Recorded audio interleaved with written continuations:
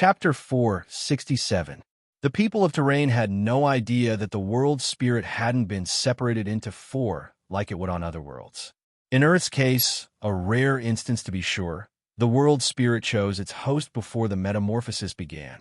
But, somehow, this news was kept as a complete secret. Even after years of preparation, Terrain was completely unaware. That said, could they be blamed? A fourth-dimensional world with limited talent and scope like Terrain wasn't even aware that a world spirit could make such autonomous decisions at such an early stage. Due to the fact they weren't aware, they weren't even looking for it before Earth's metamorphosis began. As the saying went, you didn't know what you didn't know. How could Terrain be aware of something they weren't even aware they should be aware about in the first place? After the metamorphosis began, Terrain used special channels to learn about who the four completers were. Through their investigations, they managed to learn about 3 of them, the third completer of which was Prince Noah Fox, of course. No one was aware of the fact that due to him waking up so much earlier than everyone else, Lionel was by far the first to complete his own. In fact, the time difference was a staggering several-month gap. If it wasn't for the fact Lionel was injured to the point of falling into a coma and having to be nursed back to health by Uncle Montez, he would have exited long before anyone else, and his status as the first completer would have been more obvious to all. But, for now, others could only speculate about his identity. Still, even then, Lionel's performance was so dazzling that he had become a prime suspect regardless. Prince Noah Fox stood tall on a battlefield, his breathing almost too even. It was difficult to tell that he had just been in a battle to begin with. Despite the fact the corpses of his enemies lay before him, their blood dripping from the blade of his saber, he didn't seem happy in the slightest. They're stalling. Noah spoke to no one in particular. This white city was exceptionally cruel. Without thought for casualties, they threw army after army of troops at them. It was as though they wanted them to waste time cutting them all down like they were weeds to be disgusted by rather than people. In truth, Noah was indifferent to it all. He just didn't like what it could possibly mean. Since they were stalling, there had to be a purpose for it. So what was that purpose exactly? At that moment, an agile black wolf of over 3 meters tall shot to Noah's side. In one instant, it was as swift as the wind, and in the next it came to a grinding halt without warning. It was as though it had never been running to begin with. A petite young woman with short hair swooped down from the top of the wolf. "Your Highness, it may be time to begin to coordinate with Camelot and the Demon Empire. It's clear that they've prepared for a long time and know more about us than we do them.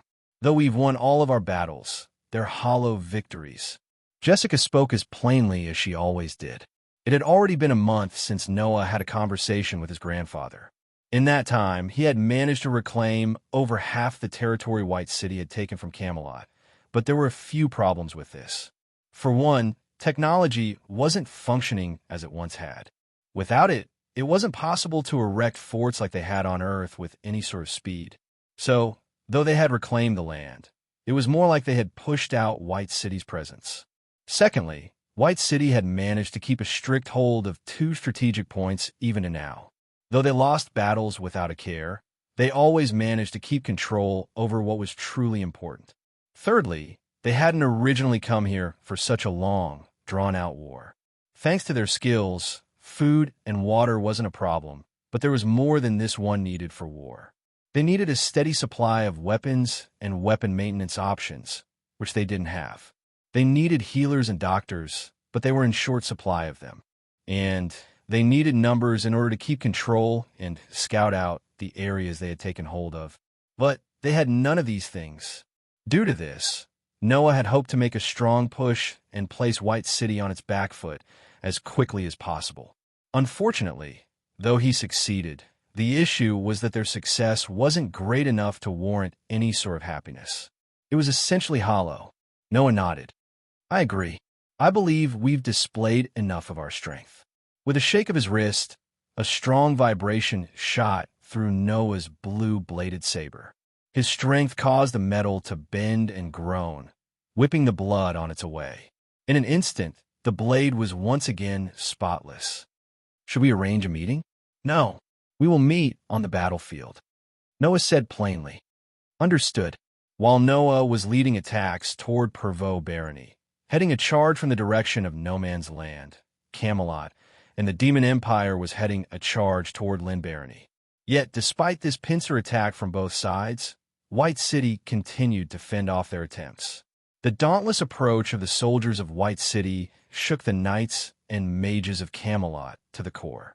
To be so fearless in death, even after so many battles, wore on the souls of their enemies, making them feel as though this was a battle they would never win.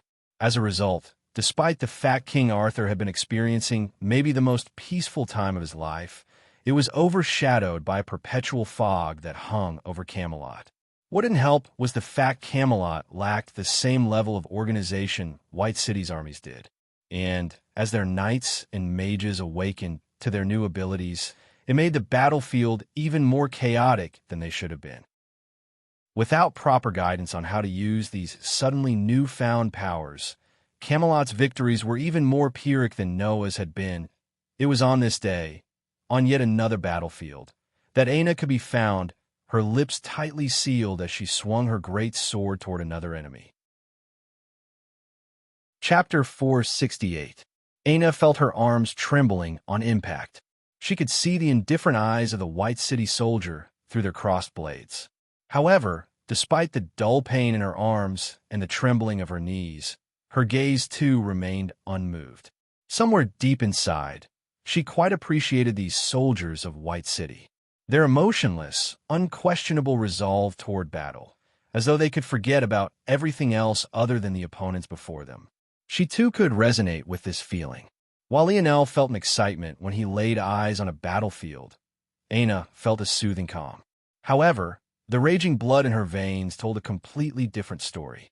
Unfortunately, this battlefield was completely unlike the battles Aina had experienced in the Joan Zone, or even against the Invalids and Braziner family members she faced alongside Lionel. Whereas in those battles, she reaped lives as though they were weeds. On this battlefield, she felt as though it was her own life that was constantly in danger. Even finding an opponent like this whom she was evenly matched with was a problem. This wasn't because Aina was too weak, but rather because the soldiers of White City were simply too strong. Aina needed to exchange several moves to take down just a single one. And since this was a battlefield and not a sanctioned duel, how could it possibly be that she would always be allowed a one-on-one battle? Aina dug deep, a light shout parting her lips as she pressed her great sword forward. An audible snap rang out. But on such a large battlefield, the only two who likely heard it were Aina and the soldier before her. Other than a light flash in his gaze, the soldier didn't show any other reaction to Aina's blade piercing through his shoulder and cutting down through his hip. Aina took deep breath, her amber eyes shooting forward as though already looking for a new opponent. But she quickly found that there were already none left. At that moment, an irrational rage welled up in her heart as she pulled her sword out from the corpse before her. Unfortunately, this small action caused her legs to tremble beneath the weight she carried. Aina stabbed her sword into the ground, her body almost unable to continue standing. Heal! Aina urged through her own thoughts, forcing her body to rapidly repair itself. The strain caused her scars to become even more inflamed. If others were paying attention, it would become very obvious that the restrictions Aina was under didn't leave even her ability be. Just as Aina's vision was swimming, she suddenly felt an arm wrap around her shoulders. She looked up to find Mordred looking toward her with a worried expression. Mordred was quite tall for a woman, almost a head taller than Aina. Even so, her visage was quite clear. "Are you all right?" Aina nodded faintly. Mordred wanted to say more, but her expression suddenly changed. "It can't be another one." Mordred's brow furrowed. "Is there a problem?" Aina looked around the battlefield, but for what she could see, it was another victory. Though they had lost quite a number of knights and mages, it was still a victory nonetheless. Those that hadn't died had already long since retreated, so it was hard to tell what reason there could possibly be to have such a reaction. That said, Aina was also very much aware that her sensory abilities weren't very good. So, she deferred to the most talented mage of Camelot. Aside from maybe Lionel, it was doubtful that there was anyone else on this moon with stronger internal sight in comparison to the Demon Empress. Mordred's brows furrowed tighter. It's another army. I thought it was more men from White City, but it seems like this isn't the case. If it's not them, then it's more likely that it's the Empire? According to what Mordred knew, the Empire had been attacking from the direction of Provost's barony. Though it hadn't been expressly stated, their actions most definitely took a lot of pressure off of Camelot and allowed the Demon Empire to focus all their thoughts on support. What Mordred expected the least, though, was that they'd leave their pincer position and come here. What purpose do they have for doing this? It can't be that they wanted to attack Camelot now, right? At the moment, this battlefield was under Mordred's command, and the large majority of the troops were demons. As for King Arthur's armies, they were on the more northern wing of the battlefield. This was for the best. Though they now had an alliance, one couldn't just magically forget the past enmities between humans and demons. So, trying to fuse them into one fighting force would be like asking for problems to break out. This was all to say that in order for the Empire to make it to them, they would most definitely have to go through Mordred and her men first. It doesn't look like they came to battle, but it doesn't look like they came on friendly terms either. After a while passed, the Empire's armies finally entered Aina's sensory ranges. She was exceptionally sensitive to matters related to battle and could read the air quite well. The Empire definitely wasn't here for peace, but they didn't seem to be here to battle either. One might want to say that they came here as a neutral party, but it wasn't quite that either. At the helm of the army, Prince Noah Fox stood on the back of a black wolf. Despite its swaying body, he didn't seem to be impacted in the slightest. To his back, a group of nearly 1,000 followed along. Many were also riding such wolves, but others rode various other beasts. Though the army wasn't completely uniform due to this, they still carried an oddly structured and strict air to them. Even their mismatching beasts couldn't detract from this. It didn't take Mordred much to realize that these beasts were actually the demonic beasts of No Man's Land. Somehow, the Empire had subjugated and domesticated these wild beasts, even to the point of taking them to war. Noah had no idea that this action alone left Mordred in more awe than any of their other combined other actions had. Only she, who had been trying to reel in and reign over these beasts for decades, knew exactly how difficult it was. What was their goal here exactly? Chapter 469. The slow approach of the Empire's warriors eventually put Mordred at ease. It seemed that Aina's words had been correct. If their goal was to attack, they would have long since broken out into a charge. But their current pace was almost like a leisurely stroll. In fact, they even allowed Mordred enough time to reorganize her army and face their entourage head-on. By now, Arthur's warriors had also noticed the oddity. "Your Majesty, should we send someone?" Arthur shook his head. "I will go personally. Allow the men some rest and treat the injured. There's no telling when they will choose to attack again." Noah's troops came to a halt about 100 meters from Mordred's front line. Without a word, a small squad of 5 broke off, riding their black wolves forward swiftly. Though their pace was still a bit faster than the army had been, it still didn't seem like their goal was to attack. The group of 5 was led by a young man. The expression on his face was indifferent and lofty. He carried the air of arrogance nobility should have, but without allowing it to grow overblown. It was just enough to put many in a state of awe without allowing them to feel any sort of disgust. It was clear that this young man's air of superiority was ingrained down to his very bones. When the small squad made it to within 5 meters of Mordred, they came to a stop, maintaining a healthy distance. "I'm the representative of His Highness, Prince Noah Fox, Junior Governor Duke Niall Briarmouth. Who is your leader?" Niall's voice boomed over the battlefield. He didn't seem to realize that Mordred was right before him.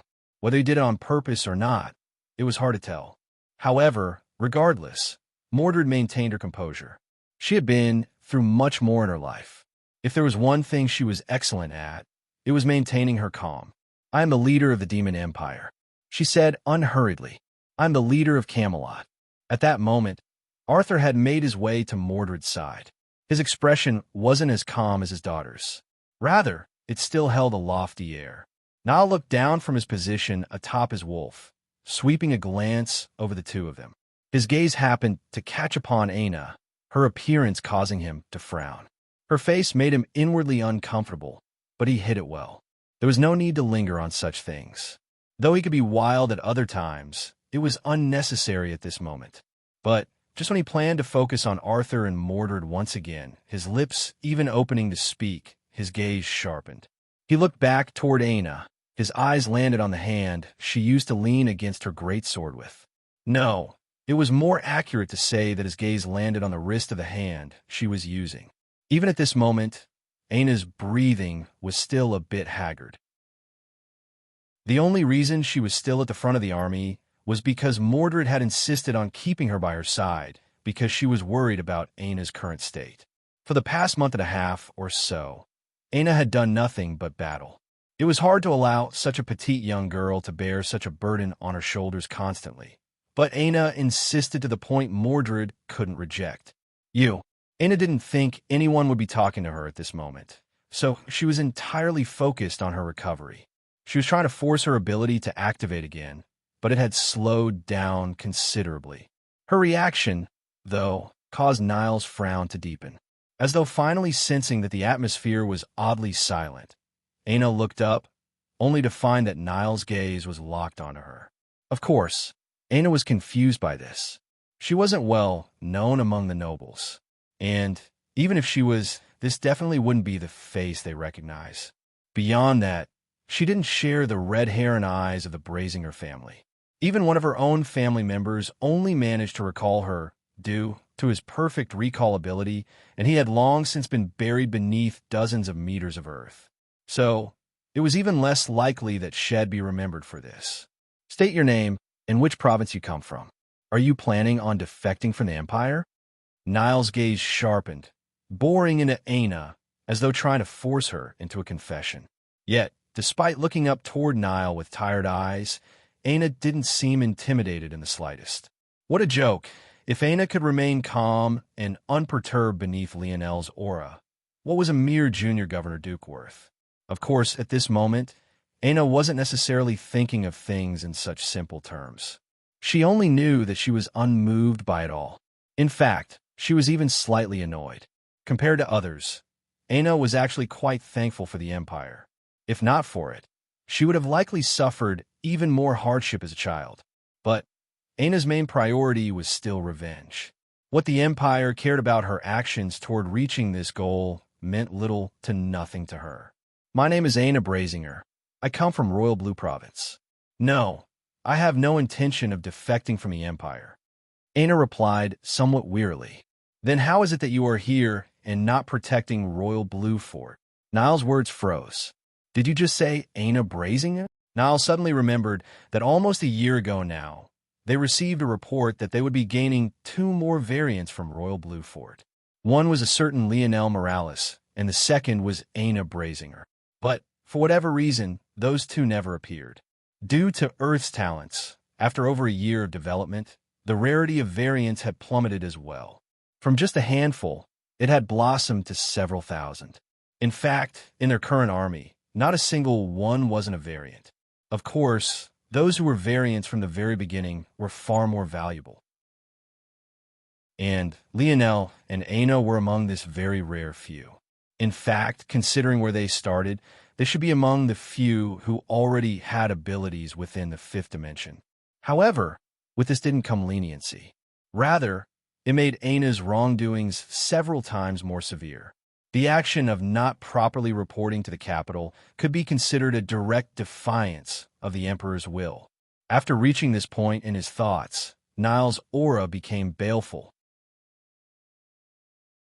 Chapter 470. Seeing that the situation was taking a turn for the worse, Mordred took a step forward and blocked Aina to her back, feeling slightly protective of this young girl. Aina is not tied with us. She's only here as a helper. Mordred tried to explain. Niall's gaze remained locked onto Aina. Aina felt her vision swimming, her feet feeling somewhat unsteady. From an outsider's perspective, it seemed as though she was feeling pressured by Niall's gaze. But the reality was that her body seemed to want to shut down at this moment. After several minutes of trying to force her ability to activate, her situation only got worse. In fact, it seemed as though the repressive effects of her scars was getting fiercer. Without the energy she needed to fight back against it, the situation she was facing only grew worse. The reason she is here is irrelevant. The fact that she is here at all is already a challenge to His Majesty's sovereignty. The momentum of Nile and the 4 wolf riders to his back grew. In the Ascension Empire, there are only a handful of titles without a democratic prefix attached to it. The reason behind this was clear. Other than the royal family, others had to constantly scratch and claw for their positions. Any failure to do so would result in the destruction of countless generations of effort. Due to this structure, the empire had fostered a sense of complete and unquestionable loyalty. Those who failed to meet such standards could just as easily be ostracized during the next cycle of elections. It was also exactly because of this reason that there were no noble families with useless heirs, as useless heirs would only drive the effort of the family into the ground. If Nile was found to have been aware of a traitor to the empire, yet hadn't taken action, the consequences would be unimaginable. To begin with, the Briarmouth family didn't hold control over a powerful province. In fact, his evergreen province was located in harsh wintry climates year-round, resulting in an economy that was somewhat crippled. They lacked resources or tourist-worthy locations. To compensate for this, the evergreen province was, ironically, a province filled with factories and was as such ranked 8th amongst the provinces. And, unfortunately, the only reason they were not ranked 9th was because Dark Cloud Province, the location of Dark Cloud Prison, was considered unranked. It could be considered a blessing to the family that Nile had awakened as a variant and had the opportunity to stay by the prince's side for the past year. But he was also aware that his standing, even compared to some Secretary Marquisette families, was lacking. As such, he couldn't afford to make any mistakes. He had to uphold the justice of the empire properly. By this point, though, Aina's mind was far too foggy to consider her surroundings. She stumbled and fell backward, only to be caught by Mordred, who realized that something had gone wrong. But Nile had yet to finish speaking, and I also hope that, as a power soon to be under the jurisdiction of the empire, that you wouldn't be harboring a criminal, correct? Niall's gaze landed on Mordred and Arthur once again, his words far more forceful. In the distance, Noah remained unmoved by it all. The distance was only 100 meters, so, with his newfound strength, he could easily hear the words Niall was speaking. Since he didn't find anything wrong with Niall's approach, he didn't make any moves. Aina Brazinger, is it? Noah's jaw steeled. He recognized this name. Could she be from that family? But she didn't have the signature hair and eye color. Though Earth couldn't be considered as large as the universe, obviously, there were still many instances of unrelated people having the same last names. Knowing this, it was no wonder even those who were aware of the Morales name didn't automatically assume Lionel's origins. But in a world as small as Earth, especially after the eradication of over 99% of their population, such instances should be much rarer. Was there really such a coincidence? It was no surprise that Noah was sensitive to the names of these hidden families. His grandfather had said that there were many enemies eyeing their Earth, and these hidden families were no exception. Noah wasn't quite sure of the origin of these families, but there were 2 running theories he had come up with under his own research and a bit of Jessica's help. The first possibility was that these hidden families were existences that once vied for supremacy over Earth like their Fox family had. Though it was easy to ignore it, but didn't their Fox family also all have the same white gold hair and emerald green eyes? When Noah realized this on a certain day, not that many years ago, he felt as though his whole world had been flipped upside down. Could it really be that their Fox family was just another hidden family that happened to claim victory? It was possible, but there was also a second possibility as well. This possibility was far more sinister. And if this was true, Noah would stop at nothing to eradicate these hidden families. With so many higher dimensional worlds eyeing them, could it really be possible that none of them took any measures to claim a piece of Earth for themselves? What if the hidden families were actually branch members of higher dimensional worlds that sent their people here in order to reach the 5th generation as quickly as possible. If that was the case, wouldn't that mean that those higher dimensional worlds weren't as far away as they all thought? As for which of these two theories was correct, Noah had no idea. But what he did know was that he couldn't allow someone with a Brazinger family name to run around freely. And even if Aina's last name wasn't Brazinger, her crimes alone would have definitely warranted detainment. Seize her, Niall said coldly. We'll take her back to the capital for trial after all of this is over. Author's note below. December 20th, 21. Chapter 471. Mordred felt slightly panicked. Obviously, this wasn't because she feared Niall's strength, whether it be by her own opinion or by the fact of reality. The truth was that there were very few on the current Earth that could match Mordred in power. The issue was that this wasn't a situation she could brute force her way out of. Even if she easily deflected the advancement of these wolf riders, what would she do about the 1,000-strong army to their back? And even if they somehow managed to repel them, what would happen to the situation with White City if they suddenly began to infight? Even though the Empire seemed to be helping now, Mordred and Arthur alike were very much aware that Camelot wasn't their home ground. The Empire could easily choose to retreat and focus on Earth and come back. But could they do the same?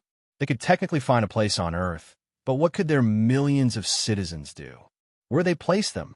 Unlike on Earth, where many, if not most, had some level of combat prowess by now and had tempered themselves over a year of hardship, the people of Camelot were still lagging behind in this aspect. Even as they awakened to their abilities, they were completely unused to using them, and would be even more useless on a battlefield. To make matters worse, Camelot didn't have a monitoring system like Earth did, so rounding everyone up would likely take months. By then, how many more would they lose? Boy, I think that's enough. At that moment, King Arthur took a step forward. The sight of his valiant heir and white lion engraved armor was something to behold, indeed. Despite having chosen to yield to the Empire, that kingly air of his hadn't diminished in the slightest. He only stood there, before his daughter and Aina, yet it felt as though the beasts engraved onto his white armor had come to life, causing the black wolves Niall and the other road to tremble slightly. They might have been demon beasts, but just how many of these beasts had Arthur killed in his life? He had long since lost count. Niall frowned. Are you sure that you're aware of what you're doing? I'm well aware of what I'm doing. I have no idea what laws of your land this child has broken, but what I do know is that she's been fighting for our and your sake all this time. Is this what your empire does to those that fight for them? Niall's expression grew cold. Are you questioning the empire? I have yet to become one of your people. Arthur replied, just as coldly, taking a step forward that forced the shivering black wolves into an even sorrier position. In fact, I believe that in your minds, I am still nothing but a fairy tale.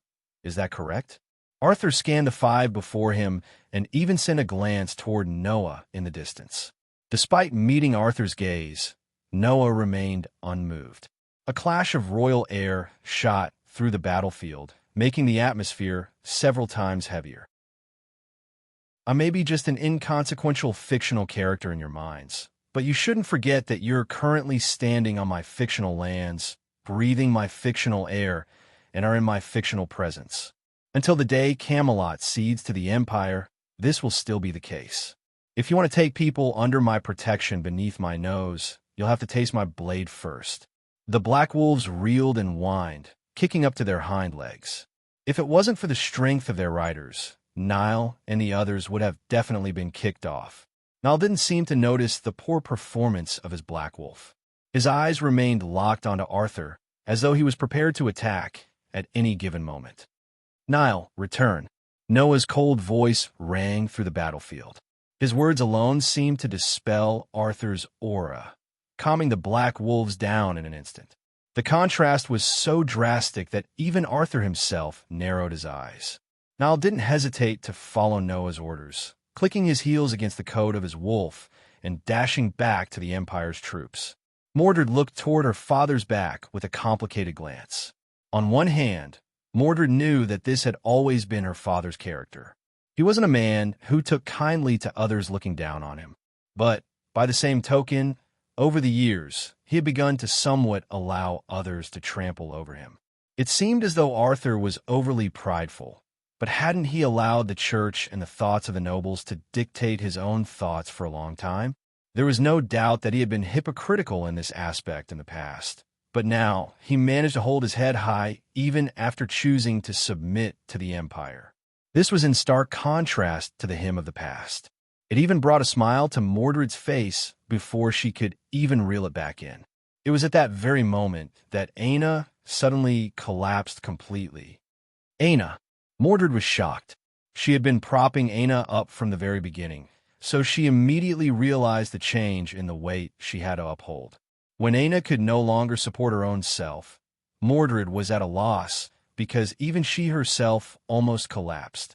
What the hell is this weight? This girl. Mordred sent a glance toward Aina's great sword and the massive curved box on her back. This was a level of weight that even a 3-star Grand Knight wouldn't be able to carry around, let alone do battle with. What the hell was this little girl thinking? Mordred took action immediately, doing her best to pry the sword out of her hands and the package off her back. But Aina's grip was so steely that Mordred found she couldn't budge it in the slightest. Aina's face flushed red before draining into a sickly pale color. Her breathing became short and somewhat hurried, her lips slightly parted. Mordred's eyes widened. F.A. Mordred hesitated, but, luckily, Arthur turned back in time to see his daughter's pleading gaze. Please heal her. Arthur's gaze became serious as he nodded. But, just when he was about to take action, the Empire's troops moved. I'm greatly disappointed by your choice, Arthur. Noah's black wolf stalked forward, the army to his back moving as one. It'll give you another chance. An oppressive aura surged out from Noah, a blue-bladed saber appearing in his hand. The moment it did, the black wolf beneath his feet collapsed, its spine snapping in half beneath the weight. Yet, Noah's steps didn't falter in the slightest, his aura only growing with an added bloodthirsty air. Arthur's gaze became serious as he turned back. But no one expected for the situation at that moment to change once again. Hi! Beating war drums and blaring horns sounded from the distance. A woman with short hair, dressed in black robes accented by white flexible armor and wielding a massive 2-headed hammer, stood at the helm of an army, her battle aura towering. Chapter 472. The battlefield was suddenly thrust into an unseemly situation. Camelot and the Demon Empire faced off against the Empire. But now there was White City who had suddenly inserted themselves into the mix. Arthur, Mordred, and Noah could immediately tell with absolute certainty that this army of White Cities was much different than it had been in the past. Its aura was more oppressive, its momentum much more frightening, and the commander at its helm was on a completely different level. Noah's sharp gaze swept towards City Lord White's direction. They were still over a kilometer away, but by the time they broke out into a charge, it wouldn't even take a few minutes for them to cross over the final distance. Meralda. Yes, Empress? The moment Mordred called out, a succubus demon stepped forward. Take Aina to the back line. Take some help with you to carry her things. Meralda blinked in slight confusion. Did she really need help for this? But her expression changed when Mordred passed over Aina's unconscious body. Succubi were known for their strong spirit pressure. But, as demons, they also had bodies stronger than the average human knight. And Meralda in particular was a hand-picked protector for the Demon Empress. So it wouldn't be a surprise if she was many times stronger than the average succubus. Yet, even she nearly collapsed. Without a choice, Meralda listened to her Empress' words and quickly shuttled Aina away with the help of several others. Aina's breathing continued to grow more erratic, her body becoming almost scalding to the touch. Despite the fact the temperature of Camelot was quite mild, her body billowed with steam as though she might erupt at any moment. Meralda wasn't sure what she could do about this. She wasn't a healer. All she could do was move Aina to the back line and hope the medical professionals could do something for her. Noah, and Niall watched as Aina was being taken away, but they didn't say a word. This already wasn't a situation where they could continue to push their luck. Arthur's gaze narrowed. Their armies were currently facing Noah's. To face City Lord White, they would have to maneuver and shift their vanguard around, but doing such a thing was easier said than done. At the very least, Camelot didn't have such good military structure. In such a situation, even a well-disciplined army would face issues. To make matters worse, they had all just come out a long, hard-fought battle. The battlefield itself hadn't even been properly cleared yet. This was completely unlike White City's previous pattern. Usually they would only levy one attack a day. It was clear in hindsight now that they had done this on purpose. The good was that this army seemed to only be built of 500 or so men and women. The bad news, however, was that not only were all their ground units riding mounts, but they also had an aerial unit of more than 50 men and winged beasts. The combined army of Camelot, the Demon Empire, and the Empire numbered almost 3,000. But White City wasn't made up of fools. Though it could be argued that the appearance of the Empire on this battlefield should be an unknown variable for White City, there was no way White City didn't have forward scouts, and, as such, it was equally impossible that they wouldn't already be aware of the Empire's presence. Yet, they chose to charge forward regardless. Arthur unsheathed his sword, causing a shimmering blade to dance beneath the high sun. "Knights, on me!" His roar shook the battlefield. Holy Road. Arthur's spirit pressure surged as his knees bent. The land beneath his feet cracked as he rocketed forward, a road of golden light following him as he arched across the skies. In a single leap, he crossed into the no-man's land between Camelot's armies and White Cities. His action spoke louder than words ever could. If the Empire still chose to attack them in situation, Camelot was all but finished. Noah watched this in silence, his gaze slowly shifting toward Mordred. But it seemed as though Mordred didn't have any intention of taking the same actions as her father. She continued to face Noah, waiting for him to make a decision. Noah remained silent, as though he couldn't feel the rumbling ground and the growing oppressive aura. Without a word, his slow charge toward Mordred shifted directions, cutting an angle across the battlefield and toward White City's charging presence. At that same moment, the remaining 6 knights of the Round Table reacted to Arthur's call. They had to give the demon army and Camelot's army enough time to change face. "Empress." Mordred shifted her gaze away, looking toward Meralda, who had come rushing back. "What is it? Is the little girl all right?" Yes. I've already passed her along to the medical units." "Then what is the problem?" "This." Meralda sighed. "White City is also attacking for Pervos Barony as well. I just received a voice transmission report. We're under siege." Mordred's jaw clenched. In truth, she didn't need to hear this report to know that this would happen.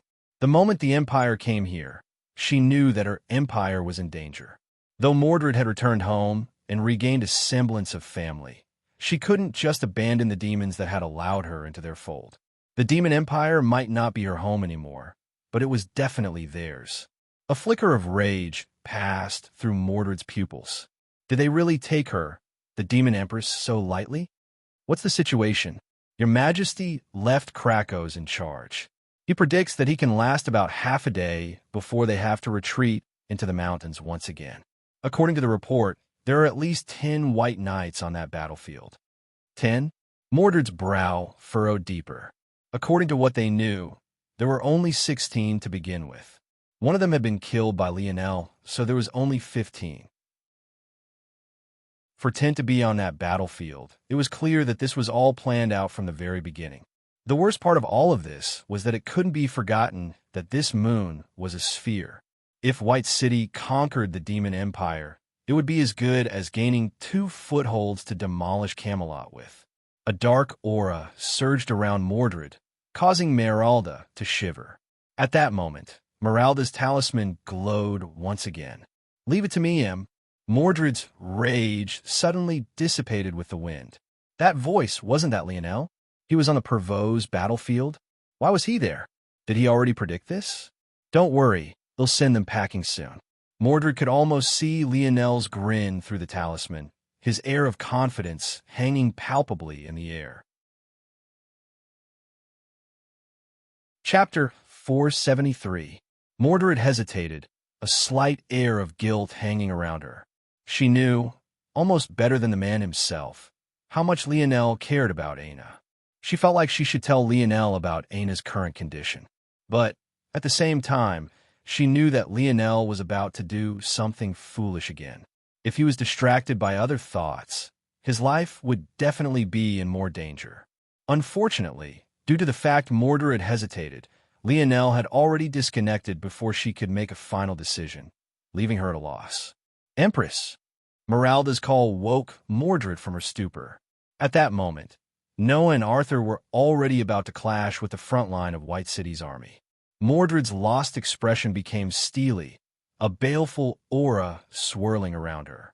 Vast amounts of dark elemental force surged, her black dress fluttering in the wind. Her slender fingers wrapped around a wand as her figure rose into the air. She walked toward the clouds, as though the shadows were her stairway to heaven. If Lionel had been here, he would have recognized this ability as being near identical to Little Blackstar's own. Maybe it shouldn't be a surprise that the Demon Empress had become Shadow Sovereign. Whether or not she was a true Shadow Sovereign or not remained to be seen. But what was most definitely true was that she had tapped into the same magic system as the Little Mink. Still, if the outside world knew that Earth had potentially produced two Shadow Sovereigns in the same generation, who knew how they'd react? Those that can fly with me. Mordred's voice wasn't as booming as her father's. In fact, it carried the delicate touch of a woman. Yet, it felt no less imposing and grand. It felt as though her commands were irrefutable. At that moment, several demons with bat-like wings shot into the skies under the behest of their queen, tearing a path toward White City's aerial units. Though fatigue was clear in their demeanors, the strength their empress displayed gave them a second wind. They were prepared to follow her to the death. Meralda took several deep breaths on the ground, squeezing her long legs together tightly. Her expression seemed completely inappropriate for the occasion. But what else could you expect from a succubus? She licked her lips, watching Mordred's bottom sway as she stepped into the skies. The Empress is truly too enticing. These damned White City warriors, Meralda felt frustrated. She wanted nothing more than to ravage the Empress right then and there. But, with this battle underway, she had no ability to do so. It seemed that her only choice would be to wipe this army and their city lord out first. Demonic heralds of darkness, charge! Meralda's half-excited voice caused the blood of the male demons to surge, her hypnotic suggestion being several times more powerful now than they would be in any other situation. As though maddened beasts, the demons roared into the skies, their savage bearings clashing against White City's momentum. And then, the armies met. Are you sure that you can battle? Krako's deep and oddly intellectual voice drifted to Lionel's ears. Lionel's head snapped up as though he had just woken from a nap. But his reaction only made the number one demon lord even more anxious. Unlike what his confident voice had projected out before, the current Lionel was in a sorry state. He wasn't injured at all. In fact, his body didn't have a scratch on it. But other than that, he looked terrible. Not only did he smell awful, something that was quite surprising to someone like Krakos who had grown up around demons all his life, the bags beneath his eyes were so heavy that they almost formed new layers of skin all to their own. Rivaling even the worst demons in poor hygiene was one matter, but the young man couldn't even keep his eyes open. How exactly was he going to battle? It even seemed like he had sapped up all his remaining energy projecting that confident air to Mordred. After that, he had nothing left to give. Oh, yes, yes. Lionel nodded almost too slowly. Everything will be fine. Krako's brow furrowed. At the moment, the demons had only one advantage, the terrain. Whereas Camelot, the Empire and Mordred's troops were currently fighting on endless plains, Krakos had made the decision to retreat to the first line of mountains between No Man's Land and the Demon Empire. But even with this advantage, it might not be enough. According to the scouts, there were more aerial units coming. And whereas the army led by City Lord White was only made of 500, this one numbered 2,000. They simply weren't properly equipped to deal with such a thing. Lionel's head nodded, and he almost fell over before he caught himself, shaking his head awake again. Here, Lionel shoved a spatial ring at Krako's chest. But due to their difference in height, Lionel's hand landed on Krako's abdomen instead. Take these and distribute one of each to the army. Krako's expression changed after his internal sight swept throughout the ring. He was initially going to say something, but he was once again distracted by the state of Lionel's hands. If it wasn't for the fact he was sure Lionel was human, he would have thought that he was actually a zombie demon. Were these really the hands a healthy teenage boy should have? Krako's cleared his throat and peeled Lionel's hand off of his abdomen by pinching two of his fingers around Lionel's wrist. I know that you're a growing boy, but you should really take it easy on the extracurricular activities. Her Majesty has plenty of willing demonesses you can choose from that have quite a favorable impression of you. Lionel didn't even hear Krako's words, his head nodding to sleep again before snapping awake. Huh? Yes, you're right, whatever. Lionel mumbled. Krako sighed and walked away. Youths these days. Chapter 474. They've already retreated? An army of 2,000 strong marched forward. Despite the lack of enemies before them, their formation remained neat and organized. In fact, other than the unique sound of synchronized footsteps, the army had been completely silent until this point. At the helm of it all, the warrior who spoke wore black robes accented with white flexible armor. He rode on a scaled horse Lionel would easily recognize as the steed's Era and the other members of the Kafir family had been using when they first ran across him. Of course, the 10 individuals who headed this army were the White Knights of White City. Each of them rode upon one of these scaled horses, their demeanor stoic. It almost seemed out of place for any one of them to speak at all. Among them, for were women and the remaining 6 were men. They've likely retreated to the first line of mountains. Another White Knight replied indifferently. Where they've retreated to doesn't matter. Their death is imminent. The White Knights continued forward as though none of them had spoken a word to begin with. With barely a shred of communication, they shifted the direction the army was headed in, making a straight line toward the first line of defense. It was not even a couple hours later that the first line of mountains came into view for the White City Army. Sitting atop a mountain peak, Lionel's head nodded to sleep every so often. Yep. The little mink lightly clawed at Lionel's face, waking him up. Oh, are they here? Lionel asked. Lionel's gaze seemed somewhat sharper. Though the fatigue was still there, it seemed that he had at least rested his mind a bit. But whether it would make much of a difference still remained to be seen. Lionel looked over the horizon. Though Camelot's lands have been dispelled of the perpetual rain, No Man's Land and the Demon Empire still had heavy dark clouds hanging over it, a very familiar light drizzle of acidic rain pitter-pattering ever so softly. From Lionel's vantage point, high up on a mountain peak, he could see the gray, cracked lands White City's army marched through. Lionel stood a bit too quickly, causing his head to spin. More than 30 hours of sleep wasn't enough. Lionel grasped onto his head, sighing lightly. It had technically only been 2 hours of sleep, but, split between his minds, thanks to dream sense, it should have been the equivalent of more than 30. Unfortunately, it seemed that Lionel had underestimated just how much time he would need for his mind to recover. This state should still be more than enough to deal with them. Lionel's gaze grew cold, a calculating indifference reflecting in his eyes. Hold! The acting commander of the White City troops held up a palm. She gazed calmly toward the looming mountains without an ounce of panic. Though they had been constantly sending cannon fodder to the battlefields up to this point, that didn't mean their elites were standing idly by. In fact, they had already thought through their plan of attack thoroughly. Facing this mountain, the acting commander, White Knight Feriolus, already had everything mapped out in her mind. However, The mark of a true commander wasn't so simple. Generals all began by studying the battles of their predecessors before they got the chance to come to the battlefield on their own.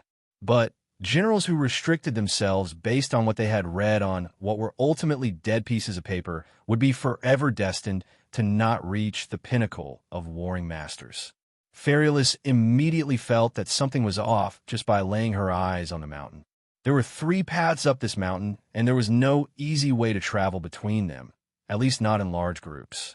The advantage of the demons was obviously being able to prepare in advance and having such great terrain to work with. But the advantage for White City was that the demons would have no idea which paths they would pick. The obvious choice for the demons, then, was to destroy 2 of the paths. Due to their narrow and not very safe to begin with structures, this task would have been very easy. This way, they would easily eliminate White City's first advantage by forcing them down a single path. This would have been the perfect plan. Destroying all 3 paths would have shot the Demon Empire in the foot as well. After all, they also needed a path out.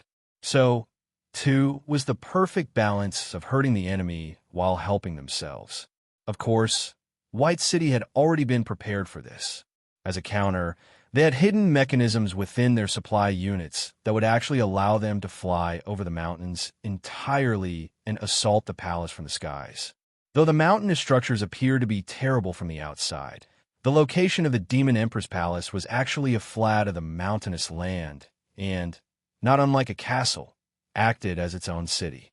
But the problem was that the obvious action the demons should have taken by destroying the 2 paths hadn't been taken at all. From the outside, this seemed to be a good thing. It should have meant that their enemies were more foolish than they thought. But was this really the case? According to their intelligence, the demons were no less intelligent than humans. In fact, even if they weren't, their empress was a human who should have easily been able to think of this. Could it be that they want to begin the battle on the next mountain range? Did they retreat further back than we assumed? Ferulus thought that there was a good possibility that this could be the case. After all, this initial mountain pass only led to the main mountain range the Demon Palace could be found. However, if this was the case, their plans would definitely be less effective as the palace would be heavily guarded. Compared to Camelot, the Demon Empire had many more aerial options available to them thanks to the variability of demonkind. Interesting. Ferulus's lip curled. Begin Phase 1. My troop, Roa's troop, Cannon's troop, and Borg's troop will not participate. We'll be going up the mountain on foot. Hi.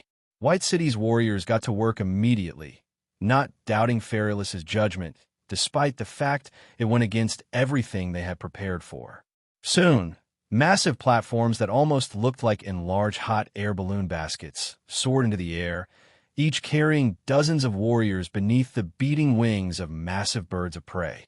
At the same time, Ferulus led a troop of the remaining 1,000 on the ground and toward the middle mountain pass, her heart thumping with a will for battle.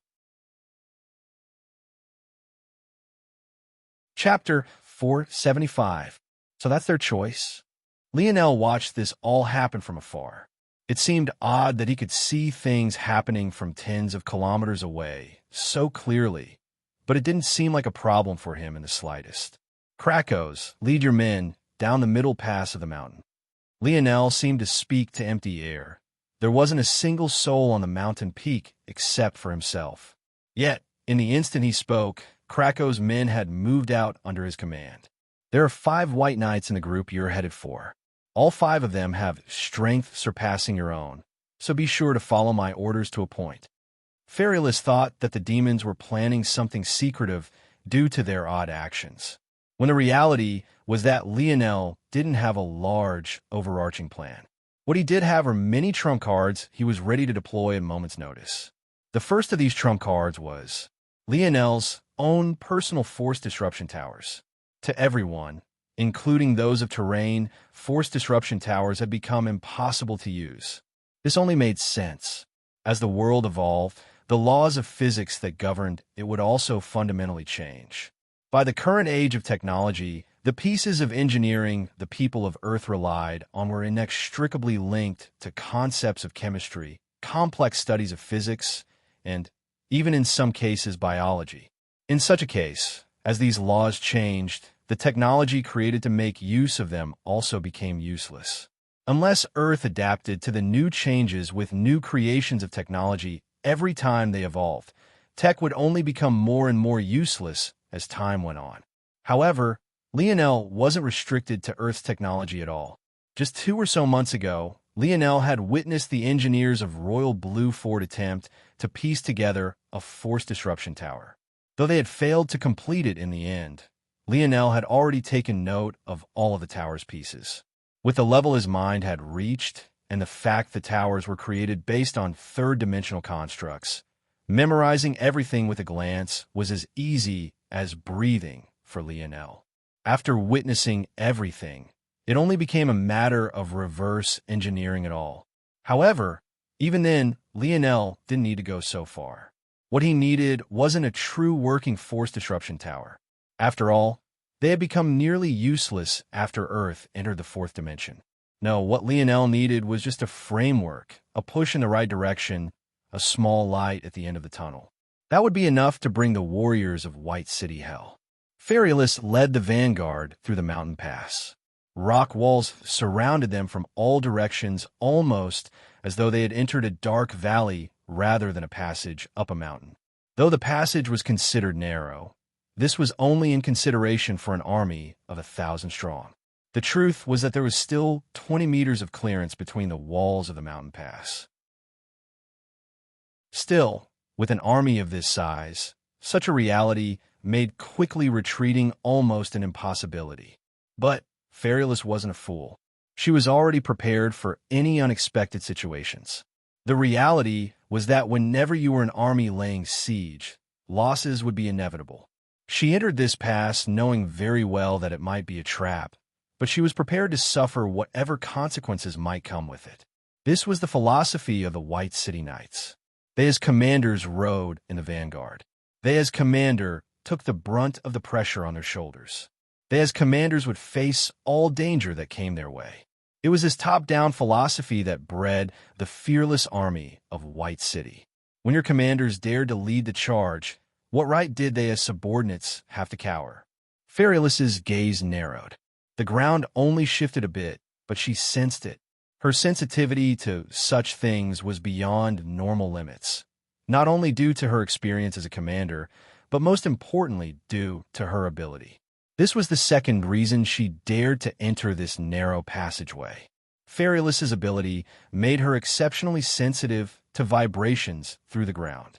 But what shocked her wasn't the fact there were vibrations, but rather that these vibrations were so normal.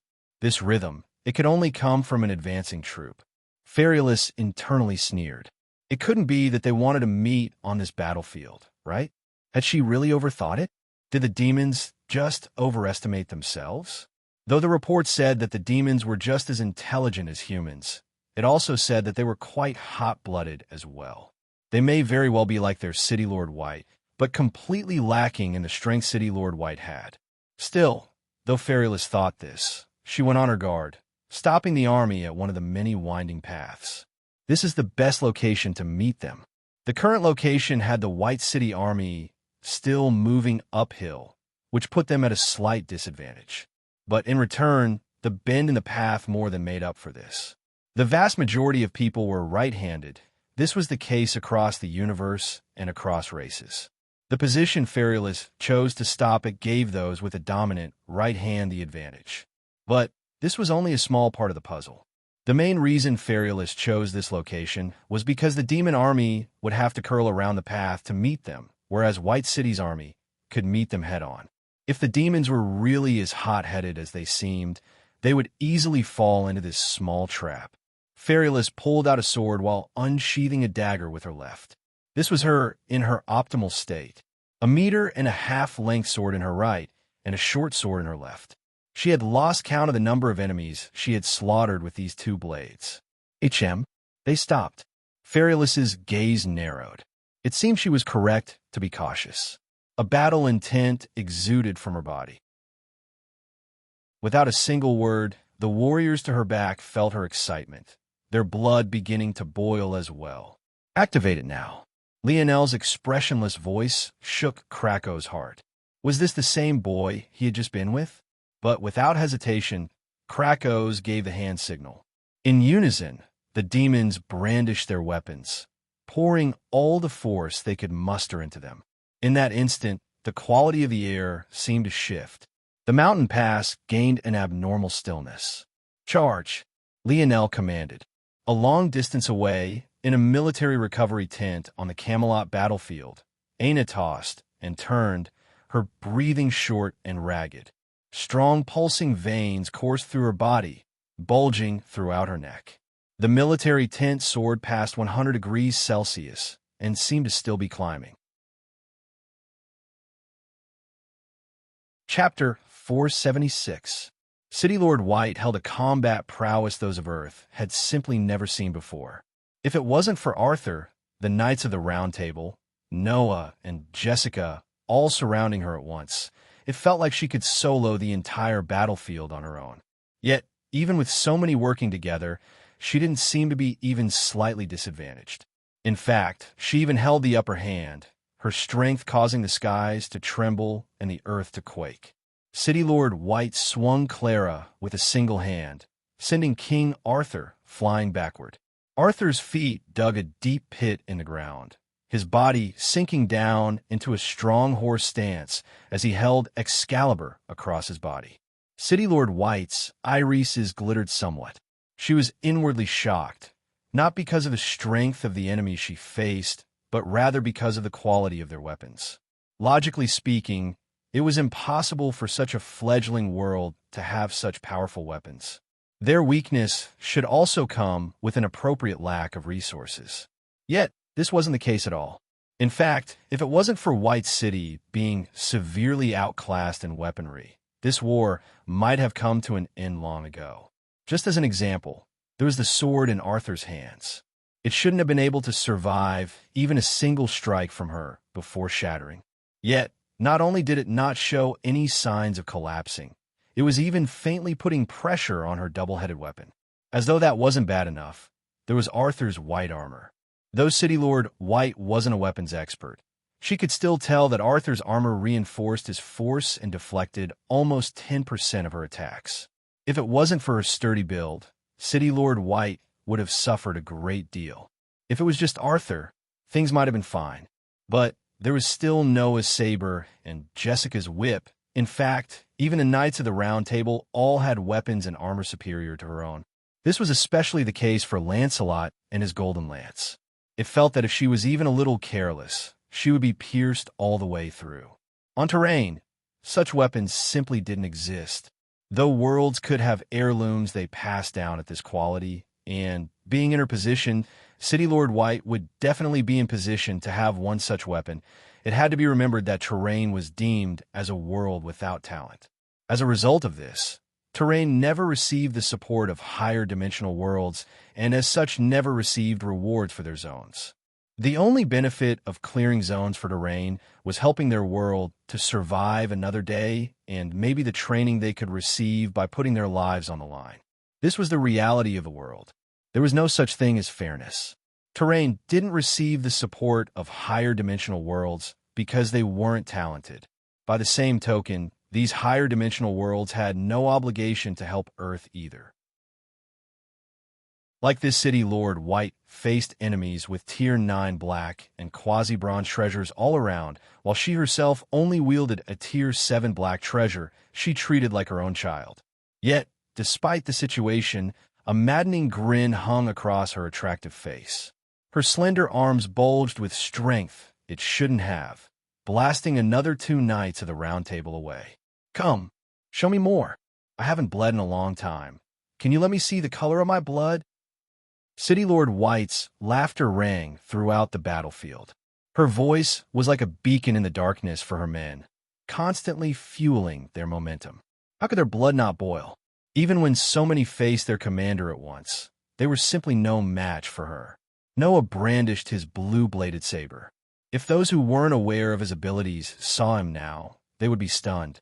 Normally, Noah was just around 2 meters tall, but now he stood at over 5, his body exuding the valiant air of a god descended from the skies. His blade increased in size with him, swinging down at City Lord White with a might that made the wind tremble. Good.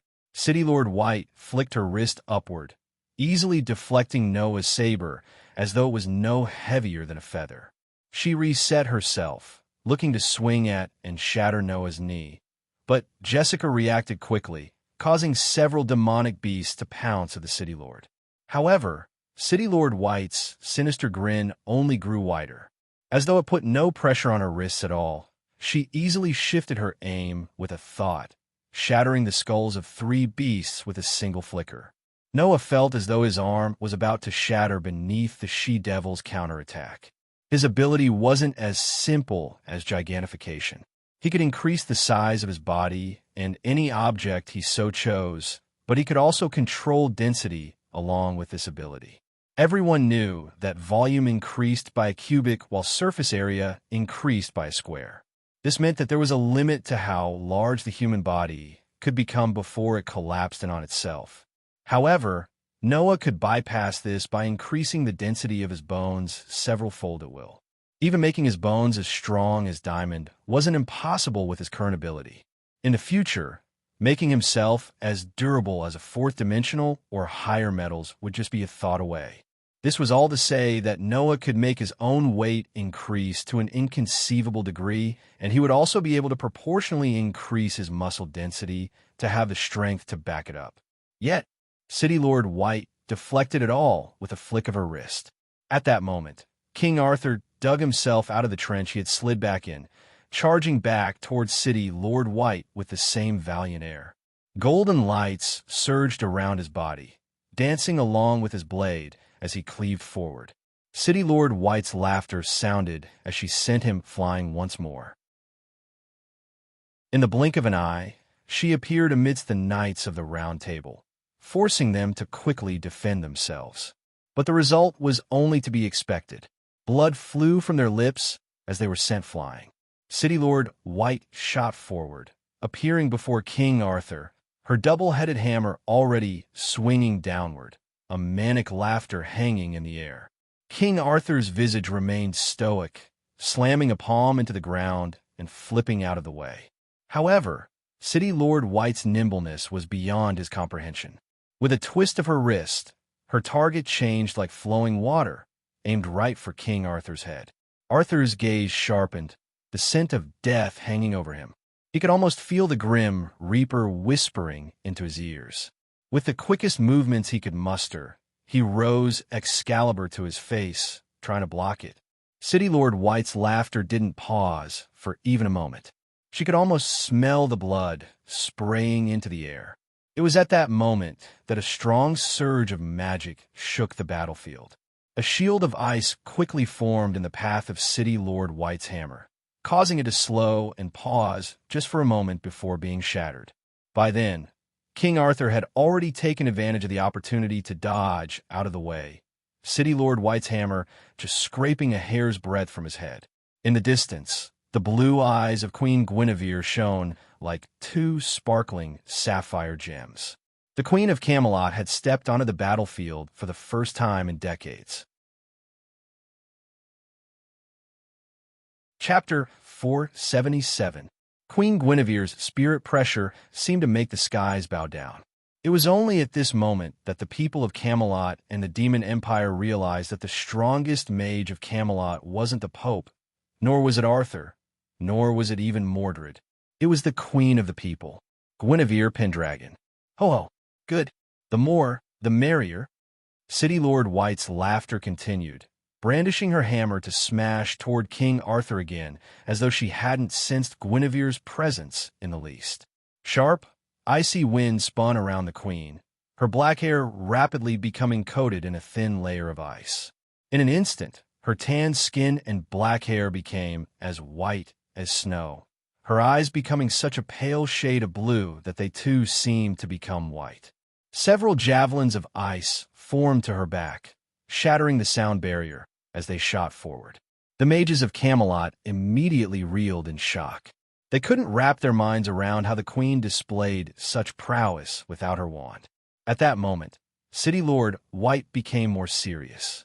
She wasn't a well-informed person. All she knew was battle. If it wasn't related to brandishing her hammer, she didn't want to hear about it. But what she did have were instincts honed over countless years of endless battle. So, though she didn't know the name of the exact innate force node Queen Guinevere had awakened, she knew that it couldn't be a weak one. City Lord White swung her hammer toward the incoming ice javelins. The shattering of ice resounded through the battlefield, gorgeous snowflakes wildly fluttering at the point of contact. Under the astonished gazes of many, City Lord White took a single step back. Though it was just one, it filled King Arthur and the others with fighting spirit. This wild she-devil had finally shown a weakness. In the skies, Mordred finally sighed a breath of relief. When Arthur almost died, she felt her heart seize. She never thought that she would have such a strong reaction to the almost death of her father. It seemed that blood was truly thicker than water. Unfortunately, she wasn't able to come down from the skies. If she let the aerial units of White City run rampant, this battle would be over as soon as it started. Luckily, her mother had come to the battlefield. Under normal circumstances, King Arthur would never allow her to. In fact, the only reason he allowed Mordred to battle at all was because he didn't really have a choice. After all, she was the ruler of the demons. If she wasn't here, who would take command of them exactly? There was a reason Leonis couldn't be found on the battlefield. Guinevere's appearance caused the landscape of the war to shift once again. City Lord White was constantly placed on her back foot, her hammer deflecting Guinevere's barrage of ice javelins. Guinevere's ranged assault put even Lionel to shame. To be able to put so much power into each strike, it was well beyond anything the current Lionel could do. It was hard to believe that Camelot still had such a trump card in the wings. It seemed that the awakening of Guinevere's ability made her powerful beyond belief. Taking advantage of Guinevere keeping City Lord White pinned down, the others began to act as well, pincering the City Lord from all sides. King Arthur activated Light Domain, sending a barrage of light projectiles towards City Lord White as well. Noah brandished his saber, using the openings Queen Guinevere created to send out strikes of his own. In the blink of an eye, it seemed as though everything had flipped on its head. Even City Lord White's laughter seemed to have come to a grinding halt. However, those who assaulted her didn't seem capable of relaxing even for a moment. No, it wasn't that they weren't capable, but rather that they couldn't. City Lord White's laughter may have come to a close, but the look on her face sent shivers down all of their spines. Her grin became wider and wider, a sinister darkness cascading over her face. The solemn atmosphere of the battlefield seemed to grow several-fold.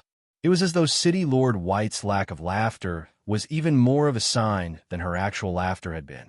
And the only ones who seemed to be in the dark about this were the experts locked in battle with her. Good, good, good. Now I can finally go all out. In the distance, Naya watched on, a clipboard being hugged against her chest. She shook her head, lamenting the state of things. It would have been better if they were too weak. At least then City Lord wouldn't truly go berserk. Naya sighed. How will we reel her in this time? Naya began to rack her brain. As far as she was concerned, this battle was as good as over. She only hoped that her City Lord didn't sink too far in this time. Blood, blood, blood. City Lord White's cry almost manifested like a banshee's. It was a shrill shriek that could cause one's blood to curdle and one's heart to stop. At that moment, City Lord White's short hair suddenly began to wildly grow. In the blink of an eye, it became like a river of crimson floating in the air. What was even more shocking, though, was the change to her eyes.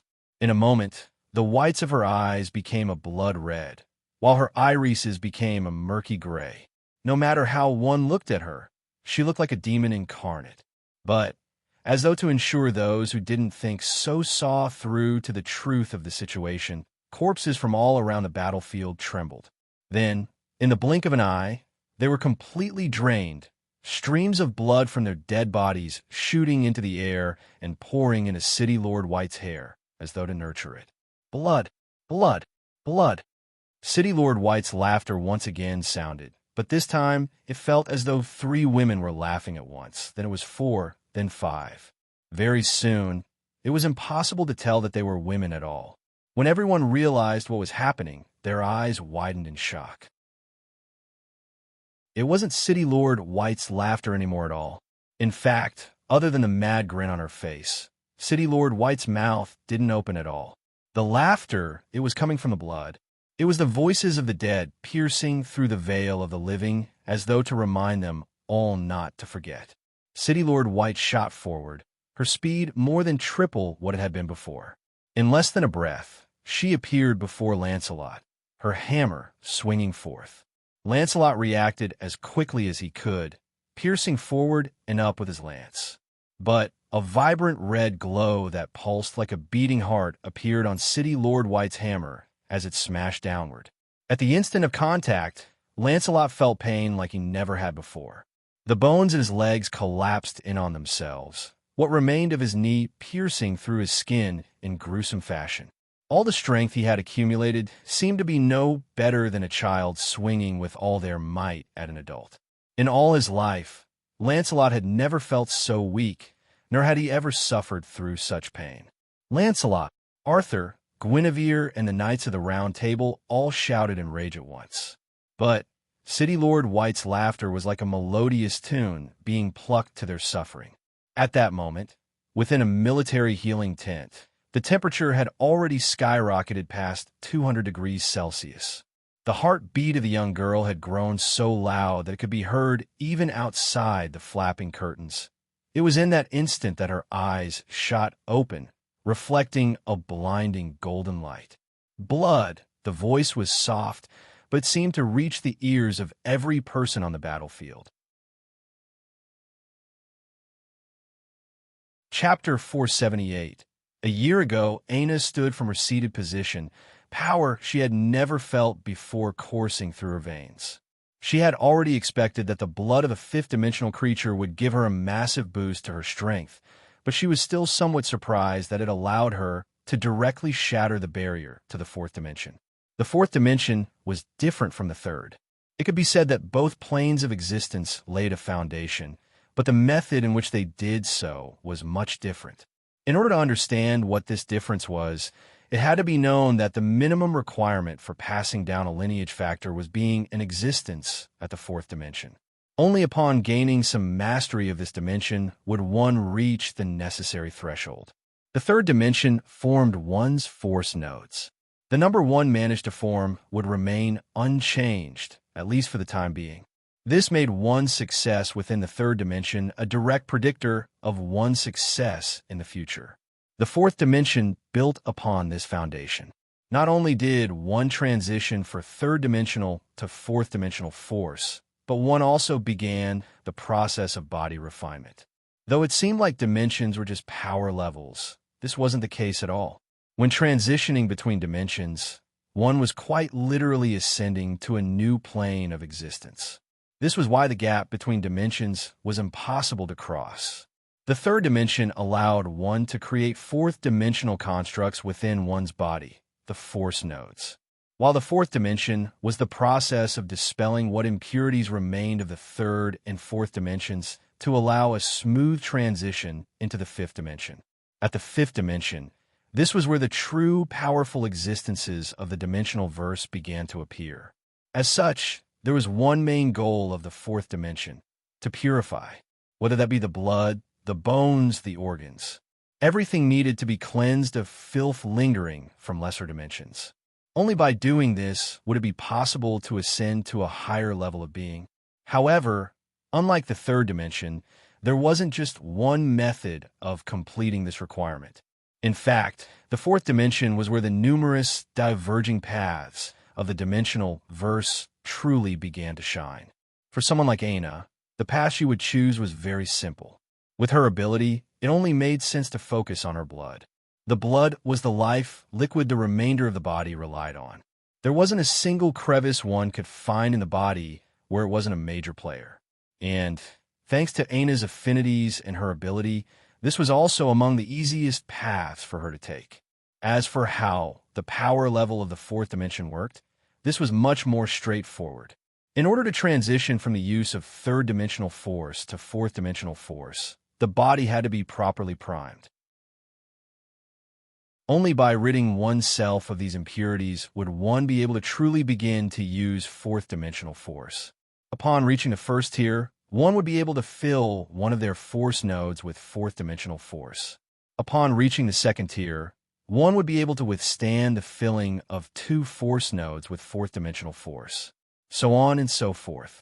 However, one can easily see from this how divisions might be caused due to one's level of success within the third dimension. Not only were the sizes of everyone's force nodes different, but even the amount of force nodes one formed weren't all consistently the same. This meant that 2 individuals who could be considered Tier 1 fourth-dimensional existences could be of vastly different strengths. And the effort they had to put in to reach this level would definitely vastly differ as well. But only upon reaching Tier 1 would one truly be considered a fourth-dimensional existence. As though all of this wasn't complicated enough, the universe seemed to hate making things neat and tidy. By now, those with sharp minds would have realized that though forming large force nodes and reaching the maximum level of 9 gave one an advantage, it would also be easy to realize that this didn't restrict one from continuing to purify one's body. Even if you only formed 3 force nodes and could already sustain fourth-dimensional force in them all, what was stopping you from continuing to refine and purify your body? For example, compared to Lionel, Anna's force nodes were much smaller, not even close to Lionel's 100 cell size. And though she had managed to form 9 of them, her talent in energy manipulation was low due to her lack of talent with internal sight. Unfortunately, both of these things would be linked. However, compared to others, Anna's talent in refining her body were leagues beyond. Lionel could only rely on his lineage factor to match her in this regard. What did all of this mean? It meant that technically, one could have a poor showing and set a terrible foundation within the third dimension, yet still become an undefeatable existence within the fourth dimension. Anna was one such person. Though her foundation within the third dimension couldn't be considered to be bad, it wasn't among the very best either. However, her talent for growth within the fourth dimension was beyond what most could fathom. In fact, without having spent even a single minute within the fourth dimension, Anna had already cleared the requirements to be considered a Tier 2 fourth-dimensional existence. Of course, this was mostly in thanks due to the abyssal panther blood she just ingested. That said, how many others could ingest fifth-dimensional blood in the third and live to tell about it? Anna flexed her body, basking beneath the popping of her joints. Other than the discomfort her inflamed scars were bringing her, she had never felt more at ease in her life. Her blood thrummed, and her heart gave out long and steady beats. She felt as though she could shatter the world with a single fist. It's time for me to find a path out of here. Though Tier 2 fourth-dimensional strength is good, they were at least at Tier 4 or 5 in strength. Anna's Tier 2 strength was likely worth more than a usual Tier 3 existence on terrain due to the size of her force nodes. Though she couldn't compare to Lionel, that didn't mean she lost out to those with such poor talent. But leaping over any more would be troublesome, at least when she was facing so many of them at once. Plus, there were other factors to strength than just one's base powerful level like styles and embryos. Anna still needed to train herself more. So, she traveled deeper into the cave, not knowing a thing about the horrible experience that lied in wait for her. Chapter 479. The people of Terrain say that the Mountain Sands Range was a forbidden zone. It gained its name because, according to legend, the deeper one traveled into this mountain range, the more difficult it became to leave. Unfortunately, when she entered this mountain range, Anna had no idea about this. Due to her hasty teleportation, rather than being sent to a proper city like Lionel had, she appeared in the wilderness where she just so happened to stumble across a variant zone.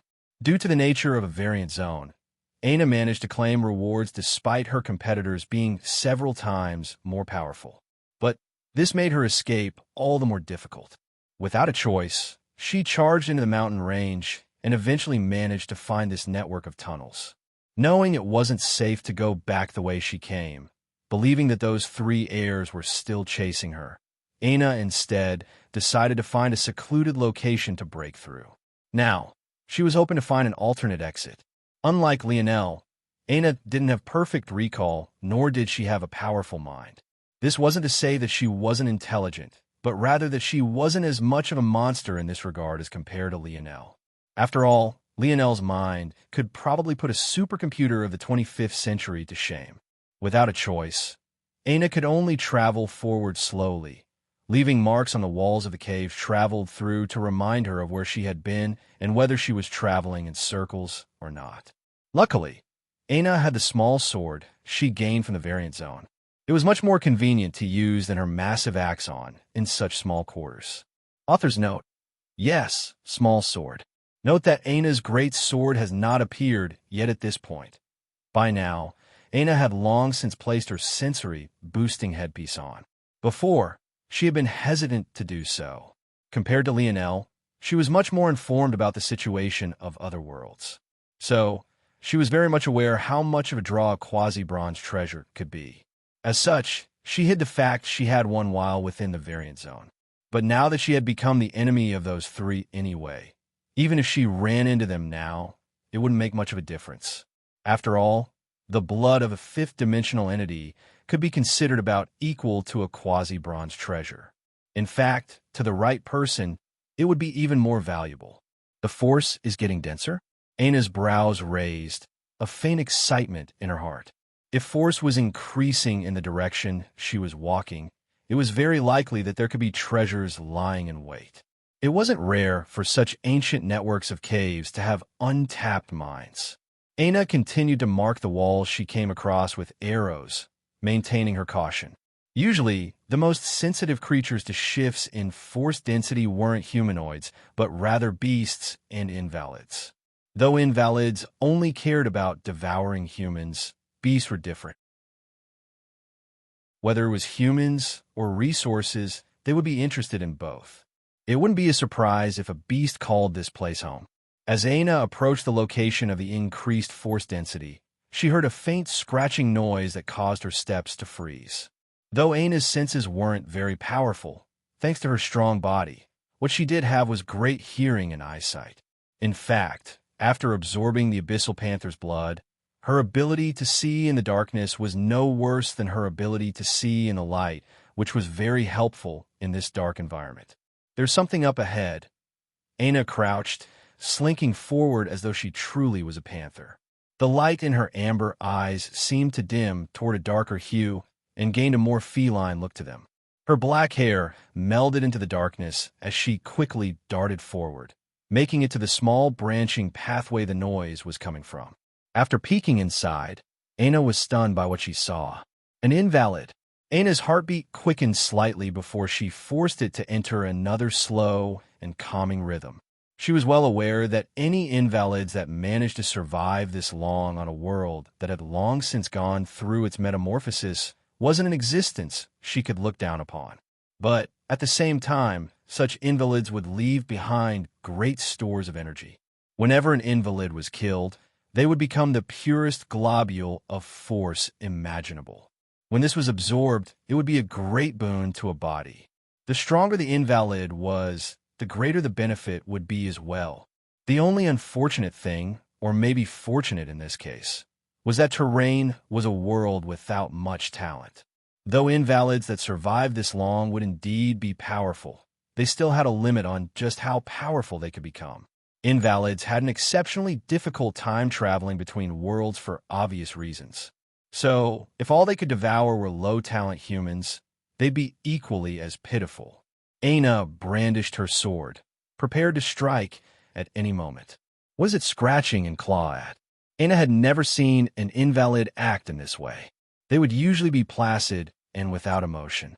Their only goals in life was to devour other humans and evolve themselves. Something like an invalid being so interested in a wall was unheard of, even if said wall had a treasure lying behind it. Aina shook her head and removed all distracting thoughts. Invalids were incredibly sensitive to force, so she didn't dare to use it. But with her strength, especially after tempering her blood once she didn't need to, just a single strike to the head, That would be enough to make sure this invalid never saw the light of day again. Aina's thighs flexed, her body crouching like a strung bow. Bang! The invalid froze, its scratching coming to a stop when it heard the noise. But Aina had already appeared to its back, aiming a blade at the back of its skull. At that moment, the invalid's head suddenly spun 180 degrees, its placid white eyes locking onto Aina's approaching blade. Aina felt something grab at her heart, as though trying to fill her with fear. But her blade never stopped, shooting through the invalid's skull in the next instant. The invalid's forehead was split by Aina's blade, but its eyes remained locked onto Aina as its life force dimmed. But just as it was about to fade into motes of light, its jaw went slack, hanging open at an awkward angle as though a wooden puppet with a loose screw. And then it screamed. The sound was so loud that Aina felt her eardrum shatter. But she didn't have the time to linger on the pain in the slightest. She felt that this scream hadn't been a normal scream. It was a signal, and she was the subject of the information being sent. Chapter 480. Aina pulled her sword out quickly. She didn't quite understand what was happening. Shouldn't invalids be creatures of instinct? They shouldn't have any intelligence or sense of camaraderie. Something like signaling one's allies was a distinctly human trait. Sometimes beasts of higher intelligence would engage in such matters as well. But invalids? That should never happen. It didn't become energy. Aina was shocked once again. The invalid before her collapsed, but it didn't disappear into energy she could absorb. Just what was happening? Aina's heart seized. Did she make a mistake? Was it not an invalid at all? No, that was impossible. Its eyes, its aura, its demeanor, it all screamed invalid. So what was happening exactly? Aina didn't believe that she would make such a rookie mistake. Plus, what existence other than an invalid could shriek like that even after having its head pierced through? Aina was certain it hadn't been a shriek of pain or unwillingness. It had no emotion behind it all. It was completely hollow and without conscience. I need to move. Aina thrust these thoughts to the back of her mind, taking a glance at the wall the invalid had been scratching at. If Lionel had been there, he would immediately recognize the Tier 5 black or embedded into the wall. It wasn't very valuable, but it wasn't worthless either. At the very least, it could sell for a couple kilograms of black herb oregano. I don't have time to dig it out, and it doesn't seem like a very high level or either. Aina nodded to herself. Run. Without hesitation, Aina turned tail and ran. She felt it was unfortunate that she had placed herself in such a difficult situation for such a worthless, or she couldn't even mind, but there was no time to cry over spilt milk. Aina shot back in the direction she came. She knew she didn't have enough time to run and create new markings on the wall. And if she got lost in these tunnels, there would be no one to come out and save her. Therefore, her best chance was to follow her arrows in reverse. If that screech was really a signal as she thought, then it likely meant that there were more invalids on their way. If she was correct, then her arrows wouldn't mean much, if anything, to them. With their low intelligence, she didn't need to worry about being followed. Aina rounded a corner with confidence, only to come to a grinding halt. There were 3 of them blocking her path, all of them with their backs facing her. But they all simultaneously rotated their heads in her direction as though they were nighttime owls. It was the kind of sight that sent shivers down one's spine. Aina hesitated, her jaw clenched. Should she go forward or run back? The former was the only way for her to continue following her arrows. But the latter would force her to forget her initial plans entirely. There was no way she would be able to keep a mental map of where she was going, and getting lost would be a near guarantee. This network of tunnels simply had too many diverging paths. If it wasn't for this, there was no way that Aina would only meet these invalids on her way back and never even sense them during her first trip down this passage. Aina grit her teeth. Forward. She knew that this was the best choice she had. If there were invalids on her way back, that only meant that she had been very lucky not to run into them on the way here. If that was the case, there might very well be even more if she headed in deeper rather than trying to exit. Her only way out of this situation was to leave this network of tunnels entirely. Aina's blood began to boil. a faint red hue covering her blade and her body. With a thought, she shot forward, brandishing her blade. The three invalids reacted all at once, but their reactions seemed disjointed. Though they were as fast as fourth-dimensional humans, their joints would often bend at odd angles, as though they were double-jointed in all areas.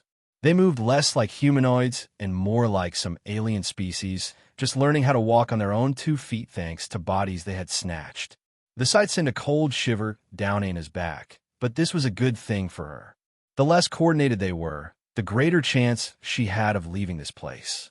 With a sweep of her blade, one lost an arm and a leg in quick succession. Without even bothering with the remaining 2, she shot by the gap she created after the invalid toppled over, nearly hitting her head on the ceiling of the cave as she soared by them. Anna pumped her legs as quickly as she could, no longer minding the noise she might make. As long as the invalids she came across continued to be so uncoordinated and slow, she just had to continue running with all her might. She rounded several corners, almost lamenting her previous actions. Why couldn't she had traveled in a straight line before? What possessed her to take so many turns? Anna ran into several more invalids. Many were alone, allowing her to easily bypass them. But a few came in groups of 2 and 3. Still, it wasn't beyond her means of dealing with. However, she grew more anxious the more she ran. How were there so many invalids here? Why did none of them become motes of light? Why were they all acting so weirdly? She couldn't fathom how there were so many here. The more she ran into, the more she began to question how she had traveled so deeply without running into even a single one. Damn it. Anna rounded another corner, only to run into several more invalids. But this time, they numbered almost a dozen. Their odd interactions continued. As though they couldn't sense their comrades by their sides, they all tried to squeeze into the narrow tunnel at once. They pushed against each other, shifting to their sides as they continued to press forward. It should have been a comedic sight. Some of the invalids had their cheeks pressed flush against one another. Others even had their noses squished as though they couldn't kiss each other deeply enough. But their emotionless gazes and their indifferent expressions sent a shiver down one's spine. It was as though they would stop at nothing until they devoured Anna. Anna clenched her teeth. She was so close. She could feel it. It had only taken her half an hour to travel as deeply as she did, but she had already been sprinting with all her might for almost 5 minutes. She knew that she must be closing in on the exit. But just when she had been, 11 invalids completely blocked her path forward. Continue. Anna wanted to press forward. She just had to get past this line, and she would be free. Unfortunately, reality was cruel. Just when she took a step forward, she saw another wave of invalids coming between the cracks of the 11 that had squeezed themselves together. If they combined into one, their numbers would exceed 20. Anna's eyes flickered with a hint of helplessness. Without a choice, she shot into a diverging path, knowing full well that she was now lost. Chapter 481. The situation only seemed to continuously spiral more and more out of control. Without any direction, Anna continued traveling down the path of least resistance. What point was there in battling many invalids if she was no longer on the right path anymore to begin with? All she could do was try to head in the general direction she had aimed for in the very beginning. But without a map, compass, or strong sensory abilities, Anna was practically flying blind. Though she felt like she was headed in the right direction, for all she knew, by now, she was already headed in the complete opposite. The headpiece Anna wore that almost took the shape of a loose crown on her head did have a strong boost to her abilities. But it was multiplicative, not additive.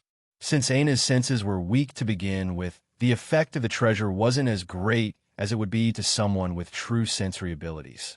However, it was still very helpful in clearing Anna's mind.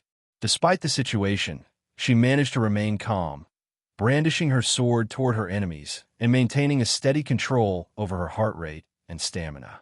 She didn't know how long she would have to run and hide. But what she did know was that since the density of invalids could so quickly increase, it could very likely decrease back to what it once had been. She just had to keep running toward where the least of them appeared. As long as she ran for long enough, she felt she could finally break out of this encirclement. From her interactions with the invalids, their lack of intelligence was clear. She didn't believe that they would know to expand their encirclement to find her. Still, the situation just seemed off. Why did that invalid scream? Why were they acting so weirdly? In fact, to now, none of the invalids had even used their abilities. One of the most dangerous things about invalids should have been the unpredictable methods by which they made use of their powers. Yet, not a single one had taken advantage of this. Also, now that Aina thought about it, another hallmark of invalids, especially low-level ones, were failed mutations. They often had extra body parts or an odd assortment of a normal number of limbs. But all of these invalids looked normal. It was a silly thing to say considering their odd disjointedness. But compared to normal invalids, these ones looked almost too human. They had no odd mutations to speak of in the slightest if one wasn't thinking about their double-jointedness. Aina had no choice but to continue running for her life. But the situation only seemed to become more odd even as the density of force continued to skyrocket. Soon, Aina even felt as though the air quality was increasing and the quantity of oxygen was rising. Immediately, she understood what this meant. Aina had entered the network of tunnels from a mountain peak she had climbed to. Obviously, so high up the oxygen density had plummeted. The only reason oxygen would be increasing was if she was headed down. It was at that moment that Aina realized she truly was lost. She thought she had been heading in the general direction of her exit all this time, hoping that she would run back into a path where she could find her drawn arrows again. But reality was cruel. She had ended up going in the complete opposite direction. Aina steeled her jaw, her gaze becoming icy. It no longer mattered. This wouldn't be the place she died. With a swing of her blade, another two invalids had their heads pierced through. She had too many things she needed to do. She had no intention of earning herself a nameless grave. With a flip in her mindset, this endless maze of tunnels and invalids became nothing more than another challenge Aina needed to cross. Every time her footsteps faltered or her arms grew tired, her resolve would be the light that burned brighter than everything else. Aina severed the arm of another invalid, her breathing ragged. She sidestepped its uncoordinated attempt to swipe at her, lopping off another head. A light? Aina rounded another corner, only to find a faint red light ahead. It spilled out from several diverging paths, making it difficult to tell just where the source of it was or if there were multiple different sources to begin with. Aina's chest heaved as she stepped over the corpse of the invalid before her. Though she wasn't sure if this would lead to more danger or not, in these monotonous tunnels, such a change was welcome. Even if there was more danger, it wasn't necessarily a bad thing. Aina felt that unlike the invalids she had come across before, these ones in particular seemed to share a purpose outside of devouring humans. If that was the case, then something had to be controlling them.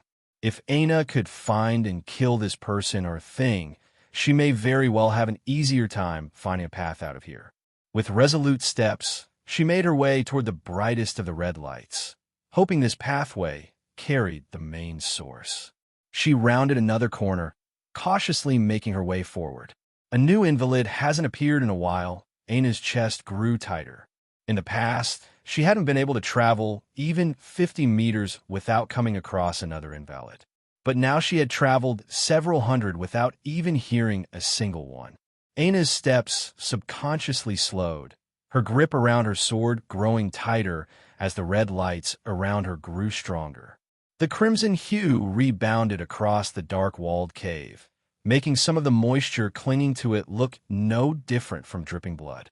Aina stepped through another corridor, finding herself facing an opening to an open space. But it was difficult to see clearly through the bright red light. After so long in perpetual darkness, the sudden increase in intensity blinded her for a moment. However, before Aina could even care to about her blurred vision, her hair stood on end, her instincts screaming at her to run. Without hesitation, she spun on her heel, looking to charge out. But It was at that moment that a lazy voice speaking in a language she couldn't understand drifted to her ear. At least, that should have been the case. She wouldn't have understood had it not been for the added functionality of her jeweled headpiece coming into effect. "You've come such a long way, why leave now?" A shiver crawled up Aina's back. The voice was so soothing, it felt as though a devil was lingering over her shoulder, whispering sweet temptations to her. As though something was compelling her, Aina's body slowly turned back. Against her will, her feet moved, shuffling forward.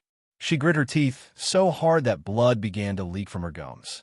But no matter how hard she tried, she couldn't seem to make a difference.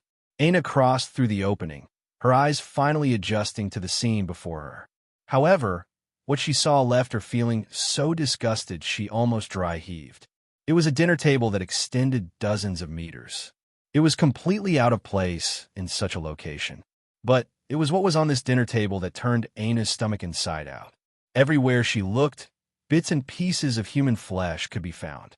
Some were bones, some were beating hearts and trembling organs. There were even corpses that were only torso or others that were headless. At the helm of this table, a man sat with an indifferent expression, a head on the plate before him and a fork and knife in hand. With a single motion of his wrist, his knife slid through the head's skull as though it was no tougher than butter. "Did you have fun playing with my creations?" Chapter 482. Aina's body continued to walk forward completely out of her control. Before she could even grasp what was happening, she was sitting to the right of the man, her body trembling uncontrollably. No matter how hard she fought back, she couldn't seem to break free. Aina clenched her jaw, her head raising to look the man in the eye. The situation was far outside of her expectations. She sat no more than 1.5 meters from a man she was certain could take her life with a thought.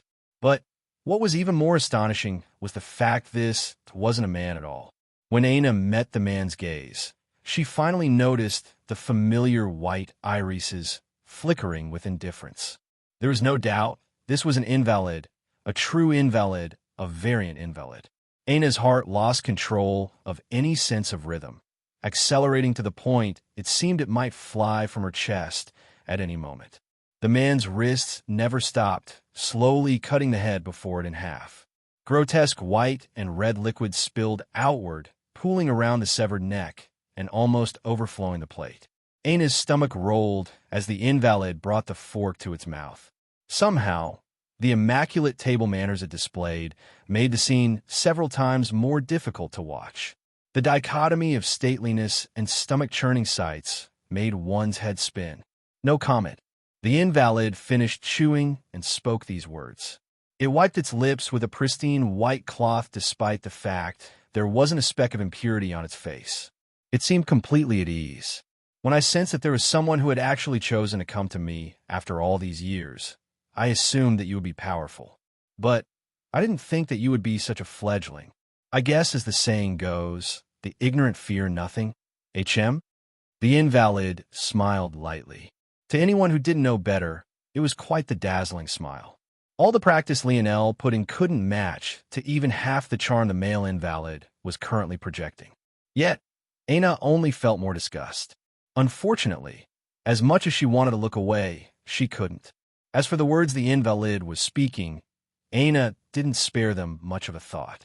She wasn't aware of how dangerous this region was before she entered. Had she would likely understand more of the male invalid's surprise. It had quite literally been centuries since the last time anyone had come to this mountain range willingly, let alone to the point of entering its home and traveling so deeply into its lion's den. The invalid's word suddenly paused, its strong bridged nose tilting up in the air. It took a deep sniff, its gaze stirring with the first hint of emotion Aina had seen from it. This smell, the male invalid leaned forward. Aina fidgeted in her seat, trying to maintain distance, but her movements were completely out of her control. Her body trembled violently, even to the point where the chair she sat on almost collapsed. However, it was all meaningless.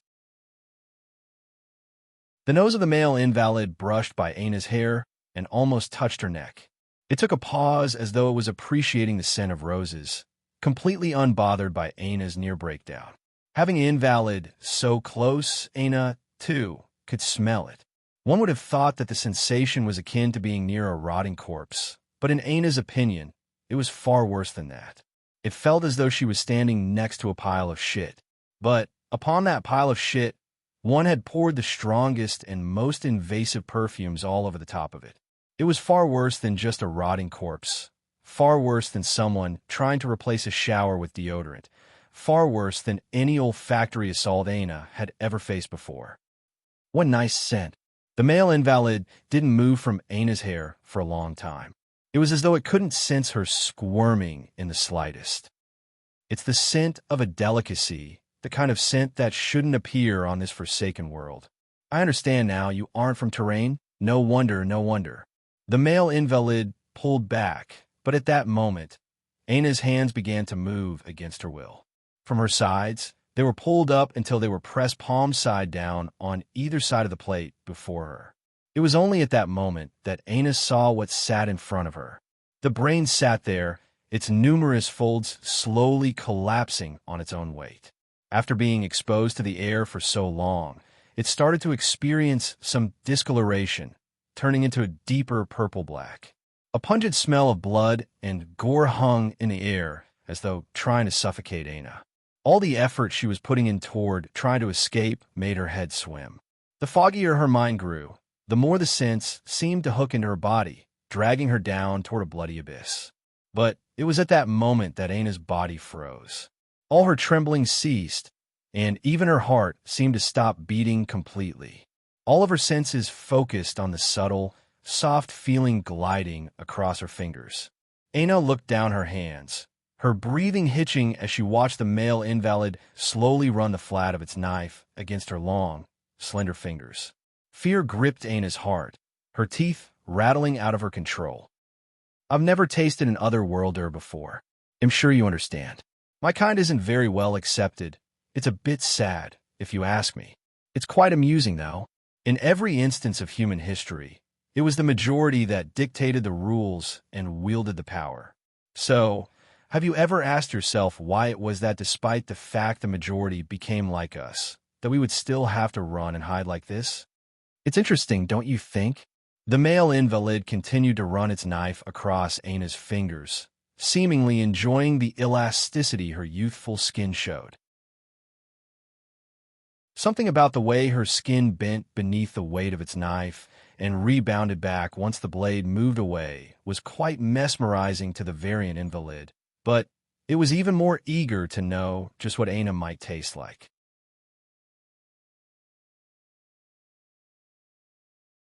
Chapter 483. The male invalid smiled lightly, pressing its knife just a bit more firmly into Aina's skin. Despite the fact it was still the flat of the blade, Aina's skin was left with a much deeper impression, taking several more seconds to rebound to its previous unblemished appearance. Aina's jaw clenched tightly, her gaze completely focused on the knife gliding across her hand. It was as though she would rather see everything through to the end than look away. As for the invalid's words, she hardly cared about them. Invalids represented failure. Even if they were the so-called majority, nothing would change that. Plus, unlike humans, invalids couldn't reproduce. They had no way of multiplying their numbers. As such, even if for a short moment they were indeed the majority, just how long would that last exactly? That said, it wasn't like there were no worlds where humans failed to weed out the invalid threat. In those cases, invalids would become the majority and take hold of the planet for themselves. But the irony of it all was that while humans could evolve without invalids, the vice versa was not possible. In the cases where invalids won, the reality was that they in fact lost. Now trapped on a world without humans and without ability to travel to other worlds, they essentially reached their limit until the day the world was devoured by its zones due to lack of human presence. No matter how you looked at it, invalids were inferior in every way.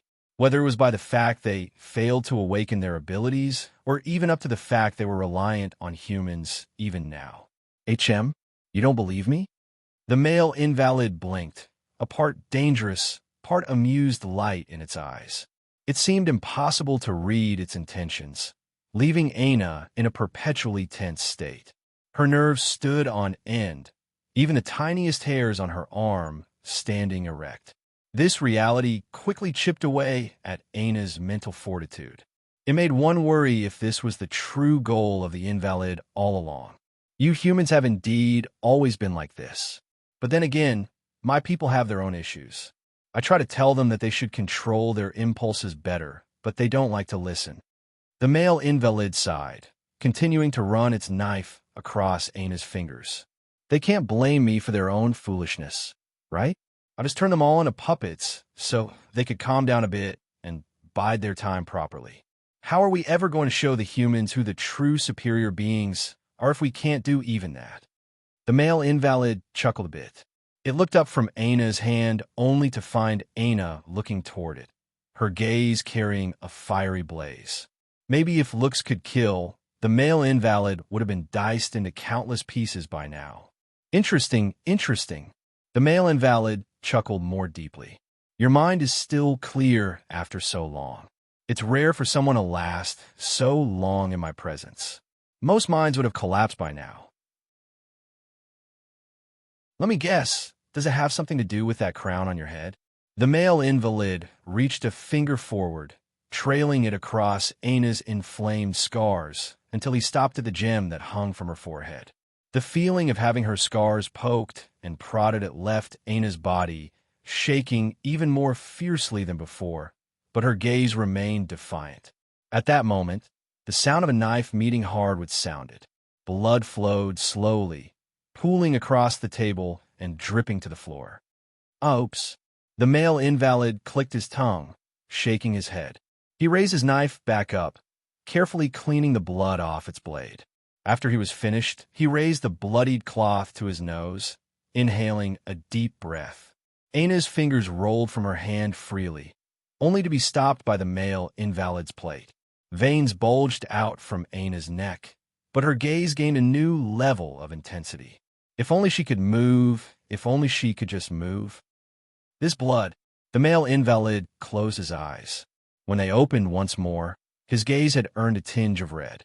From his previously calm expression, it seemed as though he had lost all reason for a moment.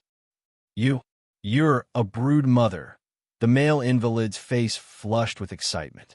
He displayed a level of emotion Aina had yet to see to this point. Its laughter rang through the underground space. It was so loud that the walls began to shake. How unexpected! How truly unexpected!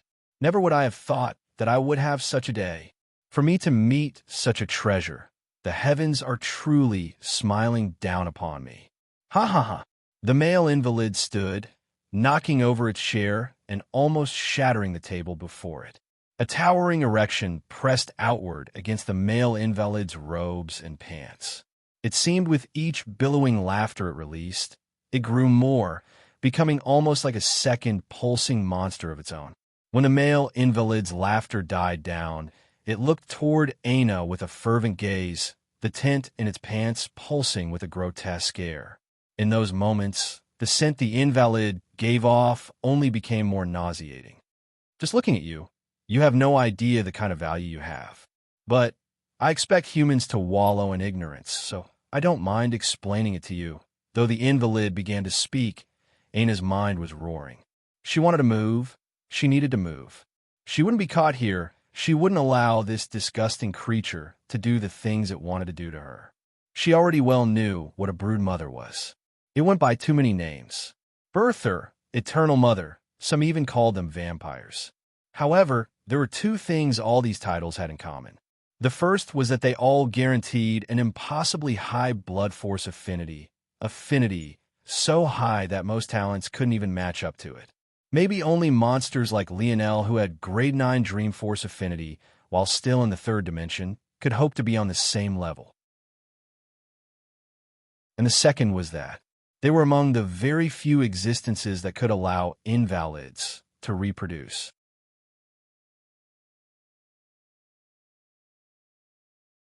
Chapter 484.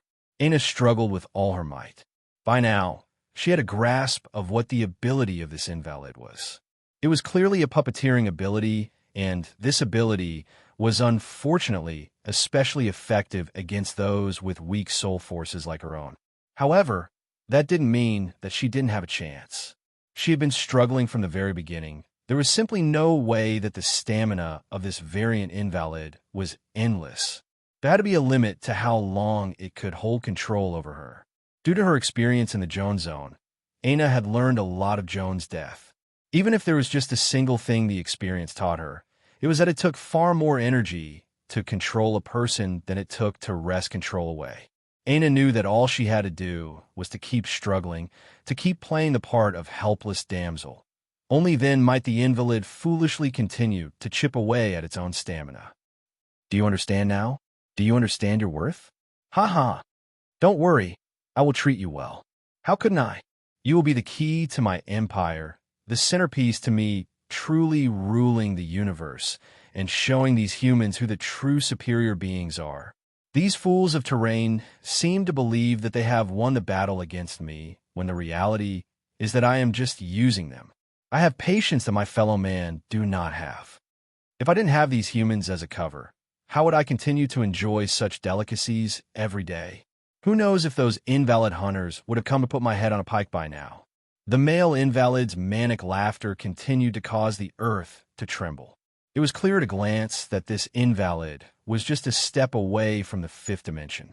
As for why it hadn't crossed that threshold yet, it simply couldn't. In a world with its potential capped like terrain, it would simply take too long to reach the fifth dimension. Without the ability to travel to other worlds, the invalid could only wait patiently and bide its time. So what if terrain reached the fifth dimension eventually? How could the male invalid's ambition end there?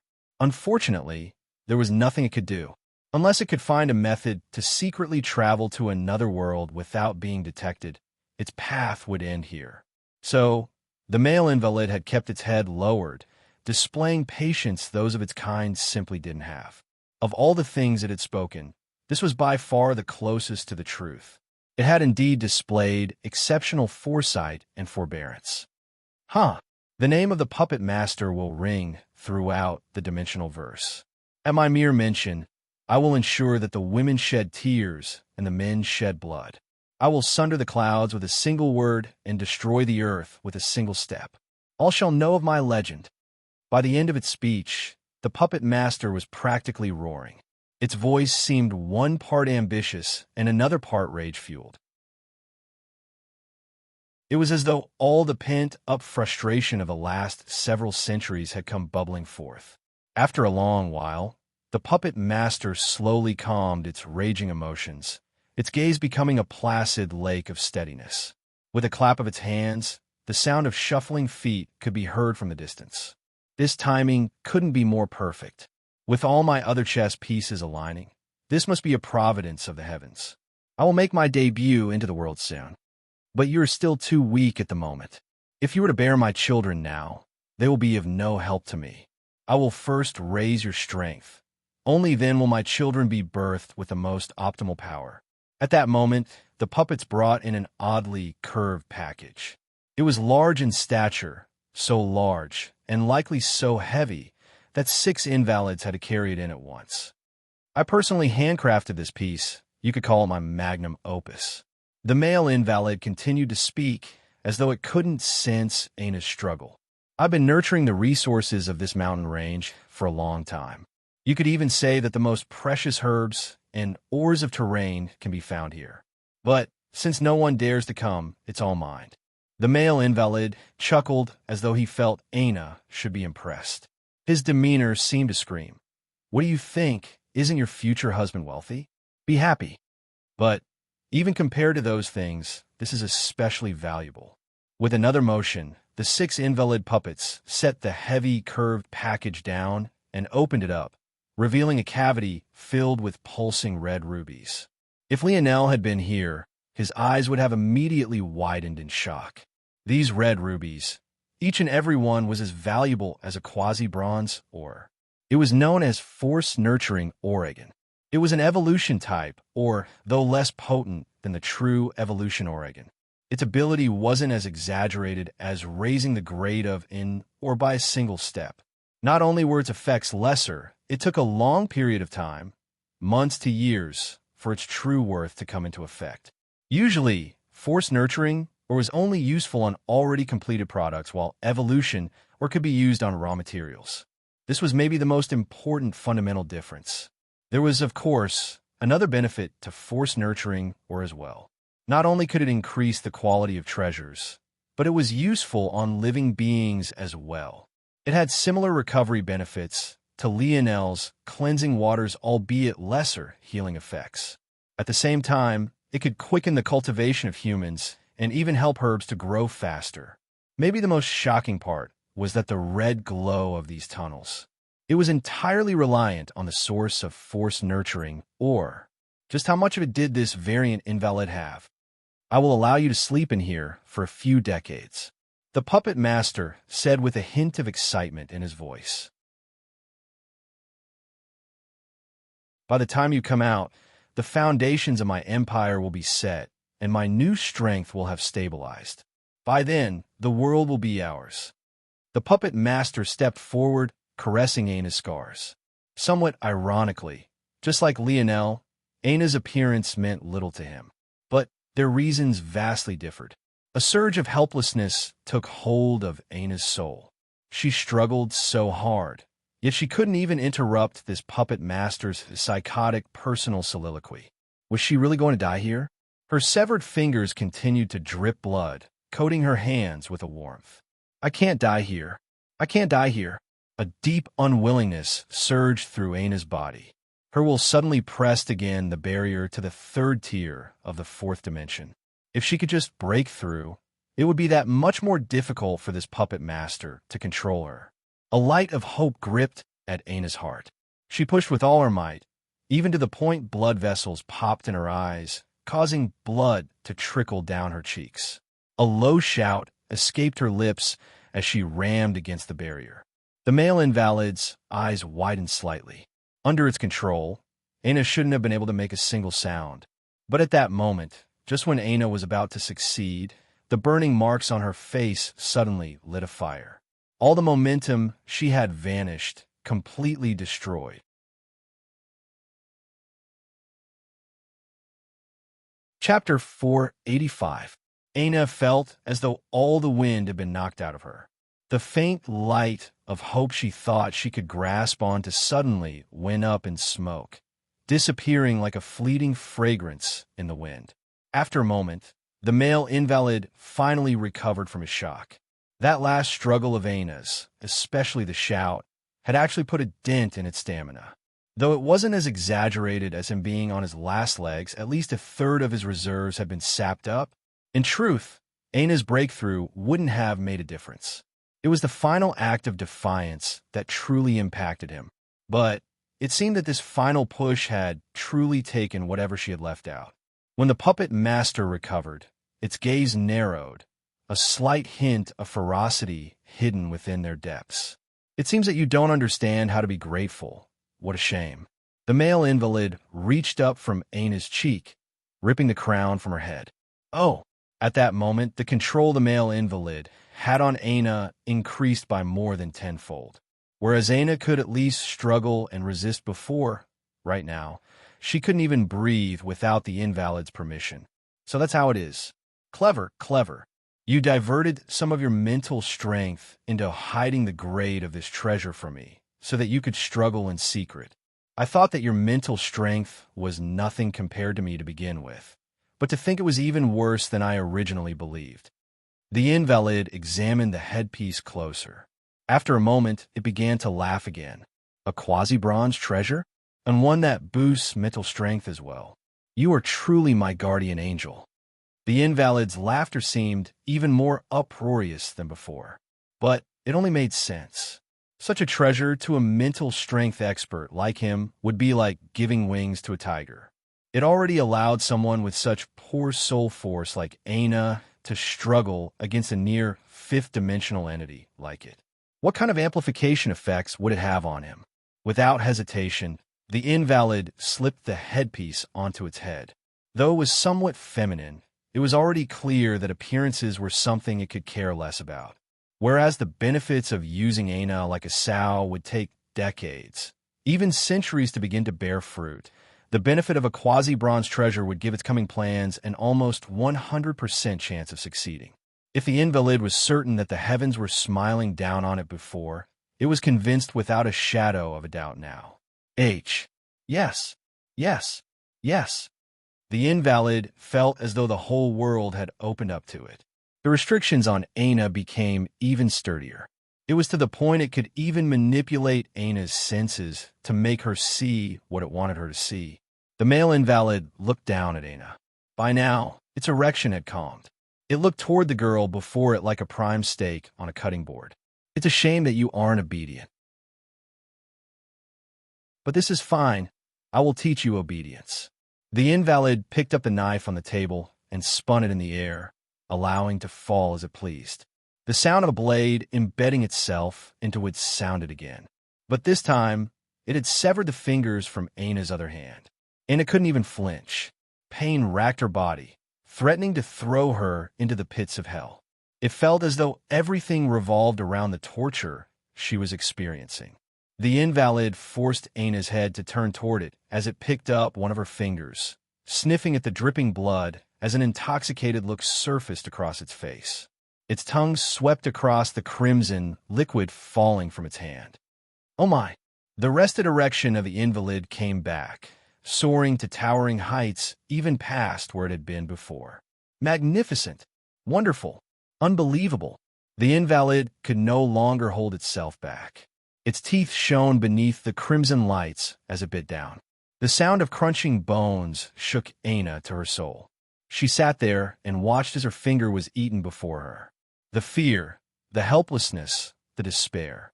It swarmed around her like inner devils looking to devour all sense of pride and hope she had left. I can't die here. I can't die. Aina continued to roar these words in her mind, the tears of blood continuously streaming down her face. But it simply didn't seem to matter what she thought at all. How could there be such a delicacy in this world? Magnifique. Aina sat immobile, the haunting thoughts eating at her mind. Would she really die here? But what about her mother? What about her revenge? What about the Brazinger family? A bitterness took root in her chest. The flash of a young man's smile suddenly occupied her mind. Though it was less charming than that of the invalids, to Aina, it was several times better. She didn't know how much effort the young man put into that smile, but just by gazing upon it, it felt as though she could see through all its sincerity, all its meaning. Other than the smile, though, she couldn't quite see the rest of the young man's face. Her mind was tired, her heart was tired. I can't die here. At that moment, the male invalid suddenly frowned. Before he realized what was happening, he had already swallowed 4 of Aina's fingers, each tasting better than the last. There's fifth-dimensional blood within your veins. The male invalid shook his head. How impressive. It will be a bit troublesome to get rid of it, but with my strength, it won't be a problem. In fact, it will only strengthen my body in the end. Compared to Aina, the puppet master was much closer to the 5th dimension. It, of course, wouldn't be a problem for him to deal with such a faint trace of the abyssal panther blood. After all, Aina had already absorbed most of it. But in that instant, the male invalid suddenly grabbed his stomach and coughed. A cough? He had no reason to be coughing. A heat suddenly spread throughout the invalid's body. The more seconds ticked by, the hotter its body seemed to become. The invalid's eyes suddenly widened, its vision blurring. A curse, shackles lashed out at the invalid, spreading through its body like a virus. At that moment, Aina finally felt the restrictions on her loosen. A year later, Aina slowly rose up from her position, her hand reaching out toward the curved package by her side. It trembled and opened, revealing the form of a massive golden red axe, pulsing with a blinding red light. Blood. Her soft voice traveled to the ears of everyone on the battlefield once again.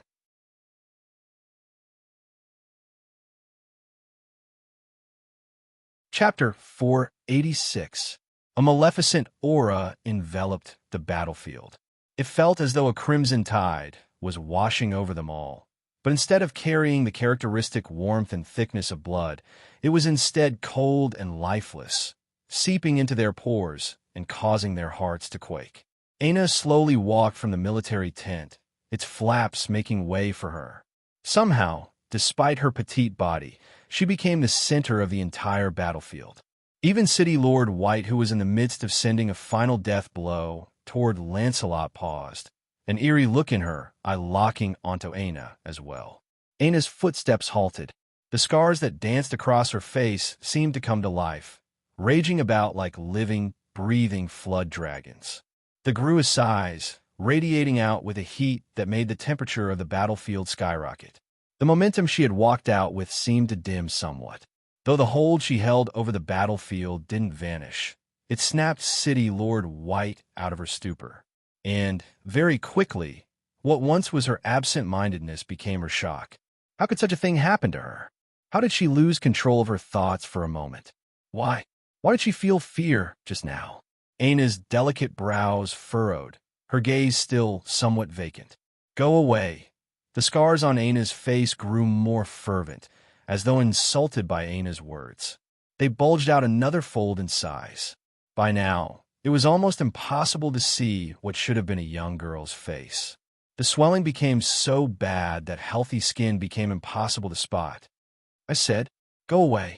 Aina's delicate voice boomed across the battlefield, carrying such compulsion that many of the warriors on it turned tailed and ran.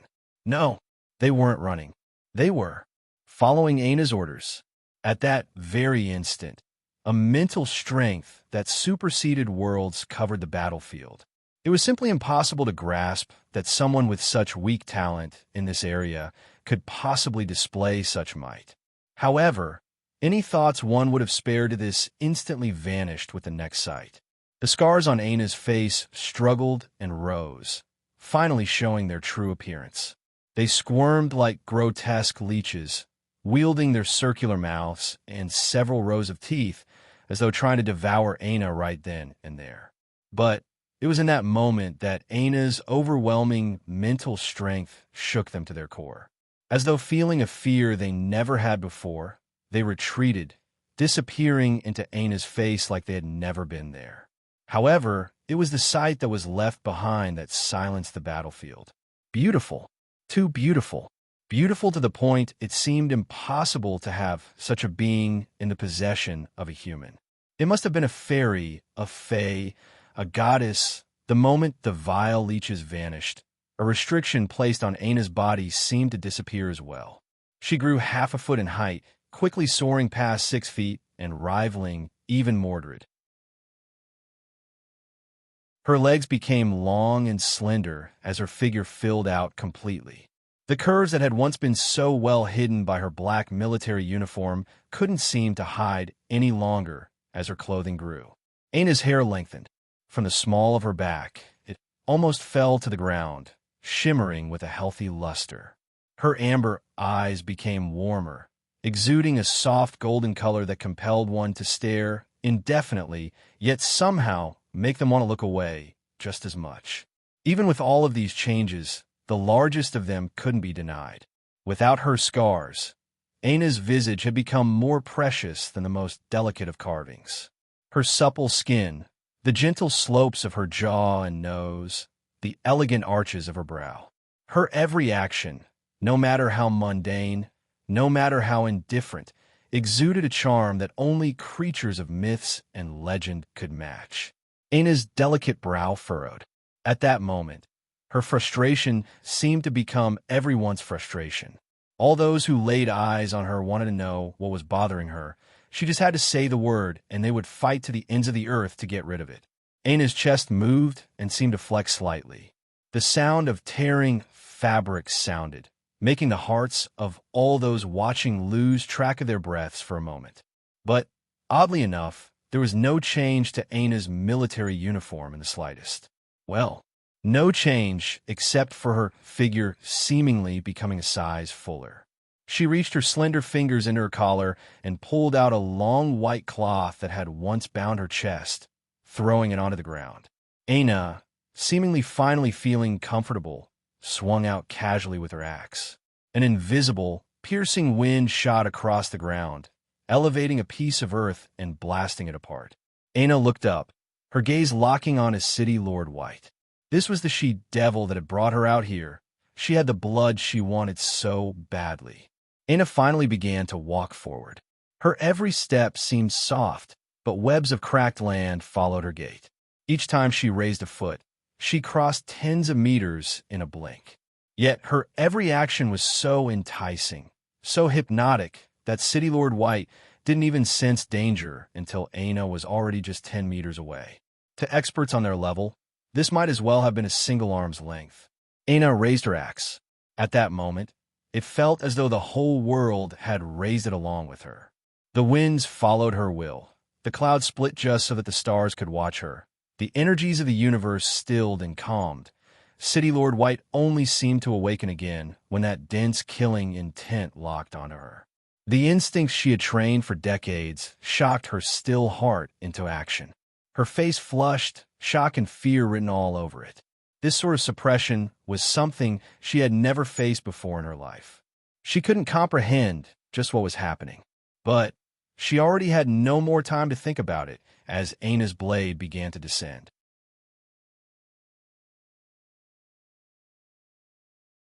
Chapter 487.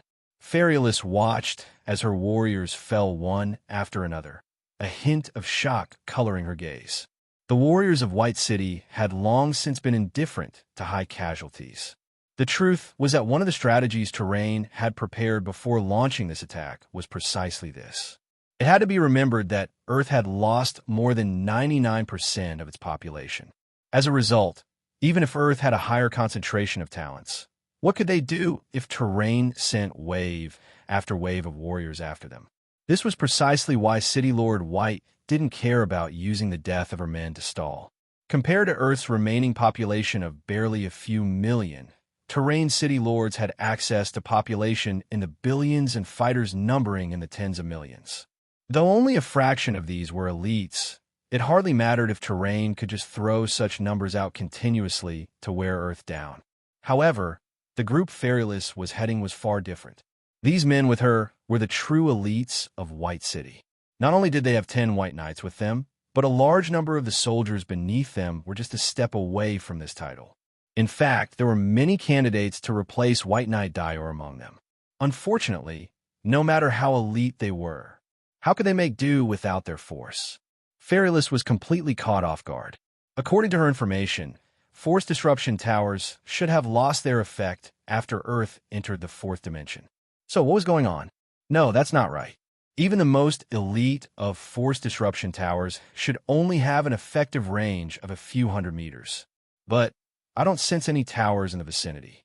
At that moment, Krakos raised his saber and attacked Ferialis once more.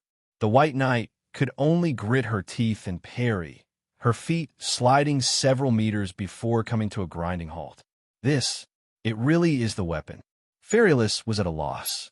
When had Earth gained such technology? It can't be that Earth already researched the fourth dimension, but that didn't make any sense.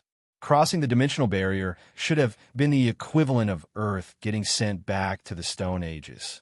It took thousands of years for Earth to reach the technological advancements they had within the third dimension despite their talent. It should take the same amount of effort to reach such a height in the fourth dimension.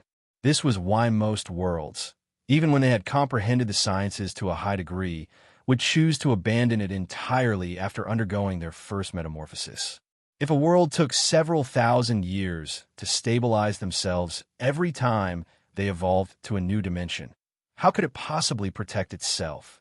As a result, these worlds had no choice but to rely on the well-established disciplines of the dimensional verse. Only these well-tested and well-known professions that had withstood the test of time could be trusted, unless... Ferialis trembled. Could it be that Earth had a force crafter? The possibility shook Ferialis to her core. In fact, she found it even harder to believe than Earth managing to adapt their technology to the fourth dimension. It had to be known that Terrain had not a single force crafter. Of course, things weren't so exaggerated. There were plenty of petty force crafter apprentices who thought to flaunt themselves on weak worlds like theirs. However, even the best of these could only craft tier 3 black treasures at best. This shouldn't be looked down upon, though. Unfortunately, due to such constraints, most of their warriors were outfitted with such weapons. But, to put things into perspective, wielding a tier 3 black treasure at their current strength was like a soldier of Earth's 21st century choosing a butter knife as his preferred weapon. Force crafters, as in ones that could actually sway a war of this level, were existences even City Lord White would have to be respectful to. Such existences wouldn't be caught dead on a world like Terrain and wouldn't have a reason to come to Earth just yet, because such a fledgling world, despite its talent, simply couldn't afford to compensate them. Someone like Lionel, who didn't quite understand the full scope of the dimensional verse, would still be in the dark about these matters. But Fairyliss, who had seen much of the world, most definitely wouldn't have been. Those who had talents to become force crafters were 1 in a billion, and that was only if one took the aggregate of all worlds, both talented and untalented.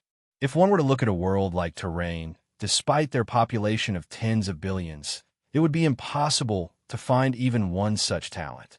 The threshold one needed to reach in internal sight was too high. One only needed a smidgen of internal sight talent to cultivate force. But in order to become a crafter, one would need to, at the very least, be capable of forming 1 star of Lionel's 3-star constitution. As though this wasn't enough to prove the rarity, just having the talent wasn't even the minimum threshold one needed to meet. Why would a force crafter easily divulge the secrets of his or her crafts? Why would they disseminate their techniques and the product of their years of research without a price? One with talent might have the capability to become a crafter, but whether one would truly be able to succeed would be dependent on whether you had the connections to learn what it is one would need to. The more Fairyliss thought about it, the stronger her clashes with Krakos became. The more blood leaked from her lips, the more confused she seemed to become. It was impossible. It shouldn't be possible. How could Earth have such a thing? They must have traded for these weapons with their zone rewards. Yes, that must be it. That had to be it. Though Fairyliss thought this far, she knew her attempts at calming her heart were just foolish. How could Camelot, who just became a part of Earth, have had time to clear enough zones to gather so many weapons? A sharp pain shot through Fairyliss's chest. She looked down, stunned before looking up toward Krakos with a defiant glare. Unfortunately, unlike the rest of her counterparts, the facade of White City cracked just a margin with her. Behind that gaze, the roots of despair had already sunk their claws in.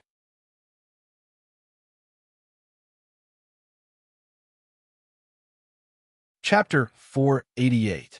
Lionel watched all of this coldly from a distance.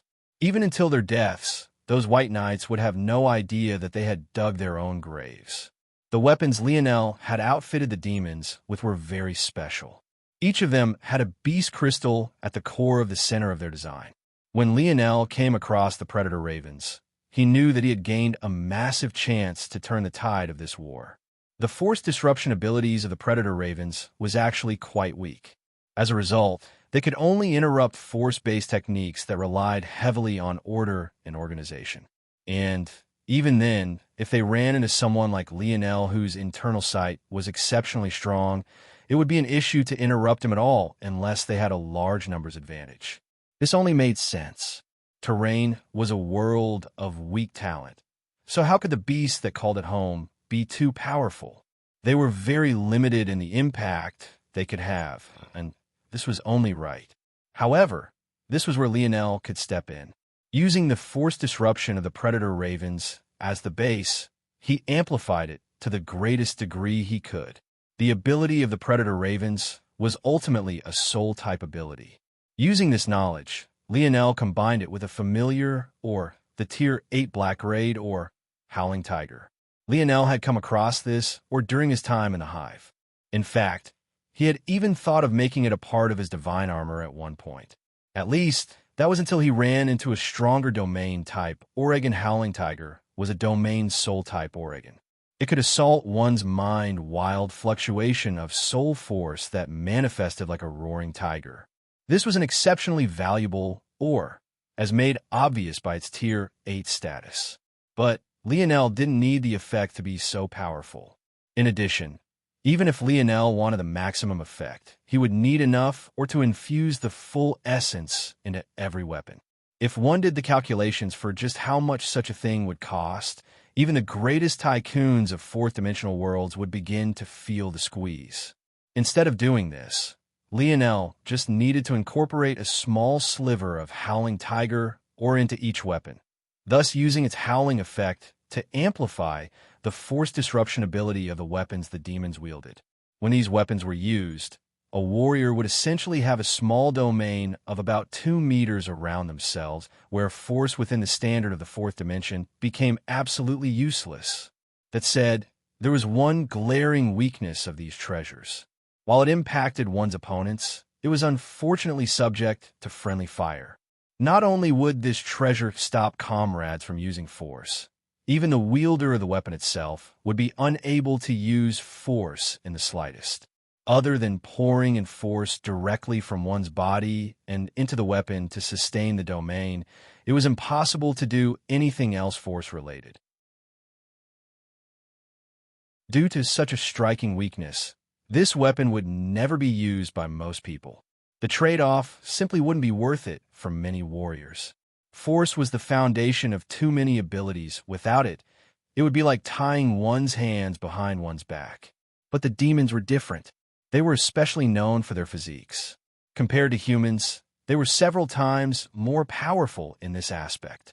In addition, while the warriors of Terrain had become used to battling with their abilities and force, the demons of Camelot had long since been used to battling without such advantages. On top of this, demons were larger and heavier. Without force, it was difficult to even begin to take them down. In the end, such weapons were absolutely perfect for a demon army. Lionel's actions were practically like giving wings to a tiger.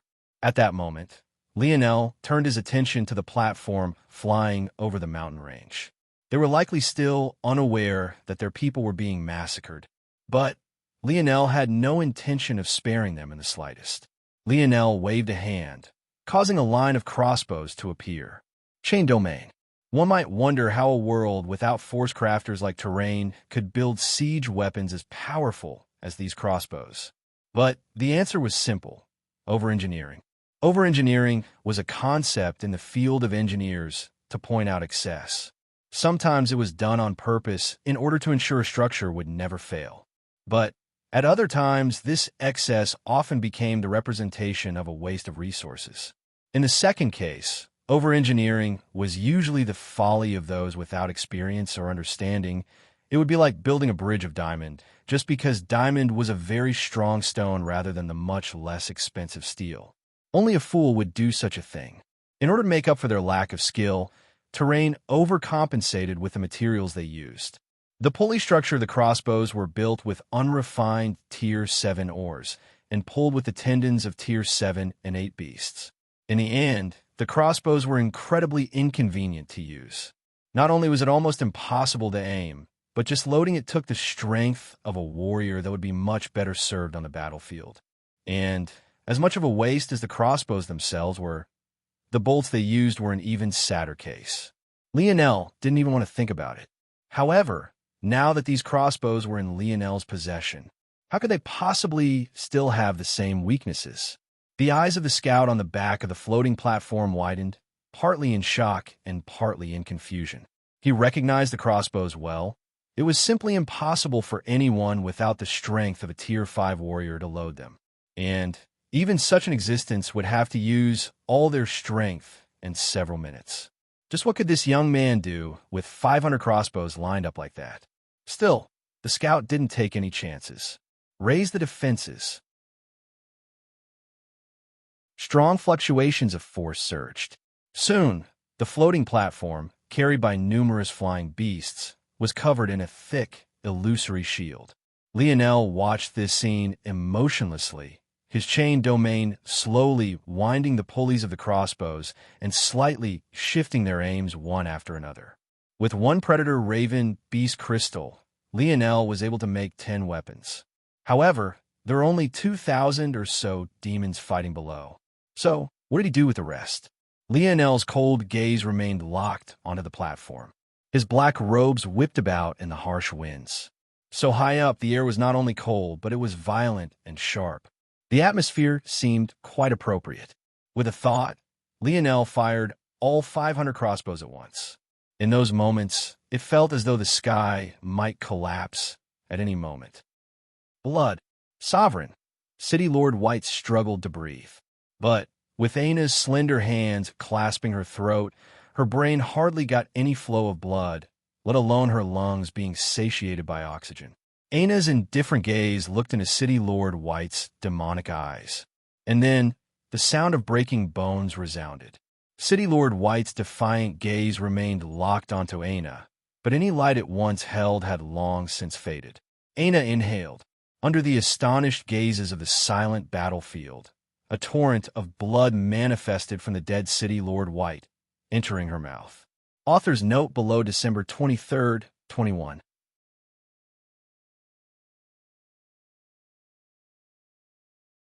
Chapter 489. Aina stood amid a pile of corpses, her slender neck tilted. The slight hints of crimson that dripped from her smooth lips shook the soul, her every action mesmerizing to the extreme. It was hard for those who witnessed everything from start to finish to reconcile with what had just happened. In one moment, they had been deep within a pit of their own despair. But in the next, the enemies that had had control over their lives were suddenly all dead. When Aina began to battle City Lord White, it became very obvious very quickly that the latter was completely unable to display her true power. Without a choice, the 5 White Knights of course forced their way toward their battle, only for them to become lambs to the slaughter. Whatever hopes White City had to win this war were dashed.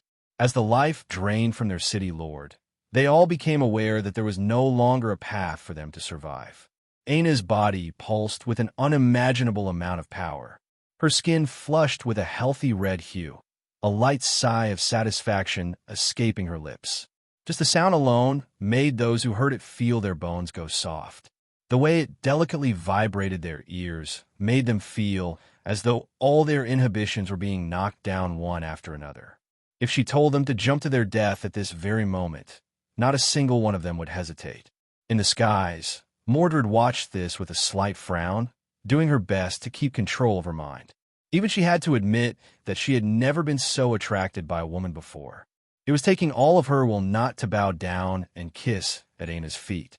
Is this the monster? Why is it so different from last time? Mordred, unlike the others, knew that there would be times where Aina lost her rational mind. It wasn't that she became a different person. It was the very same Aina. It was just that in this state, she no longer filtered her actions. She did as she pleased when she pleased. Lionel had met this version of Aina just once before during their entry into the Joan Zone. Back then, Aina dove into a sea of Englishmen without regard for anything. It seemed that her stamina had become endless and her power had increased explosively. However, Lionel could see the truth. He saw that she was bordering on fatigue and that her body might collapse at any time. Though Lionel had been curious about what had happened back then, he assumed it had been related to Aina's lineage factor. After all, back then, he had sensed that there was something special about Aina's blood as well. As a person who knew little of the dimensional verse, Lionel just assumed that whatever oddities Aina hid in her blood had to be related to her lineage factor. And since a lineage factor originated from one's family, and considering the fact Lionel knew how much Aina hated her own, he never pressed her for more information. However, maybe those things hadn't been so simple as they seemed. Mordred wasn't sure why this time was so different from the last. It could be because of City Lord White's appearance, or it could be because Aina had evolved. But, regardless of what the reason was, Mordred was certain of 2 things. The first was that Aina in such a state was absurdly powerful. Though City Lord White seemed to have been suppressed by her presence, she was still a Tier 7 existence. Not only that, but due to her ability being related to blood, Her refinement level was far beyond a normal existence at this level. Yet, Aina had treated her like a toy. Unfortunately, that still left the second thing Mordred was certain of. The sound of a heartbeat resounded through the battlefield. Aina, who had been standing in an alluring posture in one moment, suddenly regained clarity. Her eyes, which had been in a motionless, abyssal pit, flashed with hints of pain. A heavy air of darkness swirled around her. Before anyone could react, Aina's face burst into a river of foul black blood. The cursed leeches which had not long ago disappeared in her came back in full force, and even several times more powerful than before. Aina began to suffer a suppression worse than even what City Lord White had faced. The veins all across her body blackened one after another, her face swelling to the point it became unrecognizable. Her body shrank back to its original size. But this time, whereas the scars had only been across her face before, they descended to her neck, crawling toward her heart. Aina convulsed, her eyes rolling back as she collapsed to the ground. She coughed, more foul black blood leaking from her lips. Aina, Mordred's eyes widened. She dove down from the skies, flashes of worry crossing her visage. Even she couldn't put into words why she was so protective of this little girl. But what she did know was that she couldn't stand seeing anything happen to her. However, in that instant, Mordred wasn't the only one who moved. Noah and Jessica had been on the front lines since the very beginning. Though they didn't manage to have as large of an impact as they would have liked, no one could accuse them of not trying. But this wasn't a matter that took any sort of precedence at this moment. Before, Noah was willing to let Aina go for the moment because her strength wasn't something he had to worry about. Unfortunately, it was clear that the situation had changed now. Aina was so powerful that he knew well that if she entered such a state again, he wouldn't stand a chance. In fact, he felt that beneath her presence, he couldn't even bear to lift a finger in an attempt to harm her. Such a feeling left him stifled as a prince. If she was really a member of the Brazinger family, she had to be detained. As for what his grandfather would decide to do after this, it would no longer have anything to do with him. Without hesitation, Noah shot forward. As though by tacit agreement, Jessica didn't lag behind a single step.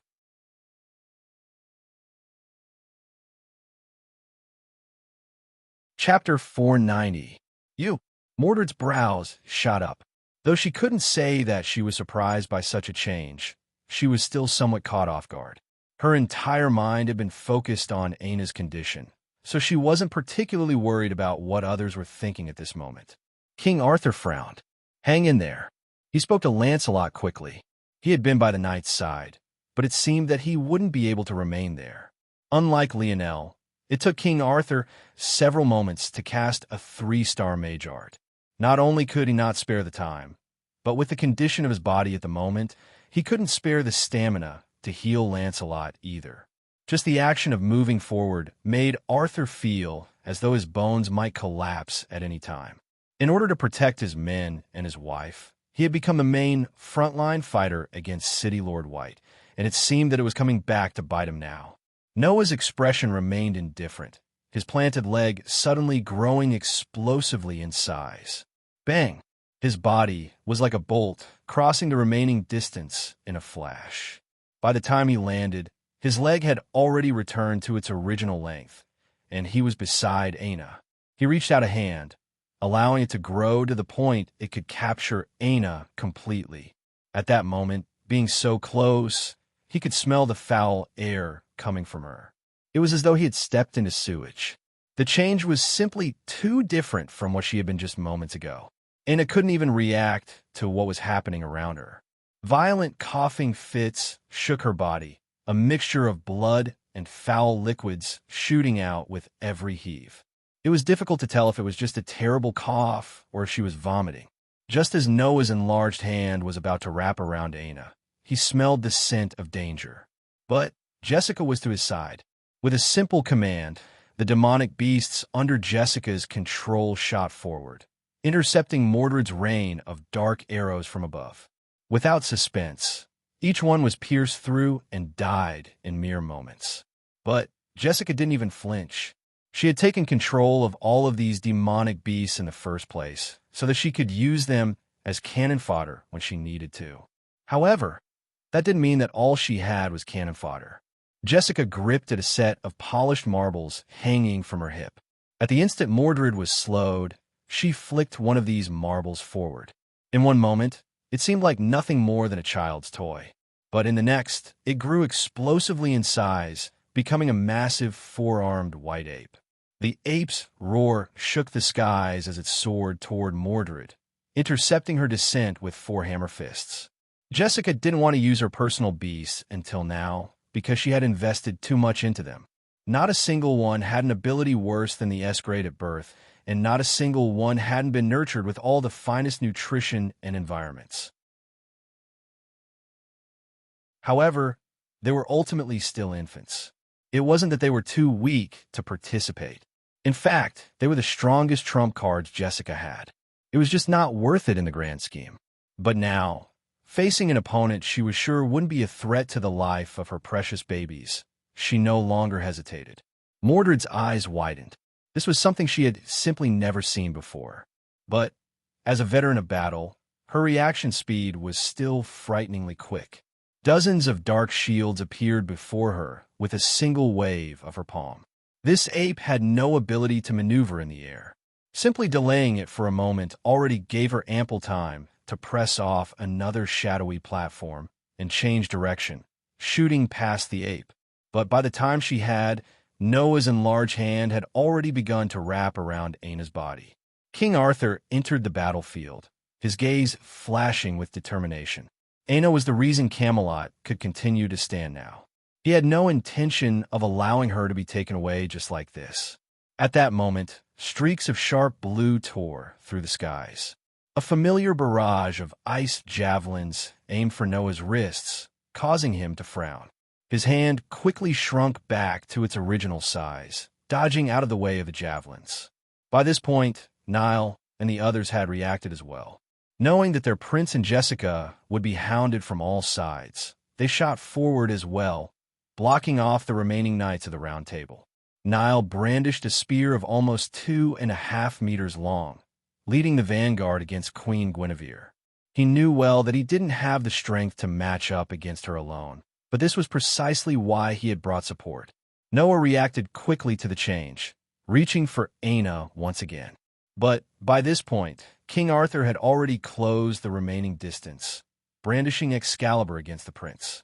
Noah swung out his massive saber, looking to block Arthur while continuing to reach for Aina's convulsing body. Mordred swung out her wand. A rain of arrows fell once again, pincering Noah from his opposite side. Noah's gaze narrowed. He planned to allow Jessica to protect his back, but at that moment, Arthur's sword met his saber. A deep, reverberating clash of blades shook the battlefield as Noah was forced to retreat several steps. Noah stumbled out of range of Aina, only to be assaulted by a rain of arrows to his back. Jessica reacted quickly, her whip lashing out several times in quick succession. In the blink of an eye, the battlefield split into three. The knights and Guinevere against a team led by Niall, Noah against Arthur, and finally, Jessica faced Mordred.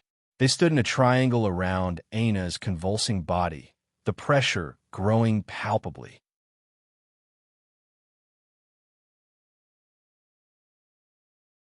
Chapter 491. Jessica's four-armed ape fell heavily to the ground, causing the battlefield to quake. As though it was a cue, the stalemate broke. A barrage of attacks descended from all sides.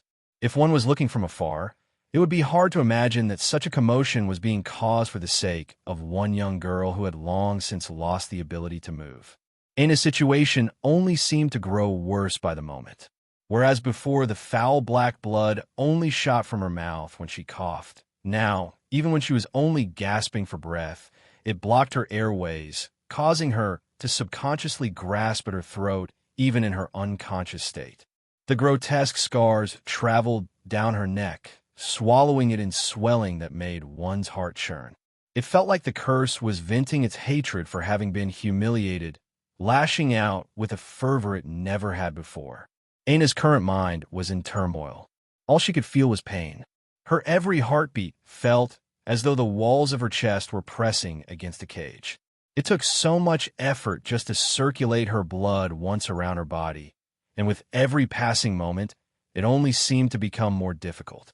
As though this wasn't bad enough, the blood she was circulating seemed contaminated. It ate away at her flesh, devouring her bones, and dug into her soul. It seemed that it wouldn't be satisfied until it took away everything she had left. Aina was completely unaware of her surroundings, completely unaware that so many were fighting for and against her sake. All she knew was pain and darkness. It was the kind of pain that made one rather end it all than suffer for another second. Noah and King Arthur clashed once again, their blades bending and whining beneath their strength. Despite Noah's increased size, Arthur didn't back down for even a moment.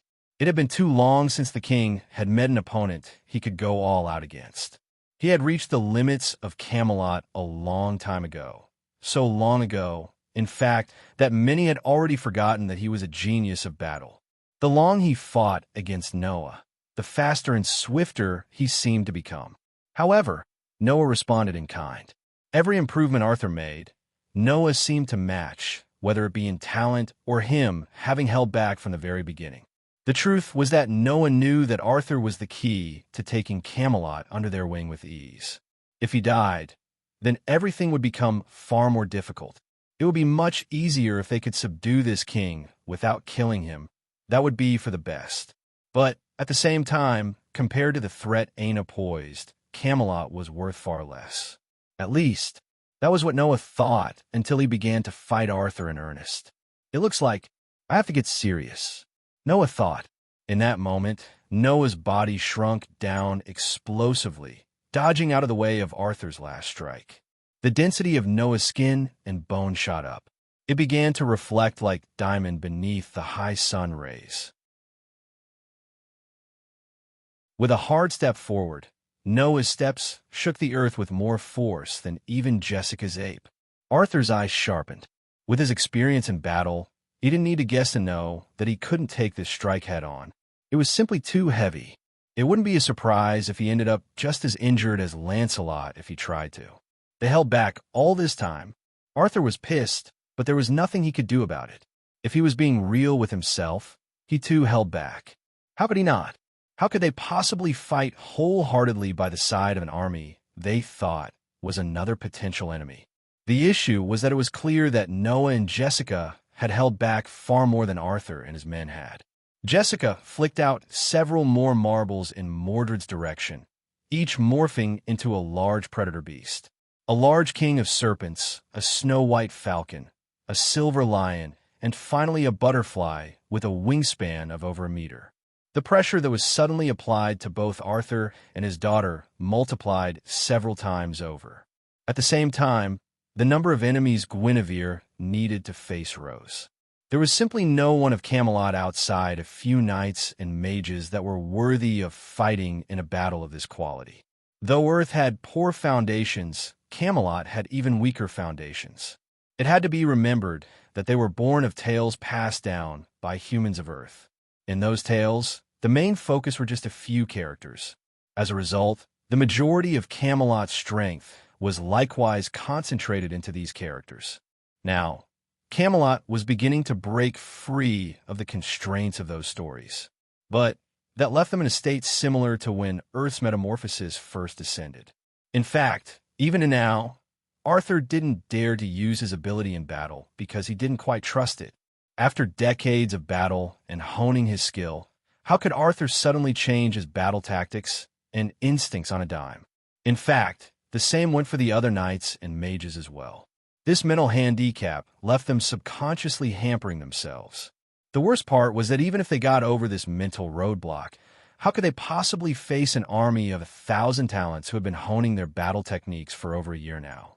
Mordred's jaw clenched, her wrist flicking as she sent out spell after spell. She felt as though the stamina she needed to cast mage arts had dropped by more than tenfold. In fact, the time she needed also fell drastically. With such improvement, she didn't believe that she couldn't protect Aina. She didn't believe that she wouldn't be able to stop these people that stood before her. Her power had always been something that caused her to be ostracized. But today, she would allow it to display its true might. Unfortunately, as much as Mordred wanted to believe this, in her heart of hearts, her soul of souls, the gap was simply too wide.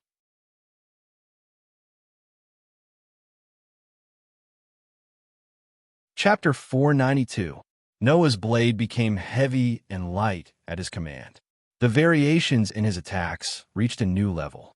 To swing a two-handed blade like it was nothing more than a feather, but for it to still carry the heaviness of a blunt weapon. This was Noah's fighting style. Arthur was continuously pushed to his back foot.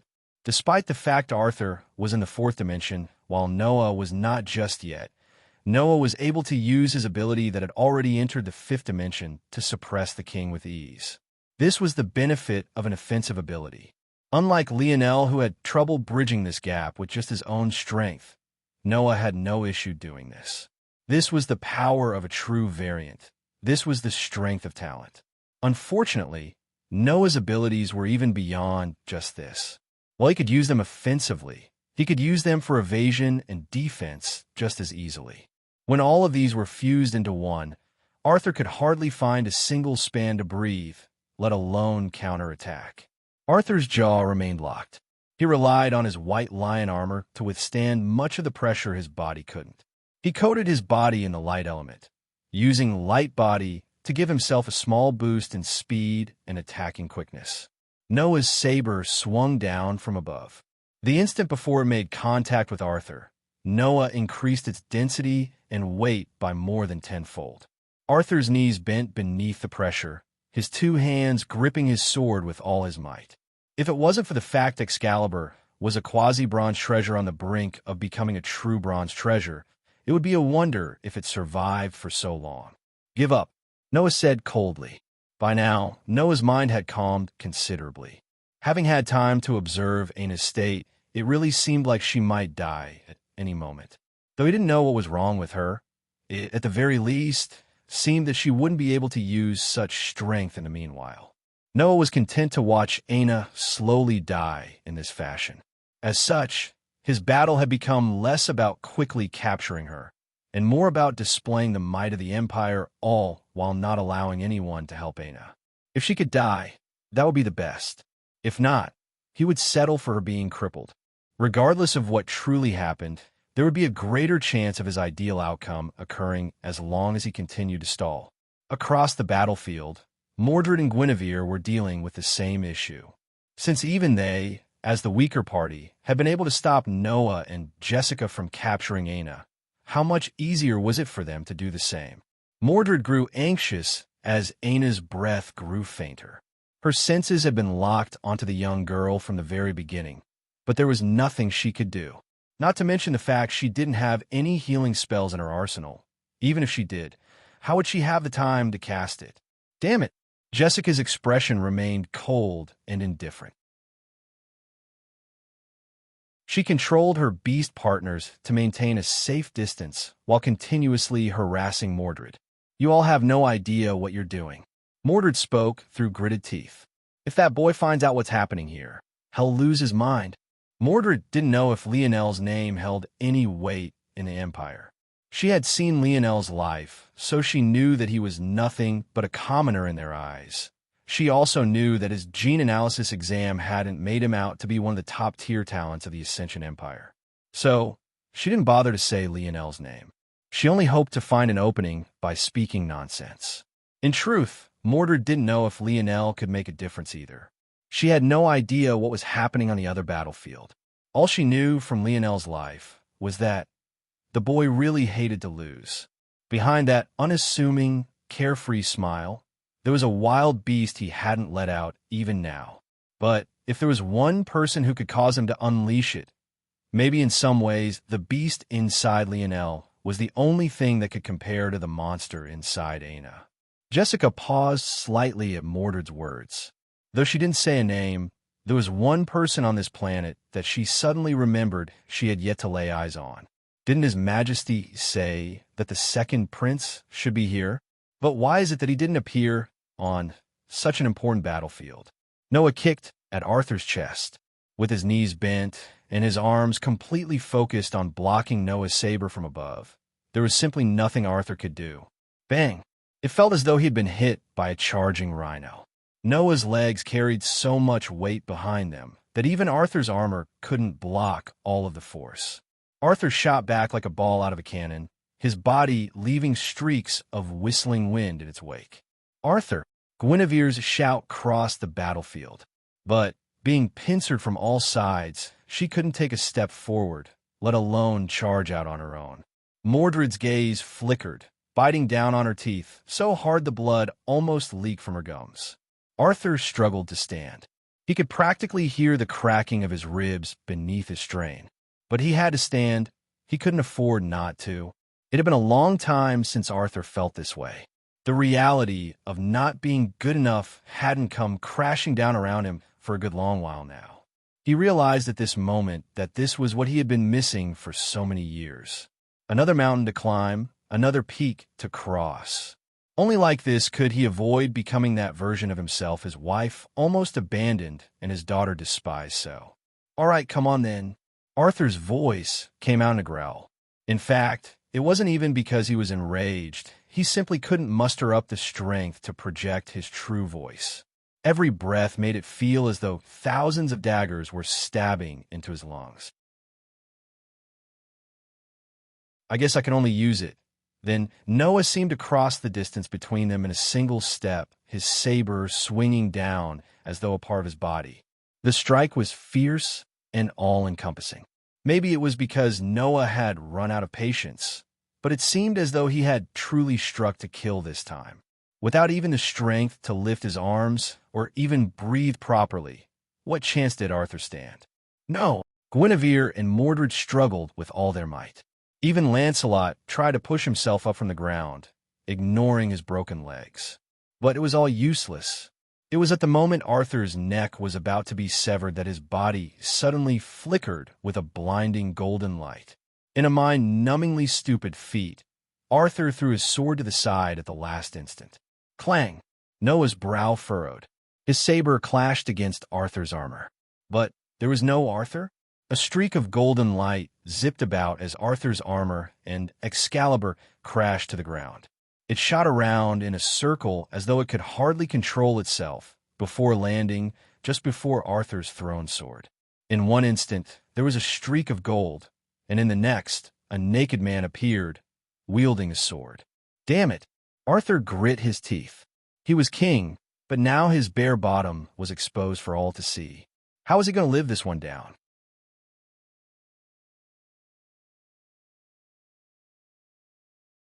Chapter 493.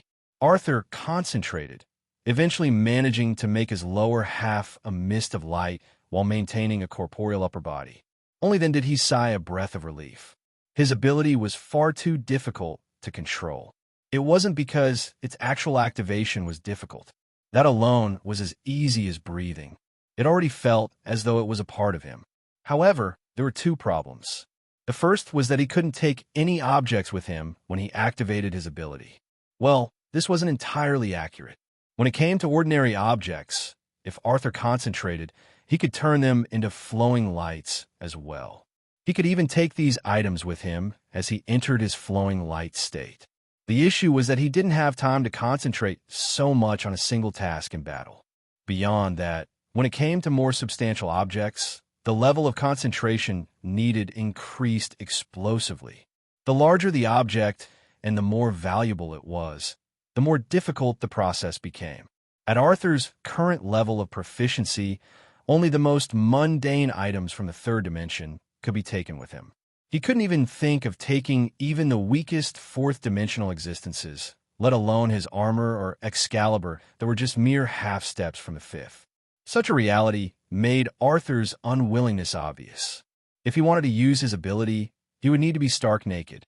And even if he was willing to do this, he would have to abandon his weapon most of the time. However, aside from this, Arthur knew how truly frightening his ability could be if used properly. He was practically invulnerable. His affinity with the light element skyrocketed to the point that maybe only Lionel was above him in regards to citizens of Earth, and even that wasn't guaranteed. Also, in his flow-like state, he could practically ignore the previous injuries to his body. This last part was maybe the most useful at this moment. Since Arthur's body was practically entirely formed of light particles, its individual parts were far less reliant on each other. If he controlled his injuries to entering a flow state, he wouldn't feel any pain. In addition, his healing accelerated in his flow state. Still, all of this led to his second problem. He was too fast. So fast that he couldn't even properly control his own body. It made it almost too difficult to battle in this state. His mind simply couldn't keep up with his movements. However, Noah didn't need to know this. Arthur just needed an opening. Just one opening to injure the prince enough to force him into a retreat.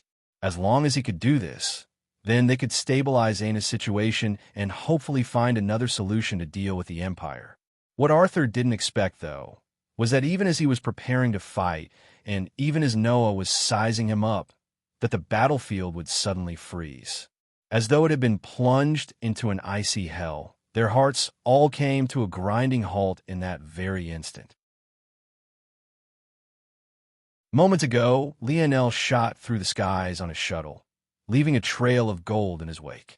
The little mink snuggled cozily in his hair, a light black fog emitting from its body. The good thing about Camelot was that he didn't need to worry about invalids. Maybe it was because of their origin, but as the people of Camelot awakened to their abilities, none of them failed. This might very well have been another hidden reward of a mythological zone. Right now, Earth was indeed in dire need of population. They hardly had a few million people remaining. Of course, Camelot's appearance might not even double their current populace, but such an influx of talents couldn't be underestimated. As things stood at the moment, these people of Camelot wouldn't be useful in a short time.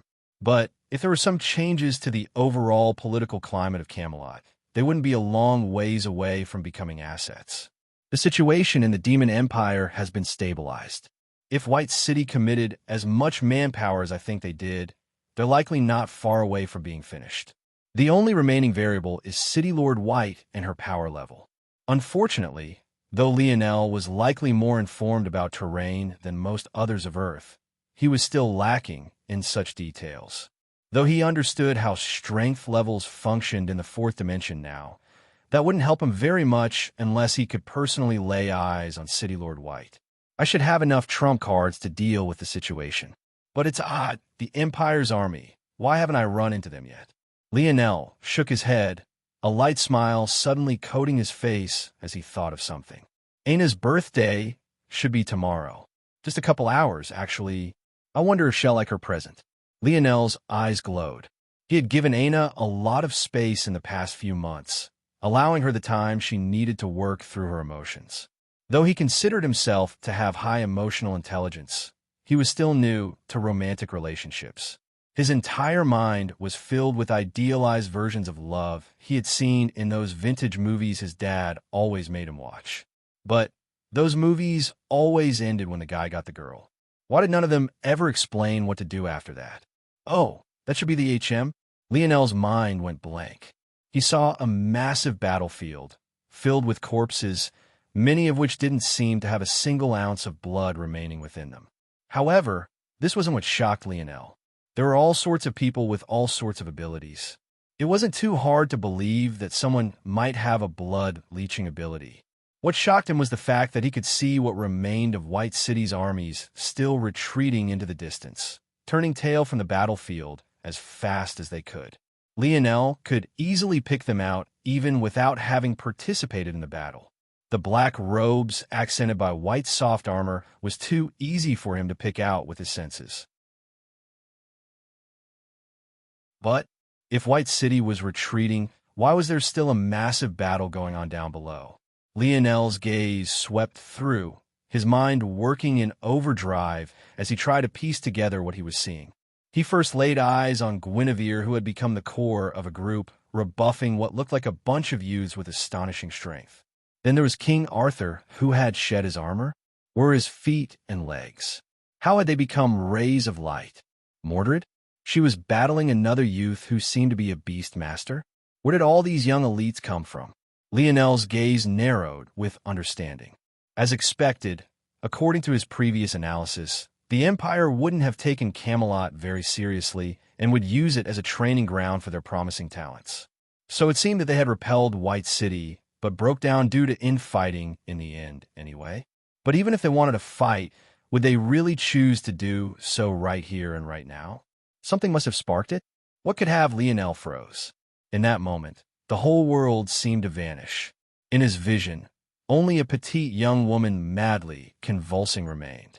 Lionel's heart stopped beating, his breath becoming as shallow as a dead man's. He watched as Jessica tried to direct her beasts around Mordred, forcing the demon empress to block them. He watched as Noah blocked Arthur's path toward healing the young woman. He watched as Niall and the others tried to press past Guinevere's troop. And then he saw red.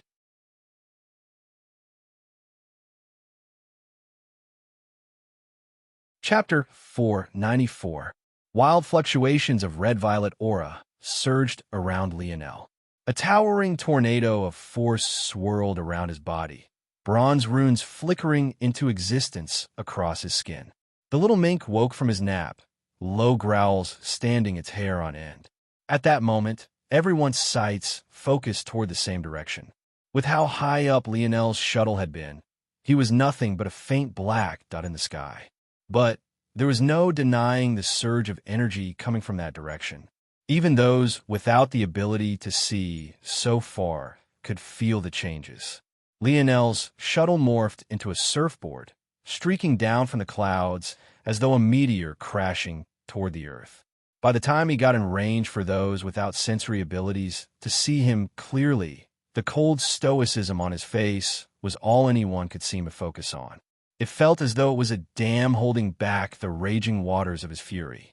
Beneath that placid exterior, there was a volcano on the verge of eruption. Seeing Lionel's appearance, Mordred was among the few who sighed a breath of relief. She knew that if Lionel was here, then that must mean that the situation on the other battlefield had already been dealt with. And, judging by his current appearance, it was also clear that he already had a minor grasp of exactly what was happening here. Isn't he descending too fast, though? Mordred couldn't help but worry. She knew how deep Lionel's feelings for Aina were. In such a situation, she couldn't even be certain that he would care much about his own safety.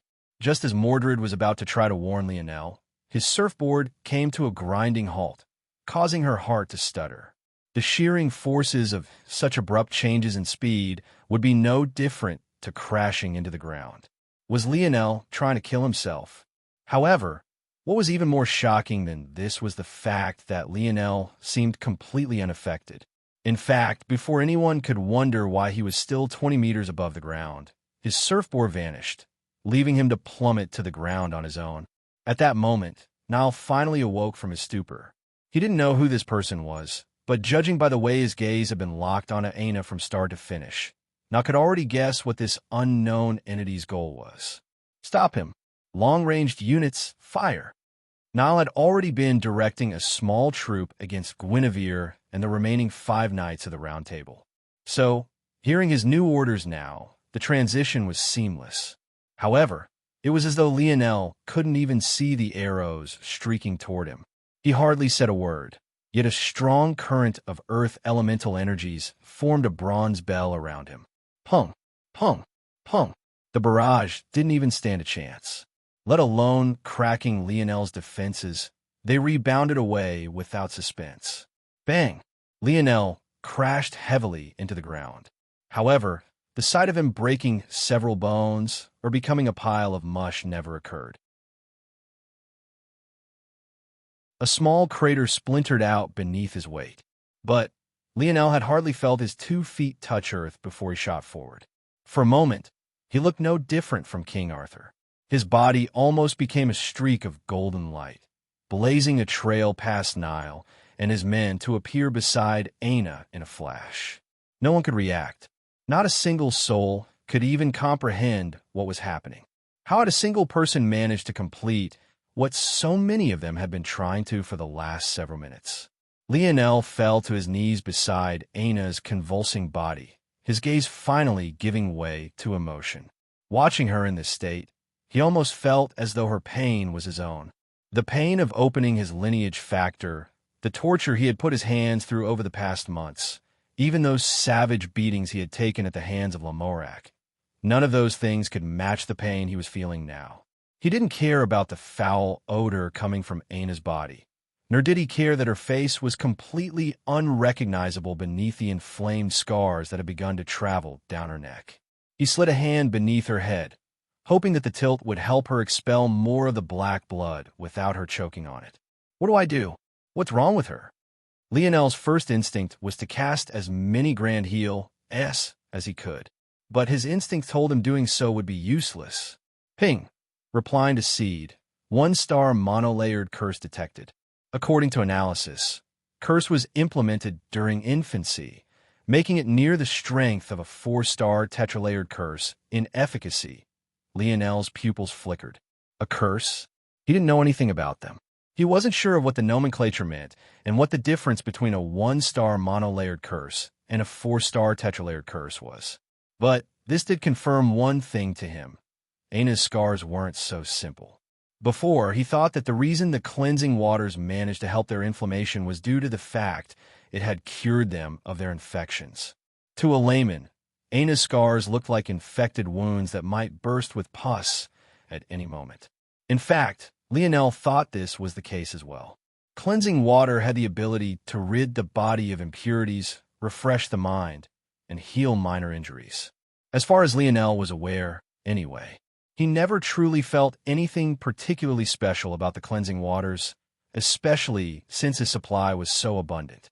It wasn't until Aina spoke of its specialness that he finally raised an eyebrow. But now it was exactly what Aina needed. The segmented cube appeared. Under Lionel's control, streams of water exited and flowed into Aina's nostrils and lips. The effect was slow and hardly noticeable, but with Lionel's senses, he easily picked up on them. Though the impact wasn't as great as Lionel hoped, it was still a small light at the end of the tunnel.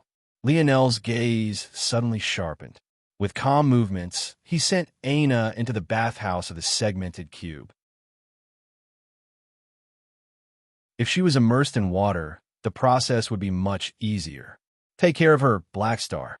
Lionel sent the little mink in after her and slowly rose, his cold demeanor returning. He looked over his shoulder, his eyes locking onto Niall's legion. Which one of you is responsible for what happened? The voice was emotionless and soft, but those who heard it felt as though they had been thrust into the pits of hell.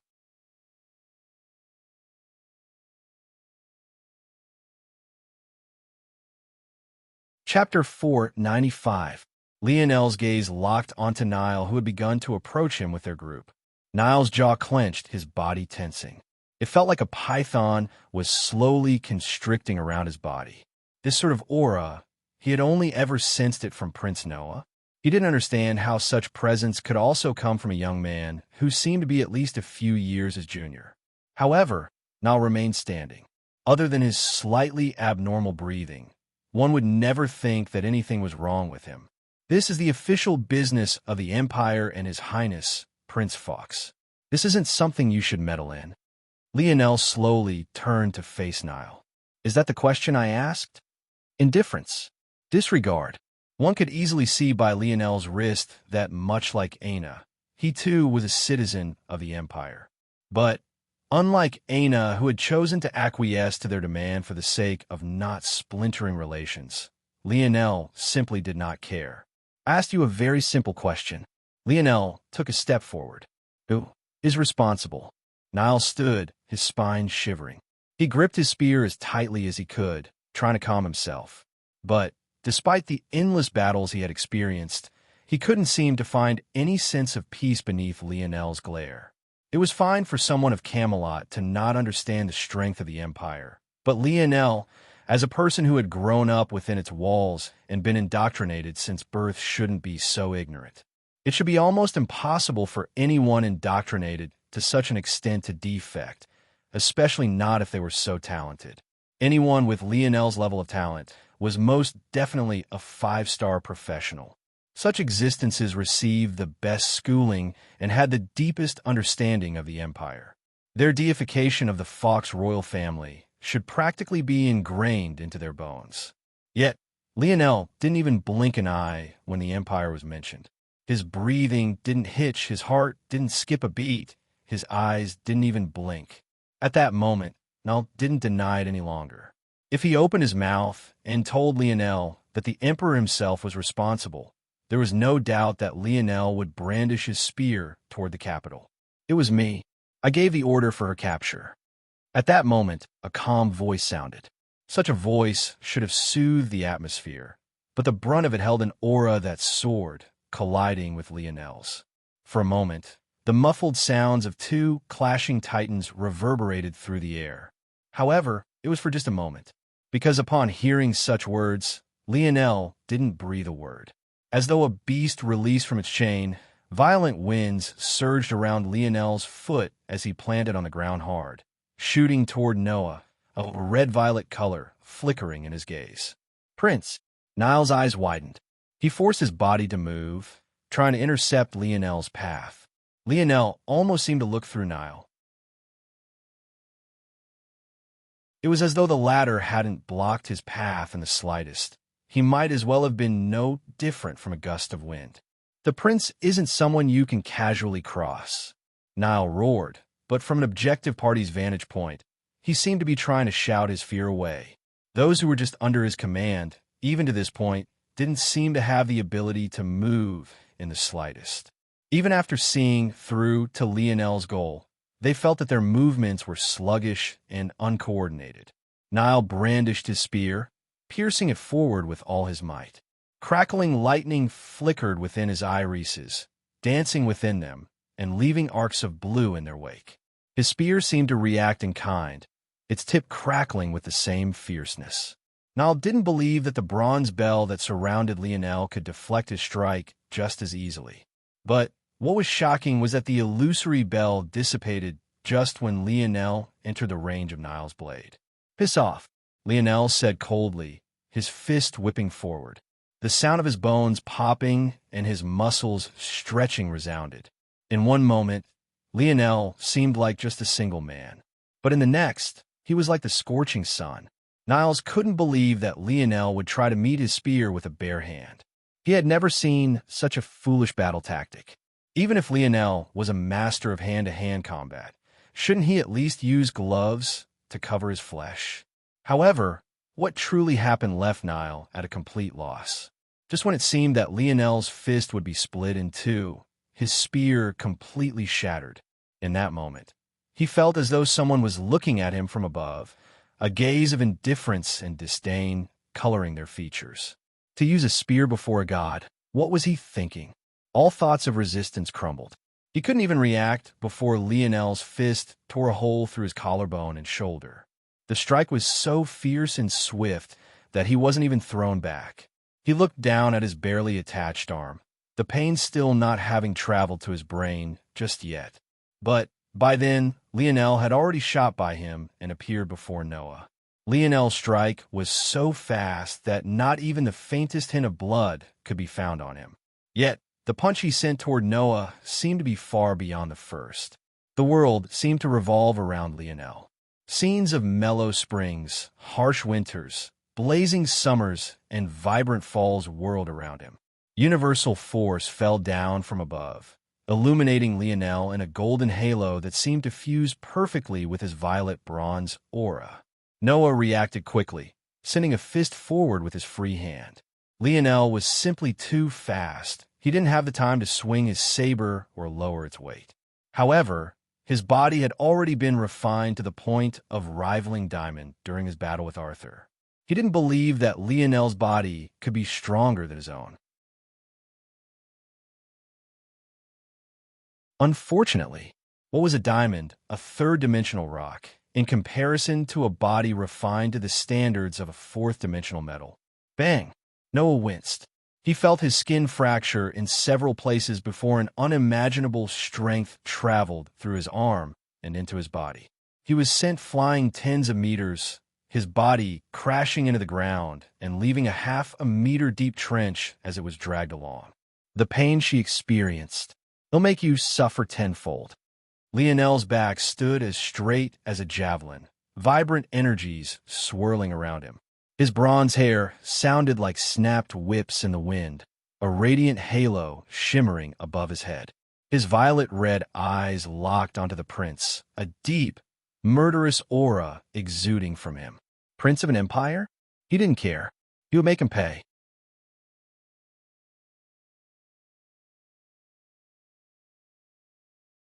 Chapter 496. Prince. Jessica's countenance shifted. She hadn't believed that the difference between Lionel and Noah would be so stark. But by the time she was ready to make a move, Mordred had blocked her path. I already warned you what would happen if you continued down this path. He isn't a person that likes to kill, so don't force him to. It's better if you let him vent his rage. If you try to interfere, I can't guarantee that you'll come out in one piece. Jessica almost couldn't believe the ridiculous nature of Mordred's words. Her cold expression cracked, giving way to a slight hint of rage. Let me through.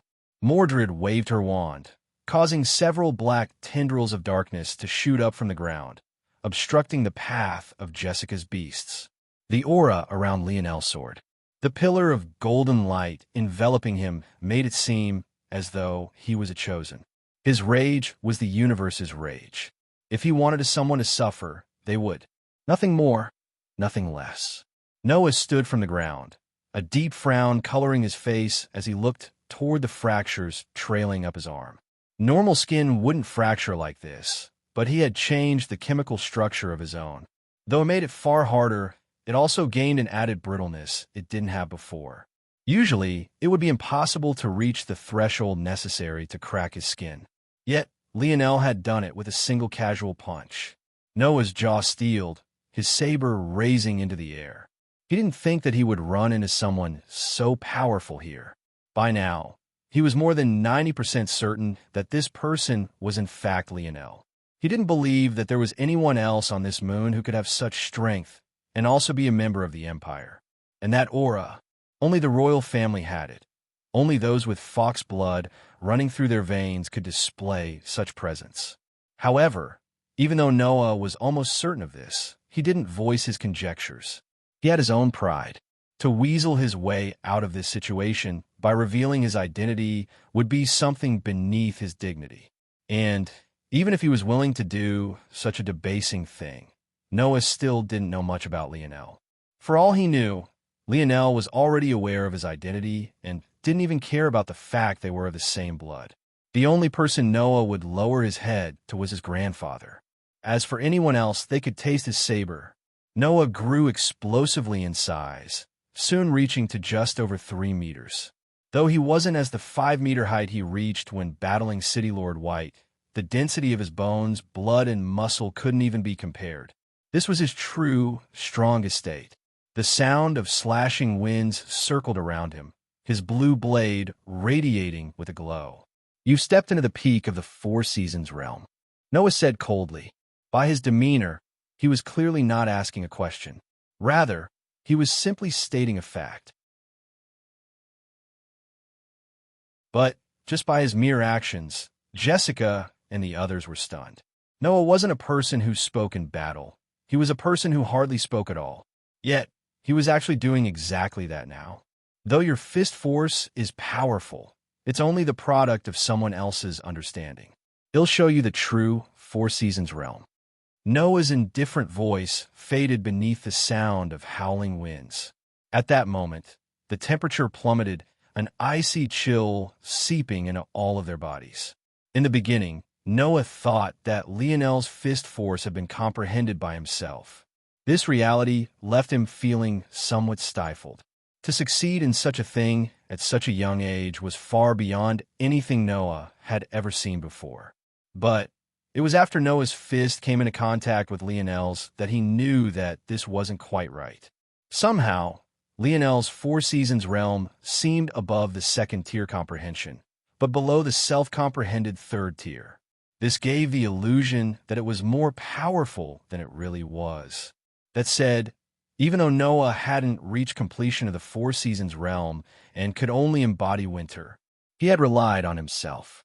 Noah shot forward, his icy blue blade carrying with it the heart of winter's past. Lionel stood amidst the harsh winds.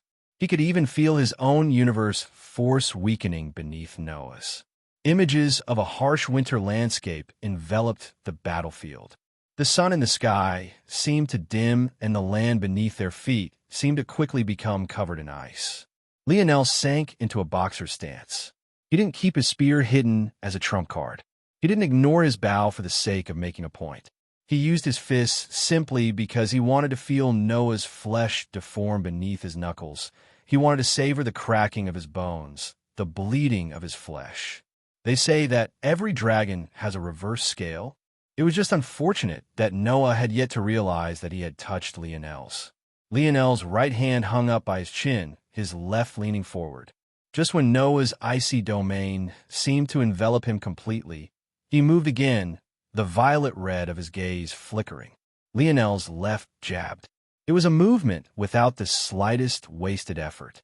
Images of a winged swordsman perfectly matching his footwork to his attacks played in Lionel's mind, allowing his body to slide into the style seamlessly.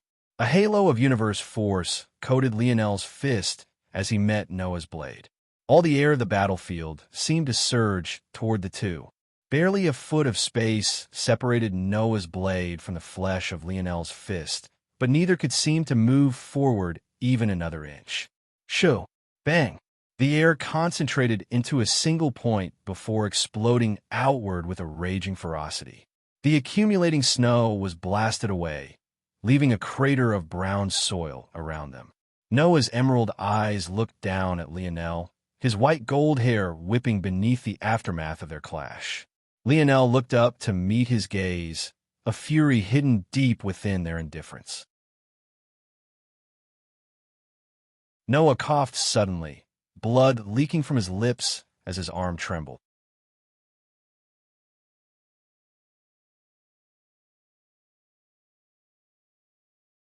Chapter 497. When he met Lionel's fist, Noah felt as though he had crashed into an immovable wall. All the strength he placed into his strike seemed to reflect back, reverberating throughout his body in an unbridled fashion. In this form, he concentrated all of his strength into power. As a result, his inner organs were completely unprotected, leaving him suffering the brunt of a strike he wasn't quite prepared for. Noah could tell that his use of universe force was beyond Lionel's. Yet, their overall strength was too far apart. Noah didn't know what Lionel's ability was, but at this moment, he had no choice but to believe that Lionel had a body-related ability even better than his own. No, it isn't that simple. He's too fast, more than 3 or 4 times as fast as I am in this form. And instead of using the speed to whittle me down slowly, he can instead perfectly fuse his movement with his attack, giving his punches far more strength than they otherwise would have. Noah shuddered when he had this thought. An elite fighter would be able to bring out 80 to 90% of their full strength consistently. Only monsters would be able to touch upon 95% and above consistently. But even the greatest masters shouldn't be able to guarantee touching 100%. Yet, if Noah's calculations were correct, let alone using 100% of his strength, Lionel was closer to 200 or even 300%. This is a martial art. By this point, Noah realized that this perfect fusion of speed and attack had to be his style. There was no other explanation. But Noah had never run across a style so perfect for a person. Such a boost to strength, it was unimaginable. Unfortunately for Noah, Lionel seemed to have no intention of stopping. The instant his left jab blocked Noah's strike, his hips had already spun, winding with a fear-inducing amount of torque. Lionel's body was like a streak of light, crossing into Noah's attack range and hooking a punch at his torso. Lionel didn't seem to care that Noah stood a meter taller than him. Even if he was 10 meters taller, Lionel would cut him down just the same. Noah's torso flexed, the armors he wore radiating with a faint light. But Lionel's right fist continued as though he didn't sense a thing. Bang! Oof! Noah felt as though all the air in his lungs had been knocked out at once. He swung his saber to the side, trying to get Lionel to back off. But because of its length, the blade was effectively a mid-ranged weapon. In such close quarters, its flexibility was lacking. Lionel simply shifted to the side, rolling his shoulder to block the flat of Noah's blade. His movements held a natural air to them, interrupting the prince's attempt. Lionel's fists suddenly accelerated. His form was textbook, as though he was perfectly reflecting the dreams of all orthodox boxing. A quick three-punch combo left shocking dents in Noah's armor. From afar, it looks as though 3 cannonballs had crashed into his torso, shredding his inner organs to minced meat. But the armor recovered quickly, in the blink of an eye. It was as though nothing had happened at all. Unfortunately for Noah, Lionel's barrage didn't come to a stop. The fists rained down with such speed and quickness that pain was all Noah could feel. Even his attempts at brandishing his saber ended in vicious counters that left his right arm practically useless. If Noah didn't know better, he would think that Lionel's ability was to see the future.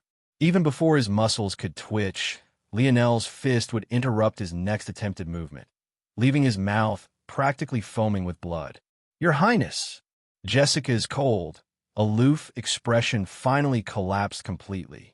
Sensing Jessica's agitation, the 4-armed white ape seemed to have a breakthrough, charging past Mordred's blockade. A sharp gash appeared on its back, leaving its white fur matted in blood. But it didn't seem to notice its enraged roar bearing down on Lionel from his back. "Lionel!" Mordred shouted out a warning. She was a veteran of battle. She could tell that the difference between Noah and Lionel wasn't so large. It was just that Lionel's combat effectiveness had gained him the upper hand. Mordred knew that this was reliant on Lionel's ability. But just as easily as Lionel gained the initiative, he could just as easily lose it. The reality, though, was that Mordred still underestimated Lionel. Lionel didn't even turn back to the ape. He pretended as though it wasn't approaching him at all. Noah tried to retreat, but between the two of them, who had the greater speed? And with Lionel's ability to predict Noah's movements before they even came to fruition, what chance did he have of distancing himself from Lionel's fists? Noah's armor became like a field of fallen meteors. Lionel's movements were so perfect and flawless that even the strength of his punches didn't seem to be enough to give Noah any momentum to retreat. Lionel stuck to him as though dancing to a rhythm. Every time the ape came close enough to attack, Lionel's hips would shift and his feet would shuffle, his barrage of attacks forcing Noah's back toward the infuriated ape. Noah's eyes lost focus, his body seizing. Whatever control he had over his ability faded, causing his figure to shrink. Lionel's rain of fists was relentless. His cold and indifferent gaze flashed with a ruby red. It felt as though he couldn't hit this prince enough, as though no amount of pain Noah suffered would appease him. He didn't even care about the expenditure of his dream force. He had long since activated his dreamscape battle sense in full force. There was nothing more he wanted in this world than to bury this bastard. Please stop." Jessica's voice was hardly rose over the sound of Lionel's fists hitting Noah. Even as his own blood coated his knuckles, he hardly reacted in the slightest. "Please, Lionel. He's your cousin. You share a grandfather. Stop."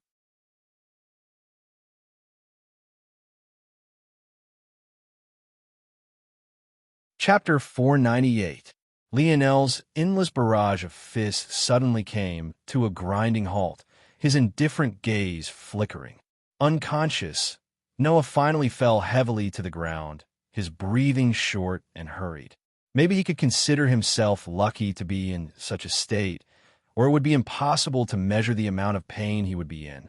At that moment, the roaring white ape finally got an opening to attack, but seemed to lose its will when Lionel swept a gaze over it.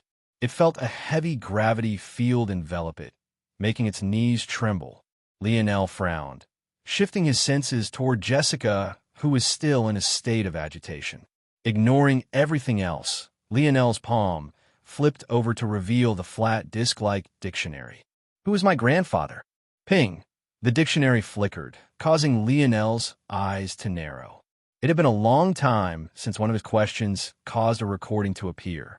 Usually, if Lionel didn't want to watch a mechanical version of his father, He had to go back and watch the lessons his old man left on force crafting. But it seemed he wouldn't have to this time. "Ah, I never expected you to ask this question." Lionel's father appeared with his usual carefree demeanor, scratching the back of his head. Eventually, he pushed his glasses up and looked forward. "I know you wouldn't care enough to ask on your own, so it must have been some busybody flapping their gums a bit too much. AI, what a headache." Lionel didn't seem to realize that the entire battlefield had focused on him. In fact, the others felt their knees go weak. Any surprise they felt for Lionel, being a member of the royal family, being washed away by the sight of the man in the projection. It wasn't because they recognized who this man was, but because just his projection made them feel as though they were standing in the presence of a wild beast. But what was maybe more shocking was the fact that Lionel seemed completely unaffected. Lionel had lived with his father all his life, so how could he possibly notice the kind of effect he had on others? Just his mere projection was like a stranglehold on all those who saw it. It felt like his words were accusing them of wrongdoing, as though it was their fault Lionel was asking this question and that he now had to answer it. Noah coughed violently at Lionel's feet, but simply had no strength to stand. Even knowing that Lionel was looming over him, there was nothing he could do. His eyes locked onto the projection.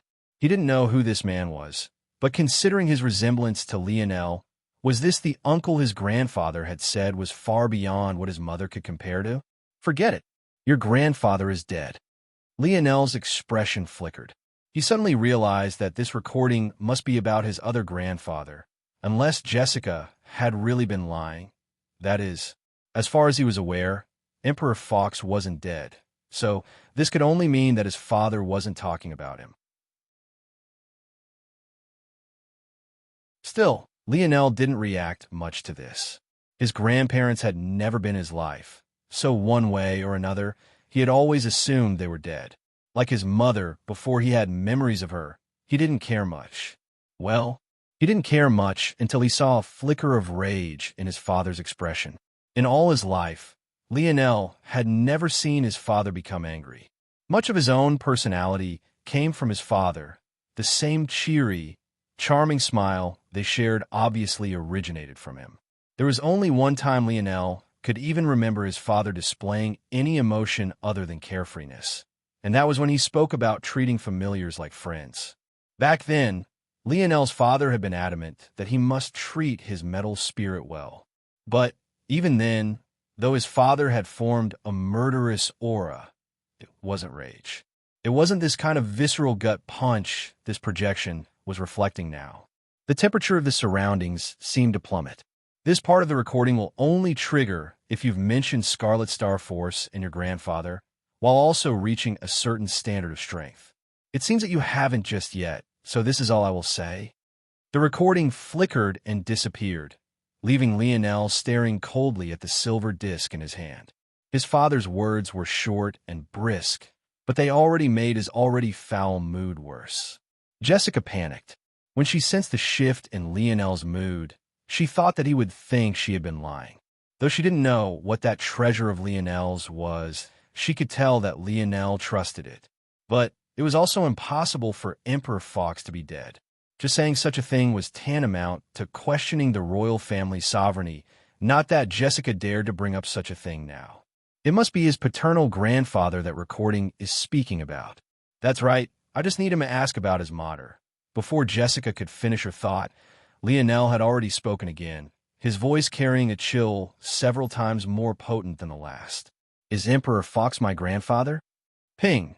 To Lionel's surprise, another recording formed soon after the first. This time, his father's presence was much more casual. Even still, Jessica and others felt as though their bodies were being constricted to the point where even breathing became difficult. Oh, you finally found out about that old fart, huh? Those members of the Empire choked on their own spit. This was the Emperor they were talking about. Who dared to call him an old fart? Gervais is indeed your grandfather. Only after meeting him did I learn where your mother gets her hard-headedness. Now that I think about it, you're stubborn like that too. My precious gene pool. I should consider getting myself a concubine or something. Lionel's father unwittingly shivered and looked over his shoulder as though checking for something. Only then did he sigh a breath of relief, feeling pleased with himself as though he had gotten away with something. Still, be careful of that old fart. His ambitions reach far, and family isn't his main priority. Whatever, he's still your grandfather. Do as you please, I guess.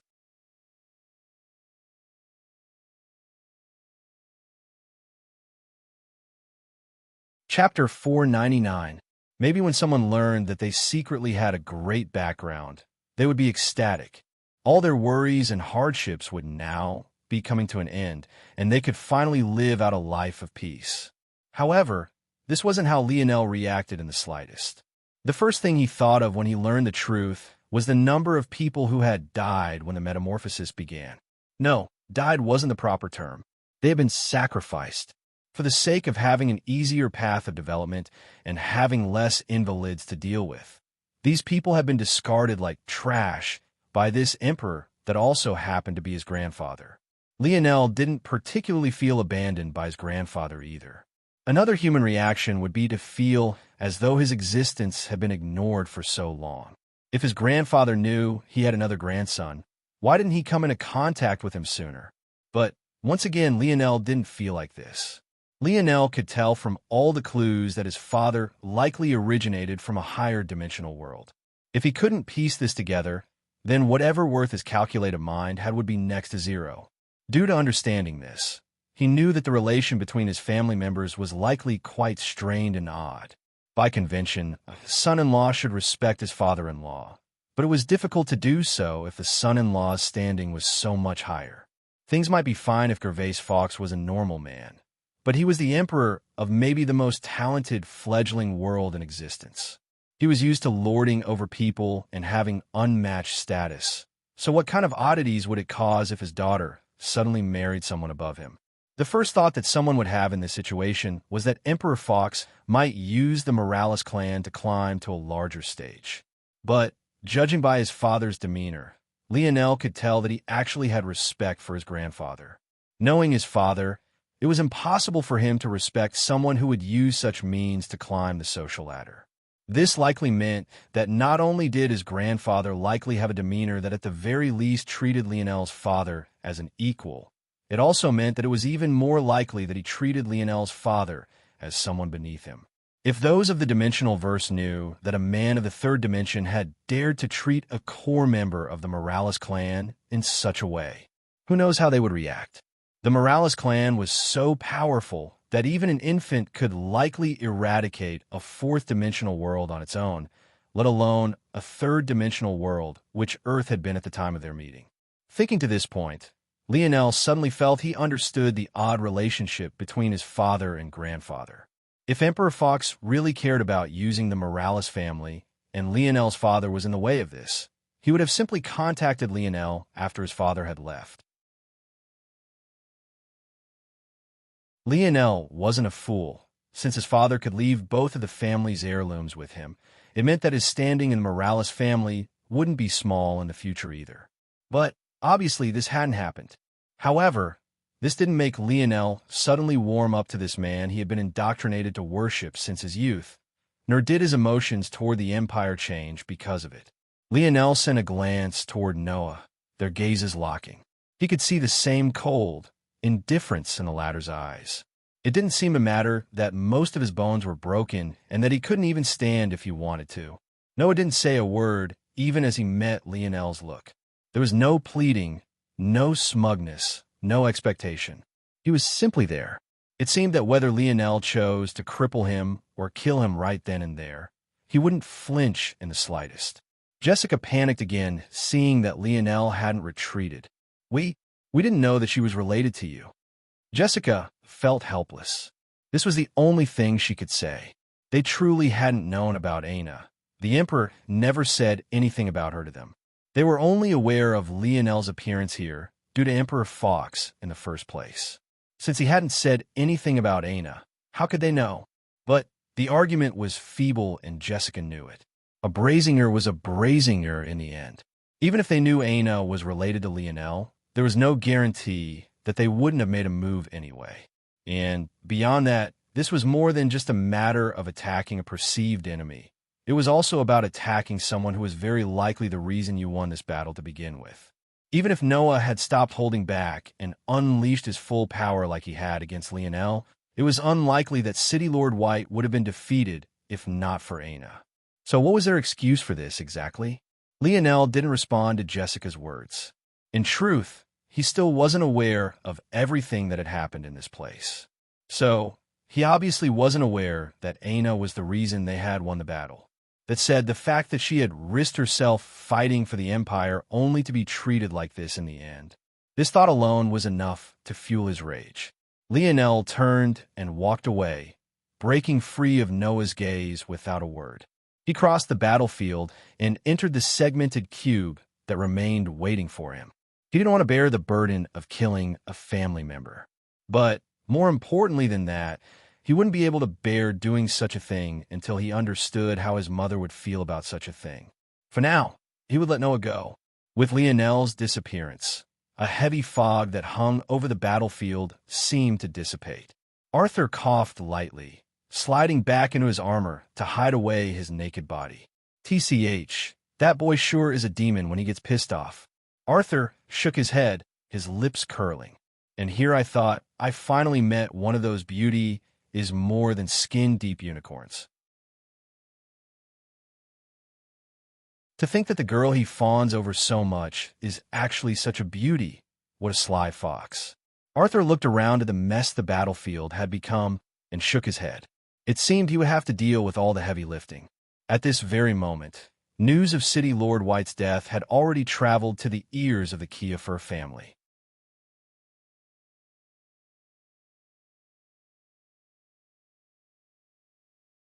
Chapter 500. When Lionel walked into the bathhouse, his rage flared again. If it wasn't because Aina was in such a bad situation and needed him by her side, he might have run out again to give Noah an even more savage beating. Noah might have been his cousin, but the feeling Lionel had for Aina far outweighed whatever weak familial ties he had with him. Noah couldn't magically gain a higher regard at his heart, just off the strength of their connection. While Noah was just a lost family member he had only just learned about, Aina was a woman Lionel deeply cared about. As far as he was concerned, she was his other half. Only his father and mother could hold a comparable place. The current Aina was far better than she had been just moments ago, but the struggle she was facing was still present. If it wasn't for little Blackstar using ropes of darkness to hold her in place, she might have drowned herself by now. The water splashed about, blackening under the secretions coming from Aina's body. Under some mysterious power, the cleansing water purified this blackness the further it traveled from Aina. But, unfortunately, the density around her only seemed to grow with each passing moment.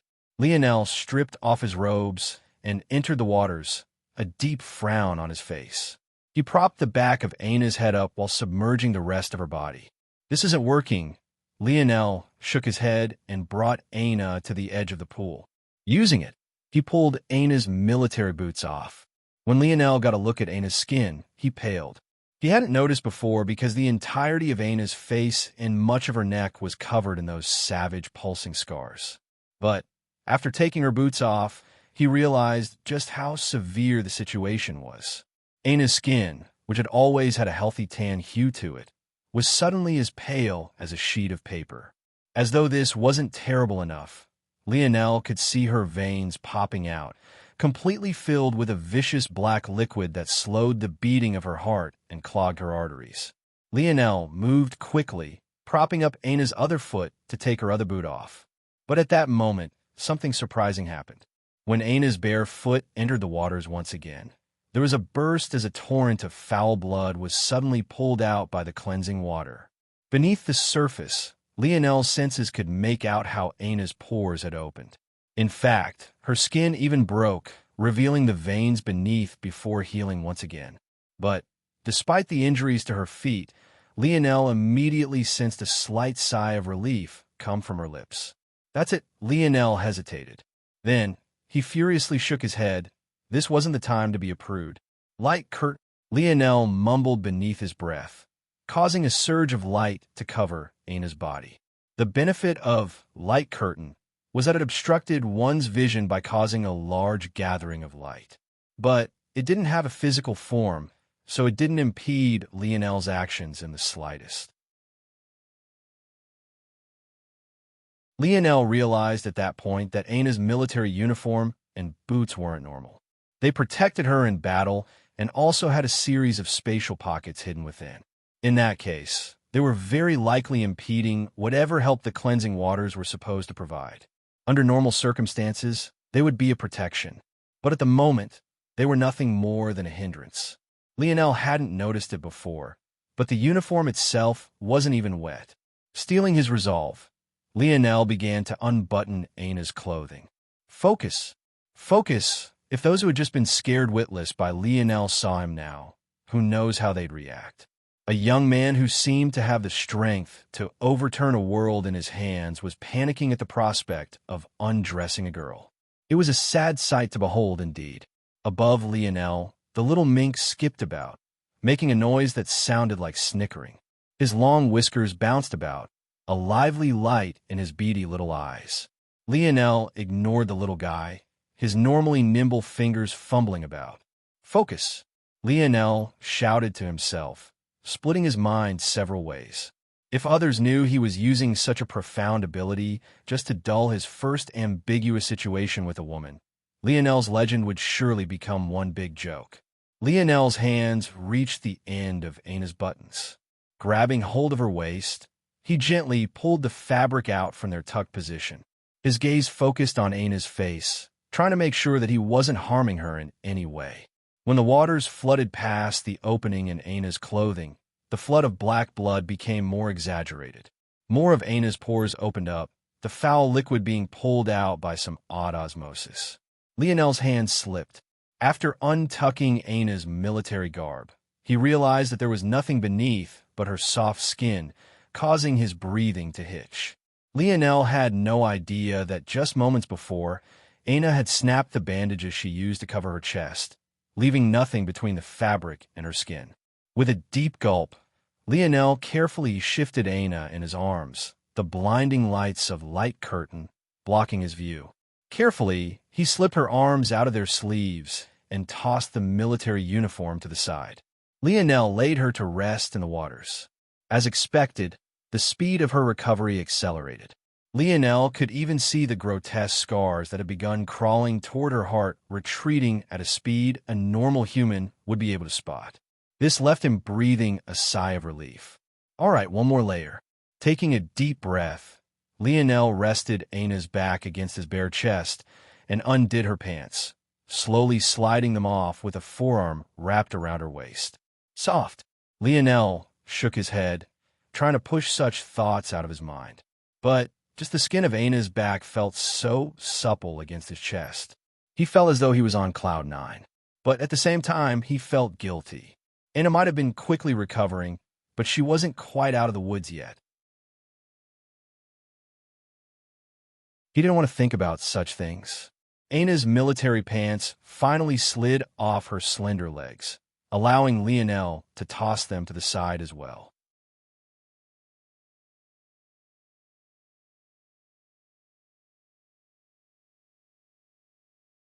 Chapter 501. Lionel sighed a breath of relief. Once again, the speed of Aina's recovery shot up again. Sitting in the pool, Lionel allowed her to rest against his chest. Soon, her breathing stopped hitching and became calm, and her head fell back against Lionel, the light sound of snoring coming from her parted lips. Lionel smiled. He quite liked this feeling. The way he could envelop her small frame in his arms and protect her, it made him feel at peace. Lionel chuckled lightly. As expected of Aina, rather than wearing delicate female underwear, from what Lionel could tell, she actually wore male boxers. Her reasoning was probably that it was more comfortable, at least for battle. Of course, Lionel was too much of a pansy to actually look with his eyes. He could just tell by how the fabric felt on his thighs. Had Mortar been there, she would have most definitely rolled her eyes. Lionel cast a silencing array over Aina's ears and brought out the dictionary once again, his expression becoming more serious. What is a one-star monolayer curse, And how does it compare to a 4-star tetralayer curse? Ping. A 1-star monolayer curse is a curse with just a single layer of complexity. It is not necessarily more or less complex than a 4-star tetralayer curse, though it is much easier to cure. Lionel frowned. What did it mean by not necessarily more or less complex? What was the point of the divisions, then? A 1-star monolayer curse can only take root in a third-dimensional existence. However, a 4-star tetralayer curse is effective even against a 6th-dimensional existence. Lionel's frown deepened. Aina was dealing with a curse that powerful? What did you mean by Aina's curse was almost as effective as a 4-star tetralayer curse? Ping. A curse's effectiveness is based on 2 factors: its complexity and its level of integration. Aina has a curse with a simple complexity, but an elite growth rate. This allows it to display more strength over time. The more the dictionary spoke, the more Lionel felt it wasn't giving him the answers he wanted. It took a while, but Lionel finally understood what he needed to know. The growth rate of a curse referred to its integration potential. Over time, some curses weakened, but others could grow stronger. Aina's curse, the 9-segmented blood leech curse, was a simple curse, but its growth rate was frightening. Though weak against adults, if implanted into an infant, the curse would be able to root itself deeply. This would result in a curse no weaker than a 4-star tetralayer curse in effect as the infant grew into adulthood. It could even grow beyond this. Technically, if this was a curse with a poor growth rate, just breaking into the 4th dimension would have been enough to dispel it. But now, if Aina wanted to break this curse without outside assistance, it would take her breaking into the 6th dimension. But by then, the curse would have grown even more powerful. Who knows if even breaking into the 7th dimension would be helpful by that point. And, from Lionel's understanding, the greatest known powers in the dimensional verse were only of the 7th dimension, including the Morales family. So, if the curse became any more powerful, it would become next to impossible for Aina to ever think of dispelling it on her own. Can cleansing water dispel this curse? Ping. Yes, what level? Ping. Extended treatment with 5th-dimensional cleansing waters or 1 drop of 6th-dimensional cleansing waters. Will the segmented cube produce 5th and 6th-dimensional cleansing waters? Ping. Yes. Upon reaching the 3rd and 4th phases respectively, Lionel sighed a breath of relief hearing these words. This was perfect. That just meant he had to find a way to upgrade the segmented cube like he had helped it reach the 2nd phase. However, after Lionel had this thought, he froze. In order to upgrade the segmented cube into the 2nd phase, it had required letting it absorb force from an impossibly rare force eruption. If he wanted to upgrade it again, wouldn't he have to find a 5th-dimensional force eruption and then a 6th-dimensional one? Lionel shuddered. Had he not awakened his metal synergy lineage factor, that force eruption would have killed him. He had no confidence in surviving a 5th-dimensional force eruption, let alone a 6th-dimensional one. And this didn't even mention the problem of finding such force eruptions to begin with. Not only would he have to travel to such worlds, but he would have to find such a rare occurrence as well. Just when Lionel thought this was enough to leave him speechless, he suddenly thought of another problem, leaving his heart in a panic. For now, Aina's curse was only approaching a 4-star tetralayer curse in effect, but wasn't quite one yet. As such, 5th-dimensional cleansing waters could still work. But for how much longer? How much longer will 5th-dimensional cleansing waters be effective as a cure? Ping, replying to Seed, 639:19:39:08. Lionel sucked in a cold breath. 639 days. That was less than 2 years. Lionel's jaw clenched, gripping his fist tightly. The dictionary said long-term treatment was also necessary if he chose to use 5th-dimensional cleansing waters. He would have even less time than that. Fine, let's set a limit of 500 days. Within 500 days, I need to enter the 5th dimension and be in position to look for a source to upgrade the segmented cube. Lionel was so lost in his own thoughts that he didn't even notice that Aina had already awoken. Though she noticed she was half naked and in Lionel's arms, she didn't have a reaction one would have thought. Even Lionel would have expected her to jump up and rush away. But, noticing the light curtain across her front, Aina couldn't help but smile sweetly. By now, her scars had already faded back to their knife wound-like appearance. In fact, she seemed far stronger than she had been in the past, likely due to the blood she had ingested. And now she just felt warm. She couldn't help but adjust herself slightly, her back pressing more squarely onto Lionel. Lionel blinked. Oh, Lionel moved to get up. Since Aina was awake, there was no longer a danger of her drowning, so he didn't have to stay here. Sorry, since you're all right ill. When Lionel was about to leave, he suddenly felt Aina's slender fingers grab his forearm, clamping down tight. Aina hadn't seen Lionel in months. She didn't even need to look back to know who it was. In her time of need, he was there once again. Lionel's eyes widened slightly, but at least he wasn't dense enough to insist. He obediently sat back down and let Aina rest on his lap. All right. Lionel snapped a finger, causing the silencing arts around Aina's ears to vanish.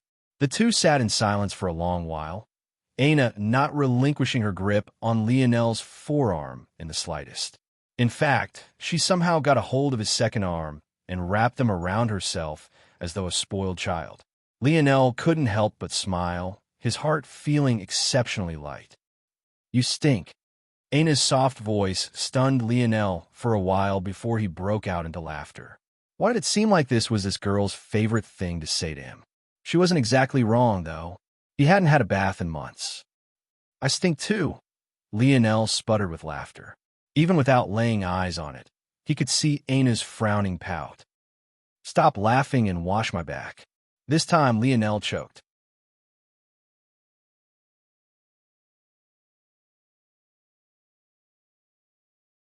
Chapter 502. Lionel was shocked to the point of speechlessness. Did he really just hear what he thought he did? You don't want to? Aina's soft voice shook Lionel to his core. She had never sounded so fragile to him before, and a part of him thought that the only reason she managed to drum up the courage to say such a thing was because she was facing away from him. Yes, he'll do it, Lionel hurriedly replied. Aina stood from Lionel's lap, still facing away from him. Most of her alluring back view was obstructed by light curtain and her long hair. But Lionel's imagination alone seemed to be capable of spinning him away into a land of fantasy. Aina slowly waded into the deeper waters until her waist was submerged.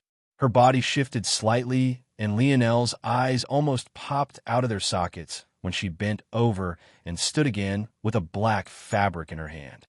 That's definitely her underwear. Lionel looked toward the ceiling and gulped. Are you coming? Aina's voice sounded even weaker than before.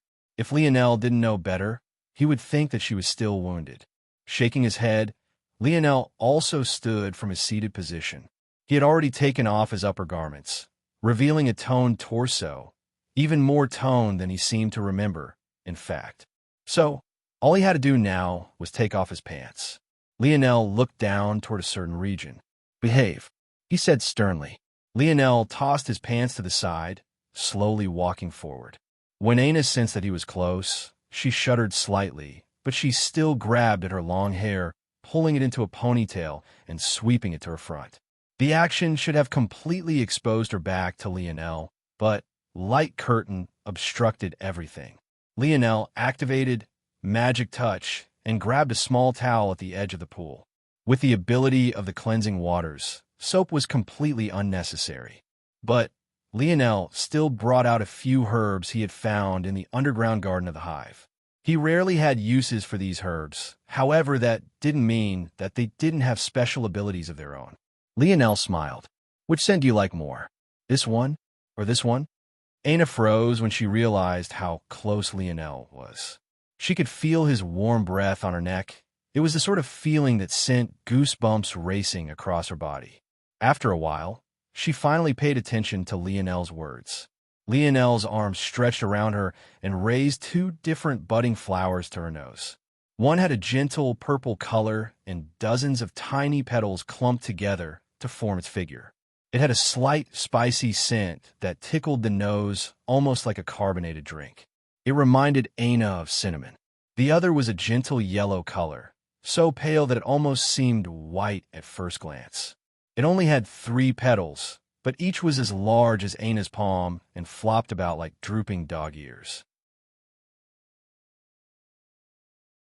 Though Aina's hands weren't particularly big to begin with, such a size on a flower was quite surprising. This flower's scent was far more subtle. It reminded Aina somewhat of lavender, but also of freshly made apple juice. It was hard to pinpoint its exact scent, but it left her feeling intrigued. "This one," Aina said softly, pointing to the yellow flower. Lionel nodded. "Watch this." The number of mage arts Lionel had learned from Camelot numbered in the hundreds to even thousands. Among them, not all were tailored toward battle. In fact, the vast majority weren't. They rather existed almost as foundational understandings one could build upon. Many of the useless light elemental apprentice arts Lionel learned built the foundation for far more complex arts. But that didn't mean that this was all the useless arts could do. There were many that existed not for the sake of battle, but rather for convenience. There was one water spell that went by the name of Fragrant Touch. It was able to concentrate natural fragrances one found in the wild into a liquid, soapy form. It was a favorite of female water mages, especially when they were out on missions. Of course, this was only because Camelot hadn't exactly invented soap, so they found other methods. Lionel cast Fragrant Touch. At that moment, tendrils of cleansing waters spiraled up from the pool around the two, circling around the yellow flower and grinding into a paste. That paste soon dissolved into the water and formed a thick white liquid with a hint of yellow. Just a single flower formed over a liter of this viscous liquid.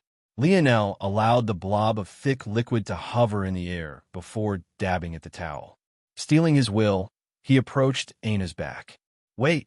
Aina suddenly spoke out. "HM?" Lionel paused, his heart filled with half relief and half unwillingness. But Aina's next words almost made his vision go black. "Shouldn't you remove this light spell first? How are you going to help me if you can't see what you're doing?" Lionel coughed. Suddenly, he felt a little lightheaded. "Yes, right? I should." Lionel dug deep and caused a light curtain to vanish. But no matter how he prepared himself, he still wasn't ready. The first thing he noticed was Aina's alluring silhouette. Her slender shoulders, the curve of her torso to the hips, the toned strength of her back. Lionel gulped.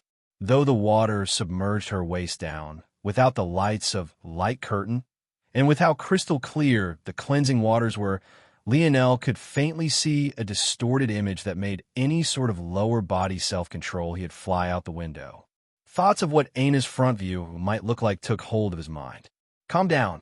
Breathe." Lionel slowly raised his hand, dabbing the towel in the yellowish liquid and reaching for Aina's back once again. When the towel met Aina's back, Lionel could almost feel the suppleness through the fabric. He gently scrubbed across her skin, watching as a soapy whiteness began to slowly form. "Can you wash my hair too?" Lionel nodded silently. At least this was much less stimulating. He could do that much, right? Soon, Lionel felt that he had regained his calm. Rather than feeling anxious, he began to enjoy the process. The silky smoothness of Aina's skin and hair gliding across his fingers was therapeutic.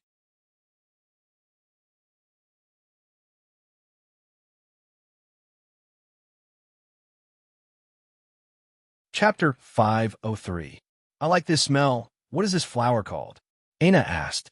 Aina closed her eyes, a calm smile on her face as Lionel shampooed her hair. The gentle smell of apple and lavender made her feel at peace. "It's called an infant sun lily." "Infant?" Lionel nodded. "If I hadn't harvested it so soon, it would have produced a fruit at maturity that had the effect of clearing the mind and amplifying fire affinity. Though the rise in affinity is only large for the first few minutes. After that, it begins to dwindle. If you wanted lasting effects, you have to consume the fruits over a long period of time." Lionel scratched the back of his head a bit awkwardly. He didn't know much about herbs, so he hadn't known at the time that he interrupted the sun lily's growth process. In fact, much of the reason its yellow color was so pale was precisely because it was still an infant. "Oh, I see. I like the smell," she said softly. "In that case, I can start planting them in the garden so we can have more." The abode setting was just like any other luxurious home. It had several rooms, a large bathhouse, and also had a garden. That said, Lionel didn't visit the garden very often at all. He thought of using it as a training space, as there was ample room. But his training was much more efficient if it took place in his dream world. So, there truly wasn't much of a point. Okay. Lionel's heart warmed when he heard the slight tinge of happiness in Anna's voice. Even though he couldn't see her smile, he knew it was there, and that was all that mattered. Lionel covered the length of Anna's hair in the fragrant liquid, then began to slowly wash it out, a tinge of seriousness on his face.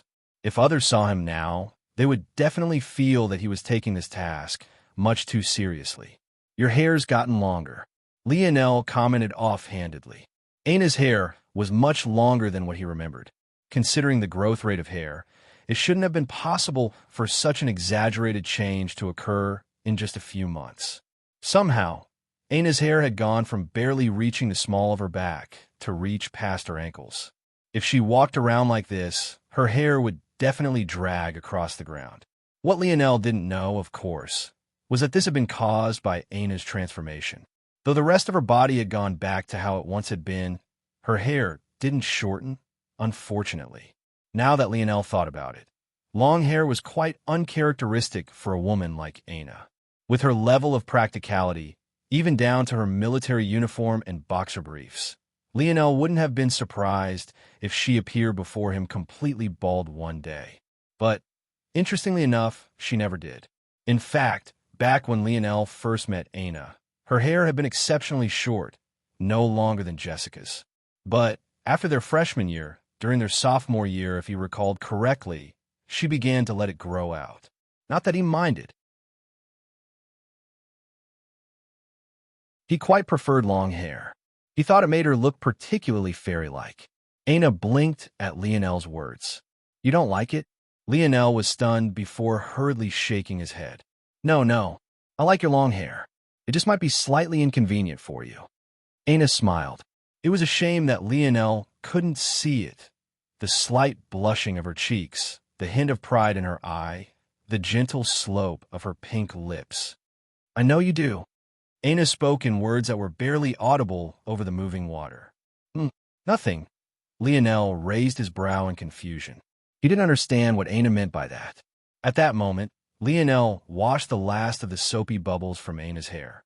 The light fragrance of apple coming from her made him feel at ease. He even forgot about his previous confusion. "All done," he said proudly. "Okay, turn around," Anna said with her usual soft tone. "Oh." Lionel nodded like an obedient child and did as he was told. It wasn't long after he did, so that Lionel felt a pair of small hands on his back. The feeling was so novel that he didn't know how to react. Anna's actions were just as slow and meticulous as Lionel's, but her face was flushed red with embarrassment from start to finish. It wasn't just because she felt that following the outlines of Lionel's muscular back left her feeling warmth in ways she never had before, but it was also because Lionel was much taller than she was. So, while the water covered her waist quite easily, it couldn't do the same for him. Lionel seemed to realize this after a while too, but he was too embarrassed to say anything about it. He never thought that he would have such a day. Finished. When Lionel heard these words that were no louder than the flapping of a butterfly's wings, he wanted to run away at that moment as quickly as he could. How embarrassing. He wasn't one who cared very much about such things. He had appeared naked in a locker room more than once in his life. However, doing it in front of Anna left him feeling flustered. He felt even more embarrassed than Anna herself. All that comfort he had felt disappeared. However, just when Lionel wanted to run away, he found two arms wrapped around his waist. At that moment, it felt like a bolt of electricity had shot through his body. It wasn't because of the arms, but rather because a softness he had never experienced before was now firmly pressed against his back. Two perfectly molded, soft mounds of flesh pressed flush against him. Lionel's mind went blank. All the computational power in the world was at his fingertips, yet he suddenly short-circuited. Whatever control he had over his lower half vanished. It pierced through the water as though it was a spear itself, standing at attention. Lionel was so lost that he didn't even notice when a slender hand reached toward it.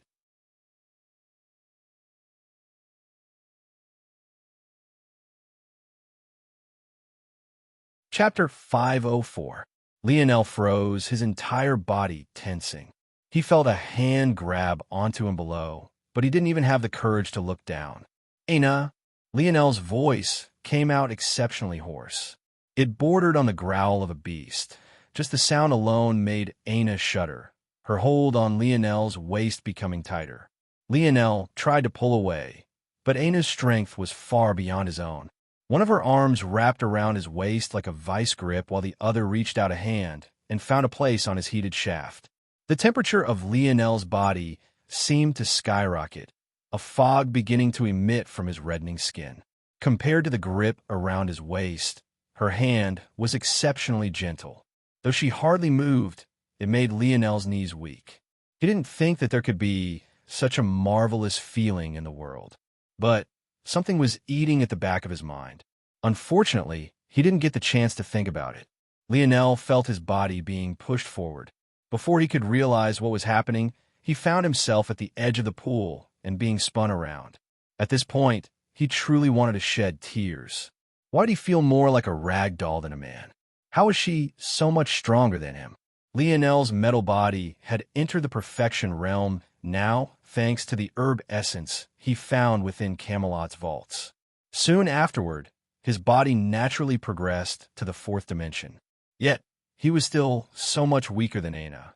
Of course, this was likely because metal body focused more on defense rather than strength, and it could only exhibit a portion of its ability without Lionel activating his runes. But it was still a shocking feat nonetheless. Lionel's back was pressed against the side of the pool before being pressed down into a seated position. He hardly caught a glimpse of Aina before she straddled him. With Aina grasping a hold of such a sensitive part of him, Lionel couldn't resist even if he wanted to. But he panicked when he realized what Aina was doing. Lionel felt the tip of his rod suddenly press against soft flesh that separated out into folds. He felt like such a fool.